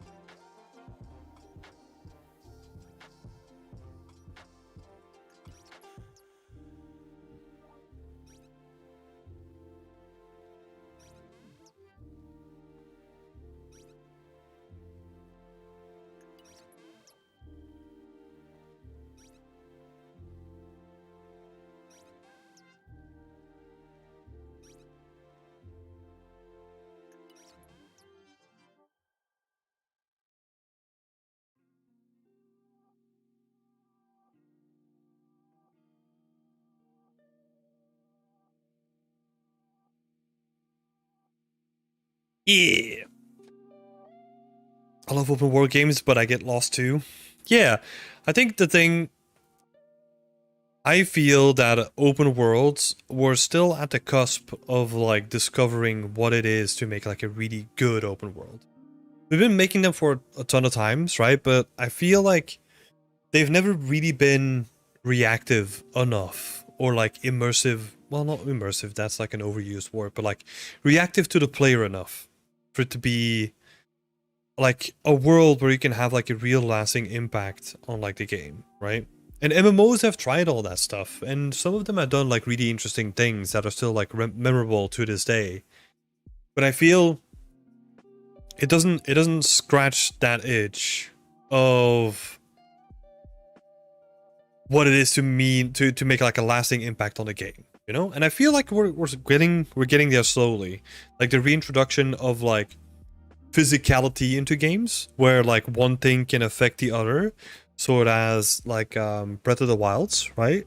That was like really interesting because it allows the player to kind of have like, they're just working with the building blocks of the game, right? And then it depends on how you combine them that will turn into like a different thing or have different effects. And I feel if you then have something like that in a game, that would be freaking sick, you know? Well, like, to explain a little bit better, like if you then have that on like a massive scale, and you take the same approach with the environments, right? So let's say it doesn't necessarily have to go into like the economics of like, oh, I want to build a house, so then I need to get like stone and all that stuff, right? Because that's like a specific niche of people. But I feel like when it comes to open worlds, like we're gonna get to a point where they're gonna be as good as, like Puns is saying right now, like story-driven games, right? There's a reason why we call them open world games and story-driven games, because the stories in open world games, they have always kind of suffered, you know? But we're gonna get to a point where that's no longer the case, and we're gonna get to a point where like there's gonna be procedural or like AI assisted story building, right? Where everyone's experience, like we kind of have now, right? Like the procedural worlds, even though I still feel like they're underserved, and like it was more the same thing is happening with AI, right? It's more like a hype cycle, and we need to get through the hype to then like really discover what are the pros and cons of a technique and how we can build them into like a system. But like a thing where, let's say you go through like planets, right? Now let's say Starfield. You land on a planet and you land on, there is like a, what are they called? Like a civilian outpost, right? It's just like a bunch of people that have settled on a planet. But what if they have like really interesting conversations of just like stuff that's been happening recently, and they kind of greet you as like this outsider, and they don't know how to greet you yet because you're an outsider flying in with a massive ship, and there's this tension, and there's all this stuff happening in just like a normal, stupid, like what a lot of people can consider like throwaway content, right? If you can have those in-depth conversations and those building blocks in there, that would be really interesting. And if everyone can kind of have their own experiences, like really truly unique experiences within that, that would be freaking amazing. But currently it kind of looks and feels like it is throwaway content, right? Even though I know that like the developers didn't intend that to be, but like that's always gonna kind of happen with games of this scale. So yeah, I'm curious to see what they're gonna do with like new tech and like how it's gonna evolve. Yeah, it has its own pros and cons. It's getting hype. You can see it on YouTube and on me. Yeah, it's always the same thing. People see new technology. They want to make like a shit ton of money. Some succeed, but like 99% of them don't. And then the hype cycle dies because people stop caring about it, and then the next thing comes around. Right? That's the way that it's always have been. It's just like, yeah, social media and like the internet kind of have made it worse. So I think the interesting thing is always when the hype has passed, people have grown bored of it, and then the people that are really invested in it, like they discover the real pros and cons of the actual tech. You can apply this to like a bunch of different things. Like any hype cycle, right? You can really apply it to it.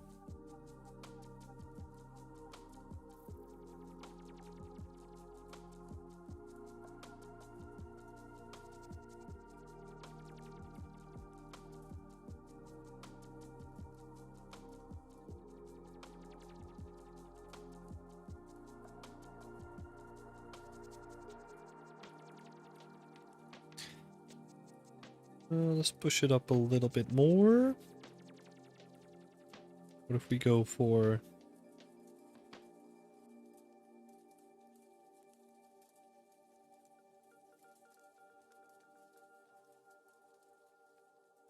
I like it more when it was blue. So I tint the blue. Hey Cesar, I've been working hard on learning Substance Designer to update my portfolio. On the topic of The Last of Us, I see Naughty Dog devs using Substance Designer to texture props. Is this something you've done in the past? Batch texturing in Substance Designer. Yes, I have so. I have done so. It is interesting, right? It depends on the application, and it depends on what you're used to and what your preferences are. So for example, I was doing that on this project for a little bit, where I would generate like a bunch of masks inside of Substance Designer. And I basically turned that into a template so I could just feed in like an asset, it would generate a mask. Cool. And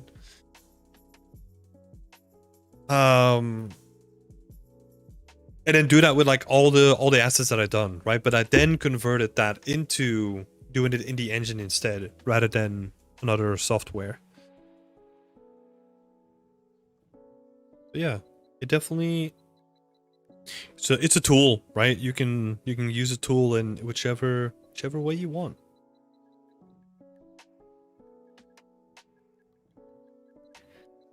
Let's see. I think we had to do that last time as well.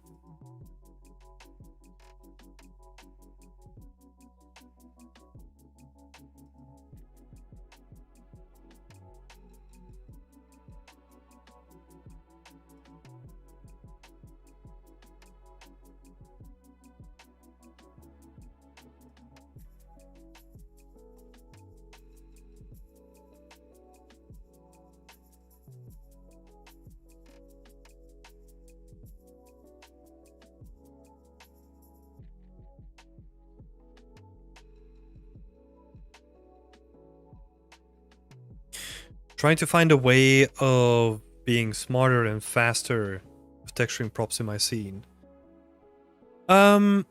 If you want to know a faster and quicker way, then you don't need to look at a tool. You need to look at the workflow that you're using. So if you're not using a workflow that is using tidables or trim sheets or anything like that, that's where I would start rather than looking at the program, right? Because if you're thinking about making a large scene, so let's say for example the one that I have here, and you want to do everything unique and like spend like a bunch of time like texturing it, that's never gonna work. So you need to find a way of building a workflow that you need to approach it as like a Lego kit, basically. Where if you make a component for one thing, you can also use that component on everything else as well. Like really modularize the whole workflow. So for example, for me, I use a trim sheet for all the wooden pieces. So like all the bits of wood in my scene, they all just use the same texture. And that allows me to save like a whole bunch of time when it comes to texturing. Because I can just like take another prop, unwrap it onto the same texture that's already done, and that's it, you know? I've got a new prop without having to go back and like texture it myself.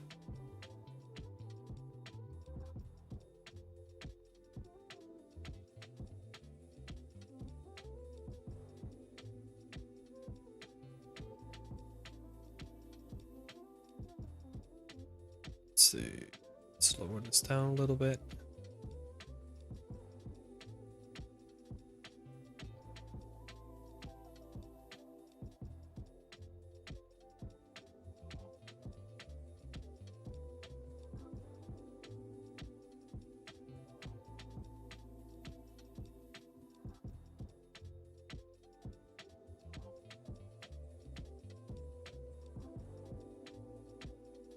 All right. I honestly love story-driven games. I don't mind side missions, but it gets repetitive at times. How about you? I love open world games. Like, I don't really care for the story-driven games that much myself either. I've always been a big fan of open world, and I will probably always be. That's what you're looking at, right? I just love creating worlds and walking around in them. It is true that to fill content, like most of them, they have like the repetitive side missions. So once I feel that it's like, oh, it's getting repetitive, or I don't know, something like that, I'll usually just stop doing them and focus on the main mission again.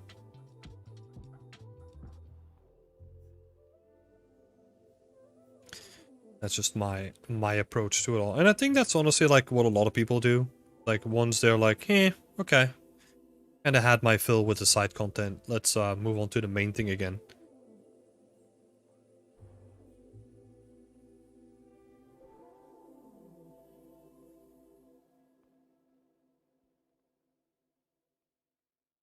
I would not be happy if big companies start removing people just from their companies just to get help from AI. In the end, people are the ones creating AI.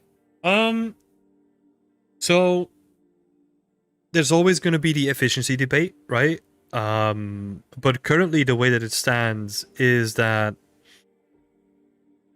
they can't. Because they can't copyright something that has been completely created by AI. That's the way that it currently stands. So you still need people in the process. Does that mean that the process is going to change? Probably will. So what might happen in the near future is that, or is already happening to a certain degree, is that people will do, or like the AI will do the groundwork, and then people will finish that work. Or the opposite way, but I think the first way is going to be way more apparent. Which means that just by the nature of that, people are less likely going to get hired because that was someone else's job at a certain point, right?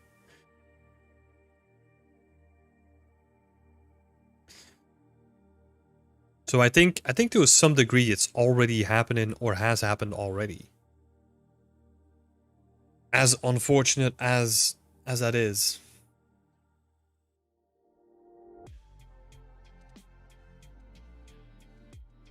But here's the thing. Humans have always been really good at adapting. So we'll figure out our own way. There's probably gonna be like a whole industry created by people that just want to make like handcrafted games. And they'll probably deliver like better experiences.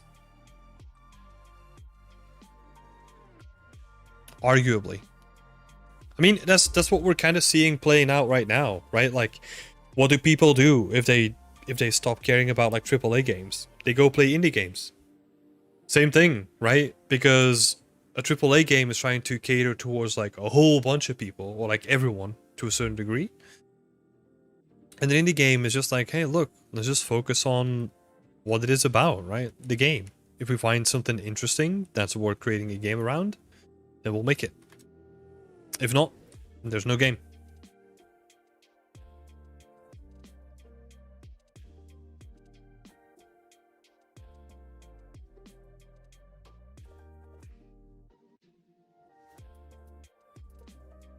Have you played Detroit Become Human? No, I watched that, actually. So I didn't play it, but I did watch it. Again, story-driven game, right? So I don't really care for it that much.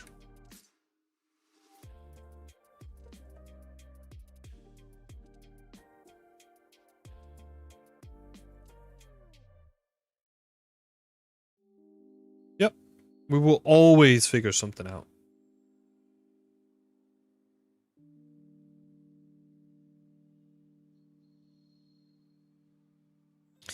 We always will.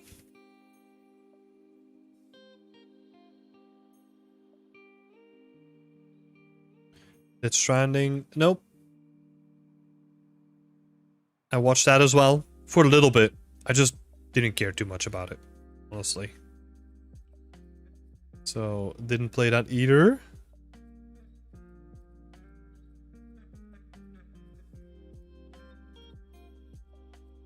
The world was interesting, right? But then the way that you interact with the world is just like as a delivery person. I don't know. Didn't really grab me from the beginning. Even though I keep hearing from people that it's a good game and that's like worth your time, but it's just, yeah. I don't know. I'm very selective with the stuff that I watch or play or, well, basically generally consume. So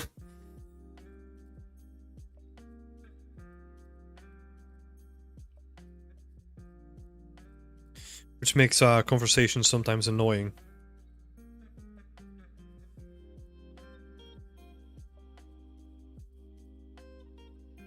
I need to stop it in between. Lost issues.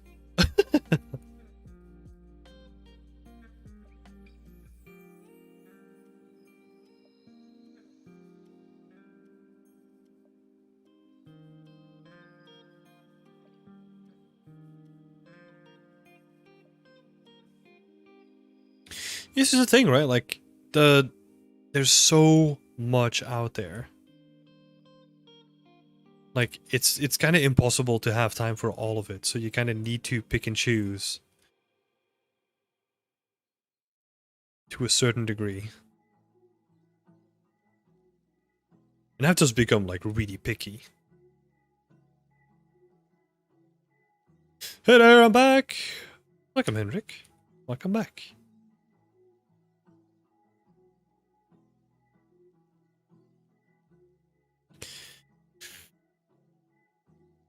You have a question? Feel free to ask. So,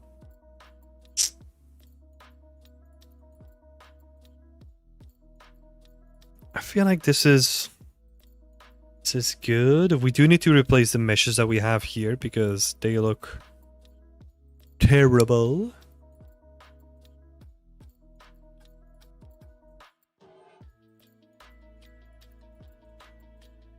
And then I think we need to do another pass on the trees. I don't think we can... We need to basically double the size of like the leaves or something like that because they're like way too tiny and they generate like a lot of noise in the scene. And I don't like it. So we're gonna have to do a pass on that at some point.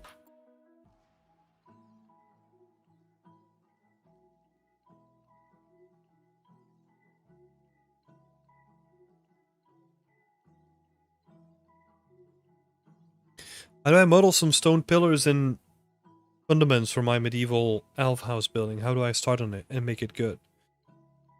It depends what you can get away with. Like sometimes you can get away with just like a simple tileable texture. Other times you might have to do something like this here, where it's just basically a combination of like a bunch of different rocks that you then make a little section of stone out of.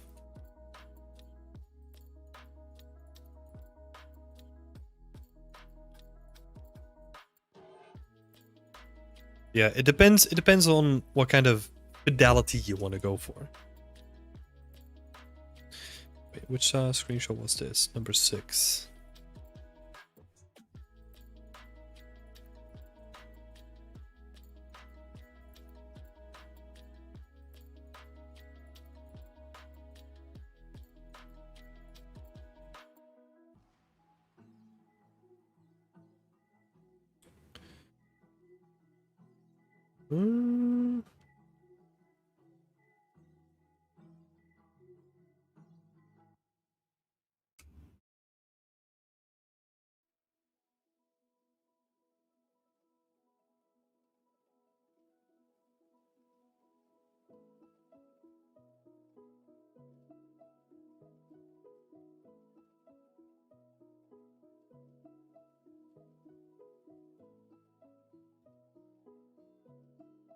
Currently, I have just a texture on the stone wall, but it feels off. Yeah, I think if it feels off, then it depends. It depends on how much geometric detail you want. So what I mean by that is you could do like an in-between solution where you model some stones. And you have them as like geometry, like sticking out of some of the textures. Or you go for like a full wall. In my case, if it's like smaller stones, what I do is I use parallax occlusion mapping, which is like a technique that kind of fakes depth. So what's a good angle to showcase this at? These walls, for example, right? I have the pillars, and then I have the wall sections in between. The walls themselves are purely flat. Like they don't have any geometry. It's just parallax occlusion mapping, like a rendering technique that takes care of giving it depth. So if I go into this house and I say make it completely flat, this is what it would look like completely flat. Right, so this has no height information at all. But then if I were to say like, hey, give it some height, and we get something like this instead. It depends on what you're rendering it in, right? Because if you're talking about Blender, then yeah, you might have to do it differently.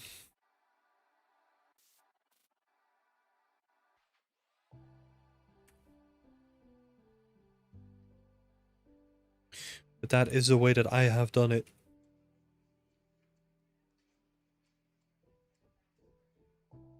Brandoom! No, not a weird question. So what's the difference between parallax occlusion mapping and a normal map? So a normal map will fake light information, right? That's basically what a normal map does. It will basically take data from like a high poly, right? And then it will break it down into like a texture map so that it knows like, oh, if light comes from this direction, I need to bounce it that way. That's basically what it does. But parallax occlusion mapping is a thing that is gonna use height data. So it's gonna use like a different map to then fake how it needs to offset like the pixels, the actual pixels, because think about it, it's not offsetting geometry, so it can't, it's not tessellation or anything like that, right? So it can't use any geometry to deform. So what it will need to do instead is just like fake it, right? So it will actually give depth to like the actual pixels as it's rendering it using the height map. How heavy is POM? It's way cheaper than tessellation, that's for sure. It is heavier than only using a normal map, that's also for sure. How expensive it actually is, let's see.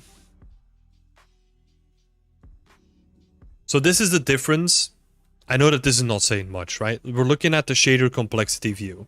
So this is, you got the pillar here, which is the cheapest. And then you got like parallax occlusion mapping right next to it, which is like a little bit more expensive, but not much for what you're getting back. Nope. Brandoom, so parallax occlusion is like displacement. Sorta. Like it's trying to give you like extra height information, but displacement does it by tessellating it, right? And tessellating it is basically where it will add like more geometry the closer you get to an object, and parallax occlusion mapping does that without it.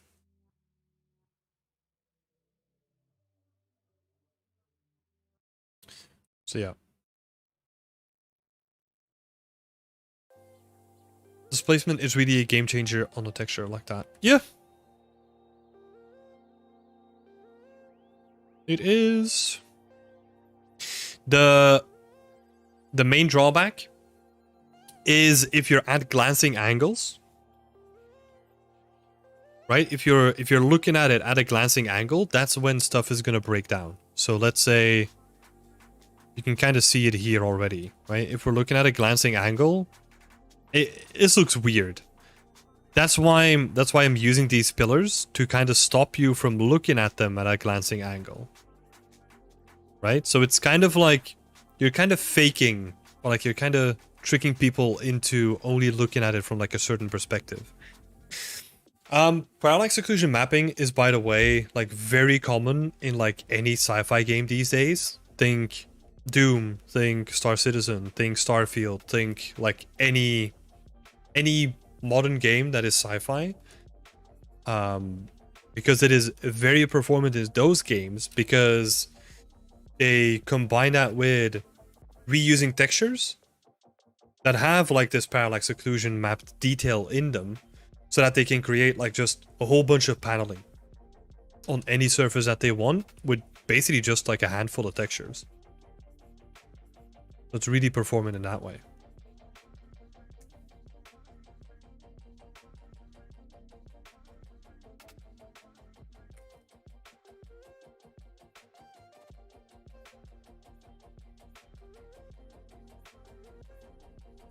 You can do a lot with normal maps though. Like, don't underestimate the power of normal maps, right? Because even if I were to disable this guy again, right? If we going into this, and if we then say push it down, like this wall still looks good, right? With only a normal map, like it still looks good. But it's just that little bit of extra information that you get is really selling the feel, the look and feel of it, right?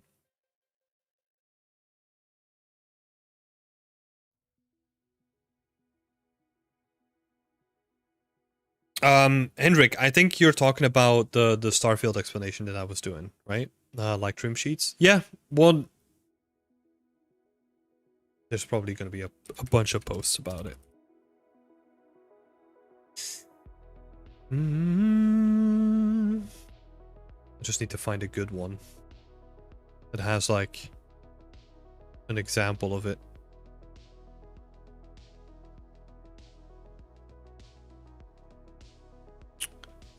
Lighting. It.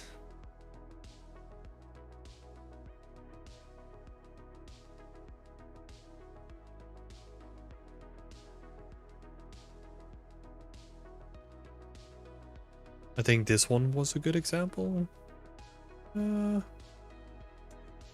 Let's see.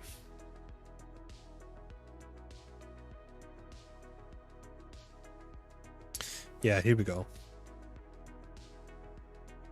I think this one was a good example. Let me see.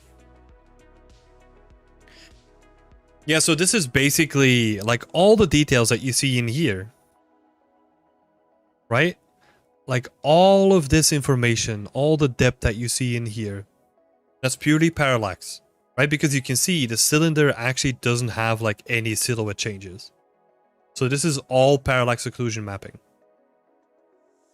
And that's how they built, like, look, like all the detail on this building, that's all parallax. There's no geo on there. Well, for the most part, they combine like geo with parallax, right? To get the benefit of both. But yeah, you can do like really crazy stuff with this.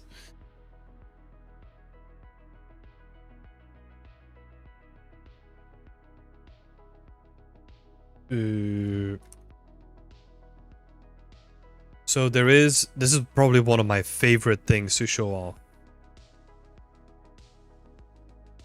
And this is like, look at this.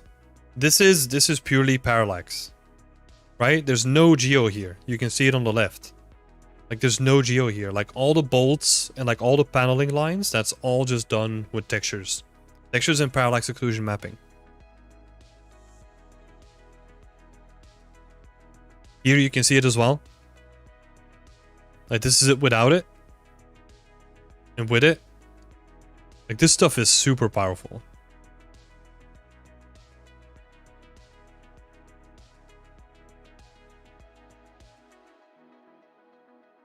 Because if you really look at it then, right? Like if we go back to like anything from Star Citizen, grab this random post. Like all this stuff looks really complicated, but this is just a cylinder. You know, this is just the same cylinder with like a bunch of paneling on it, but yeah. There's nothing really too intricate about it, right?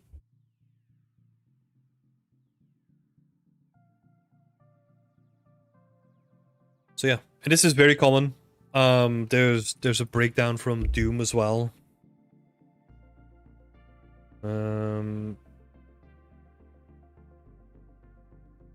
Let me see if I can quickly find it.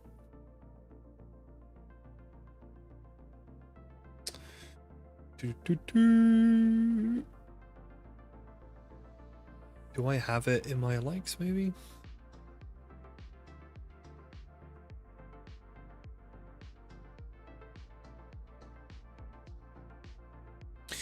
Oh, I can't remember.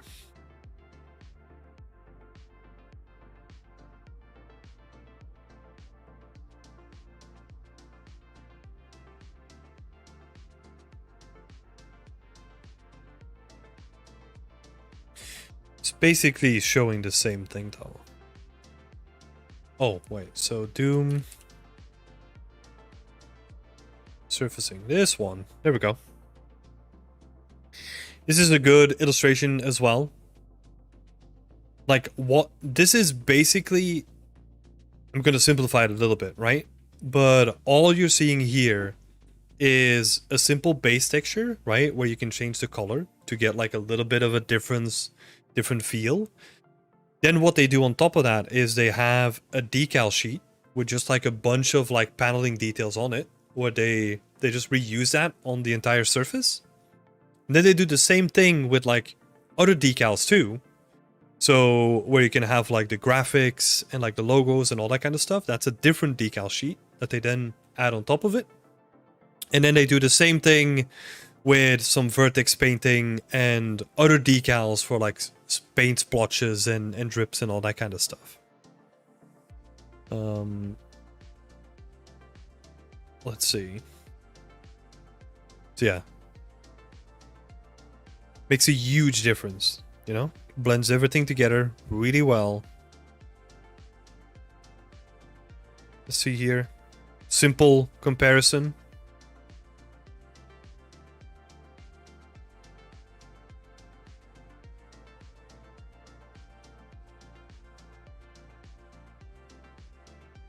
Yeah, these things are great to look at.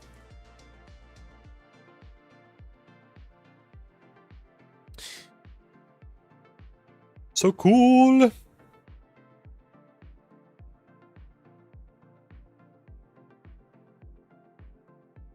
That being said, I do have to pop off because we're gonna grab some food and then we'll need to prepare for an early flight tomorrow again. Oh! Because we're gonna go back to Belgium for a little bit and then we'll be back next week.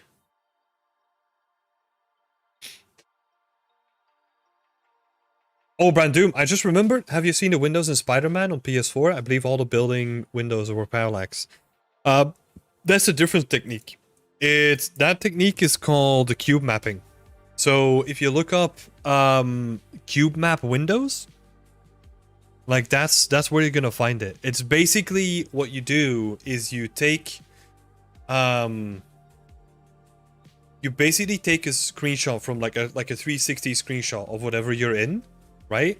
And then map it in such a way so that the engine can read that as like a cube map, right? So it's basically gonna be projecting like that information on like all the surfaces of a cube, and then you could use that information to just fake, like as you're looking into the cube, like you can kind of take your viewing direction and kind of play against it so that it looks like a full room, but it actually isn't.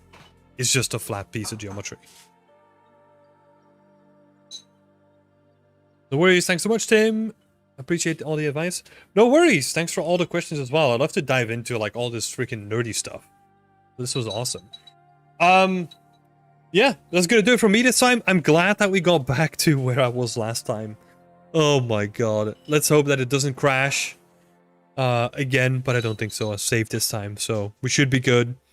And then next time, maybe we'll work on like another entrance, or maybe tweak the lighting because there's still some stuff that I want to tweak. We'll see what we're gonna get next time. So, thanks everyone for being here. I wish you all a very nice day and stay creative. Bye-bye.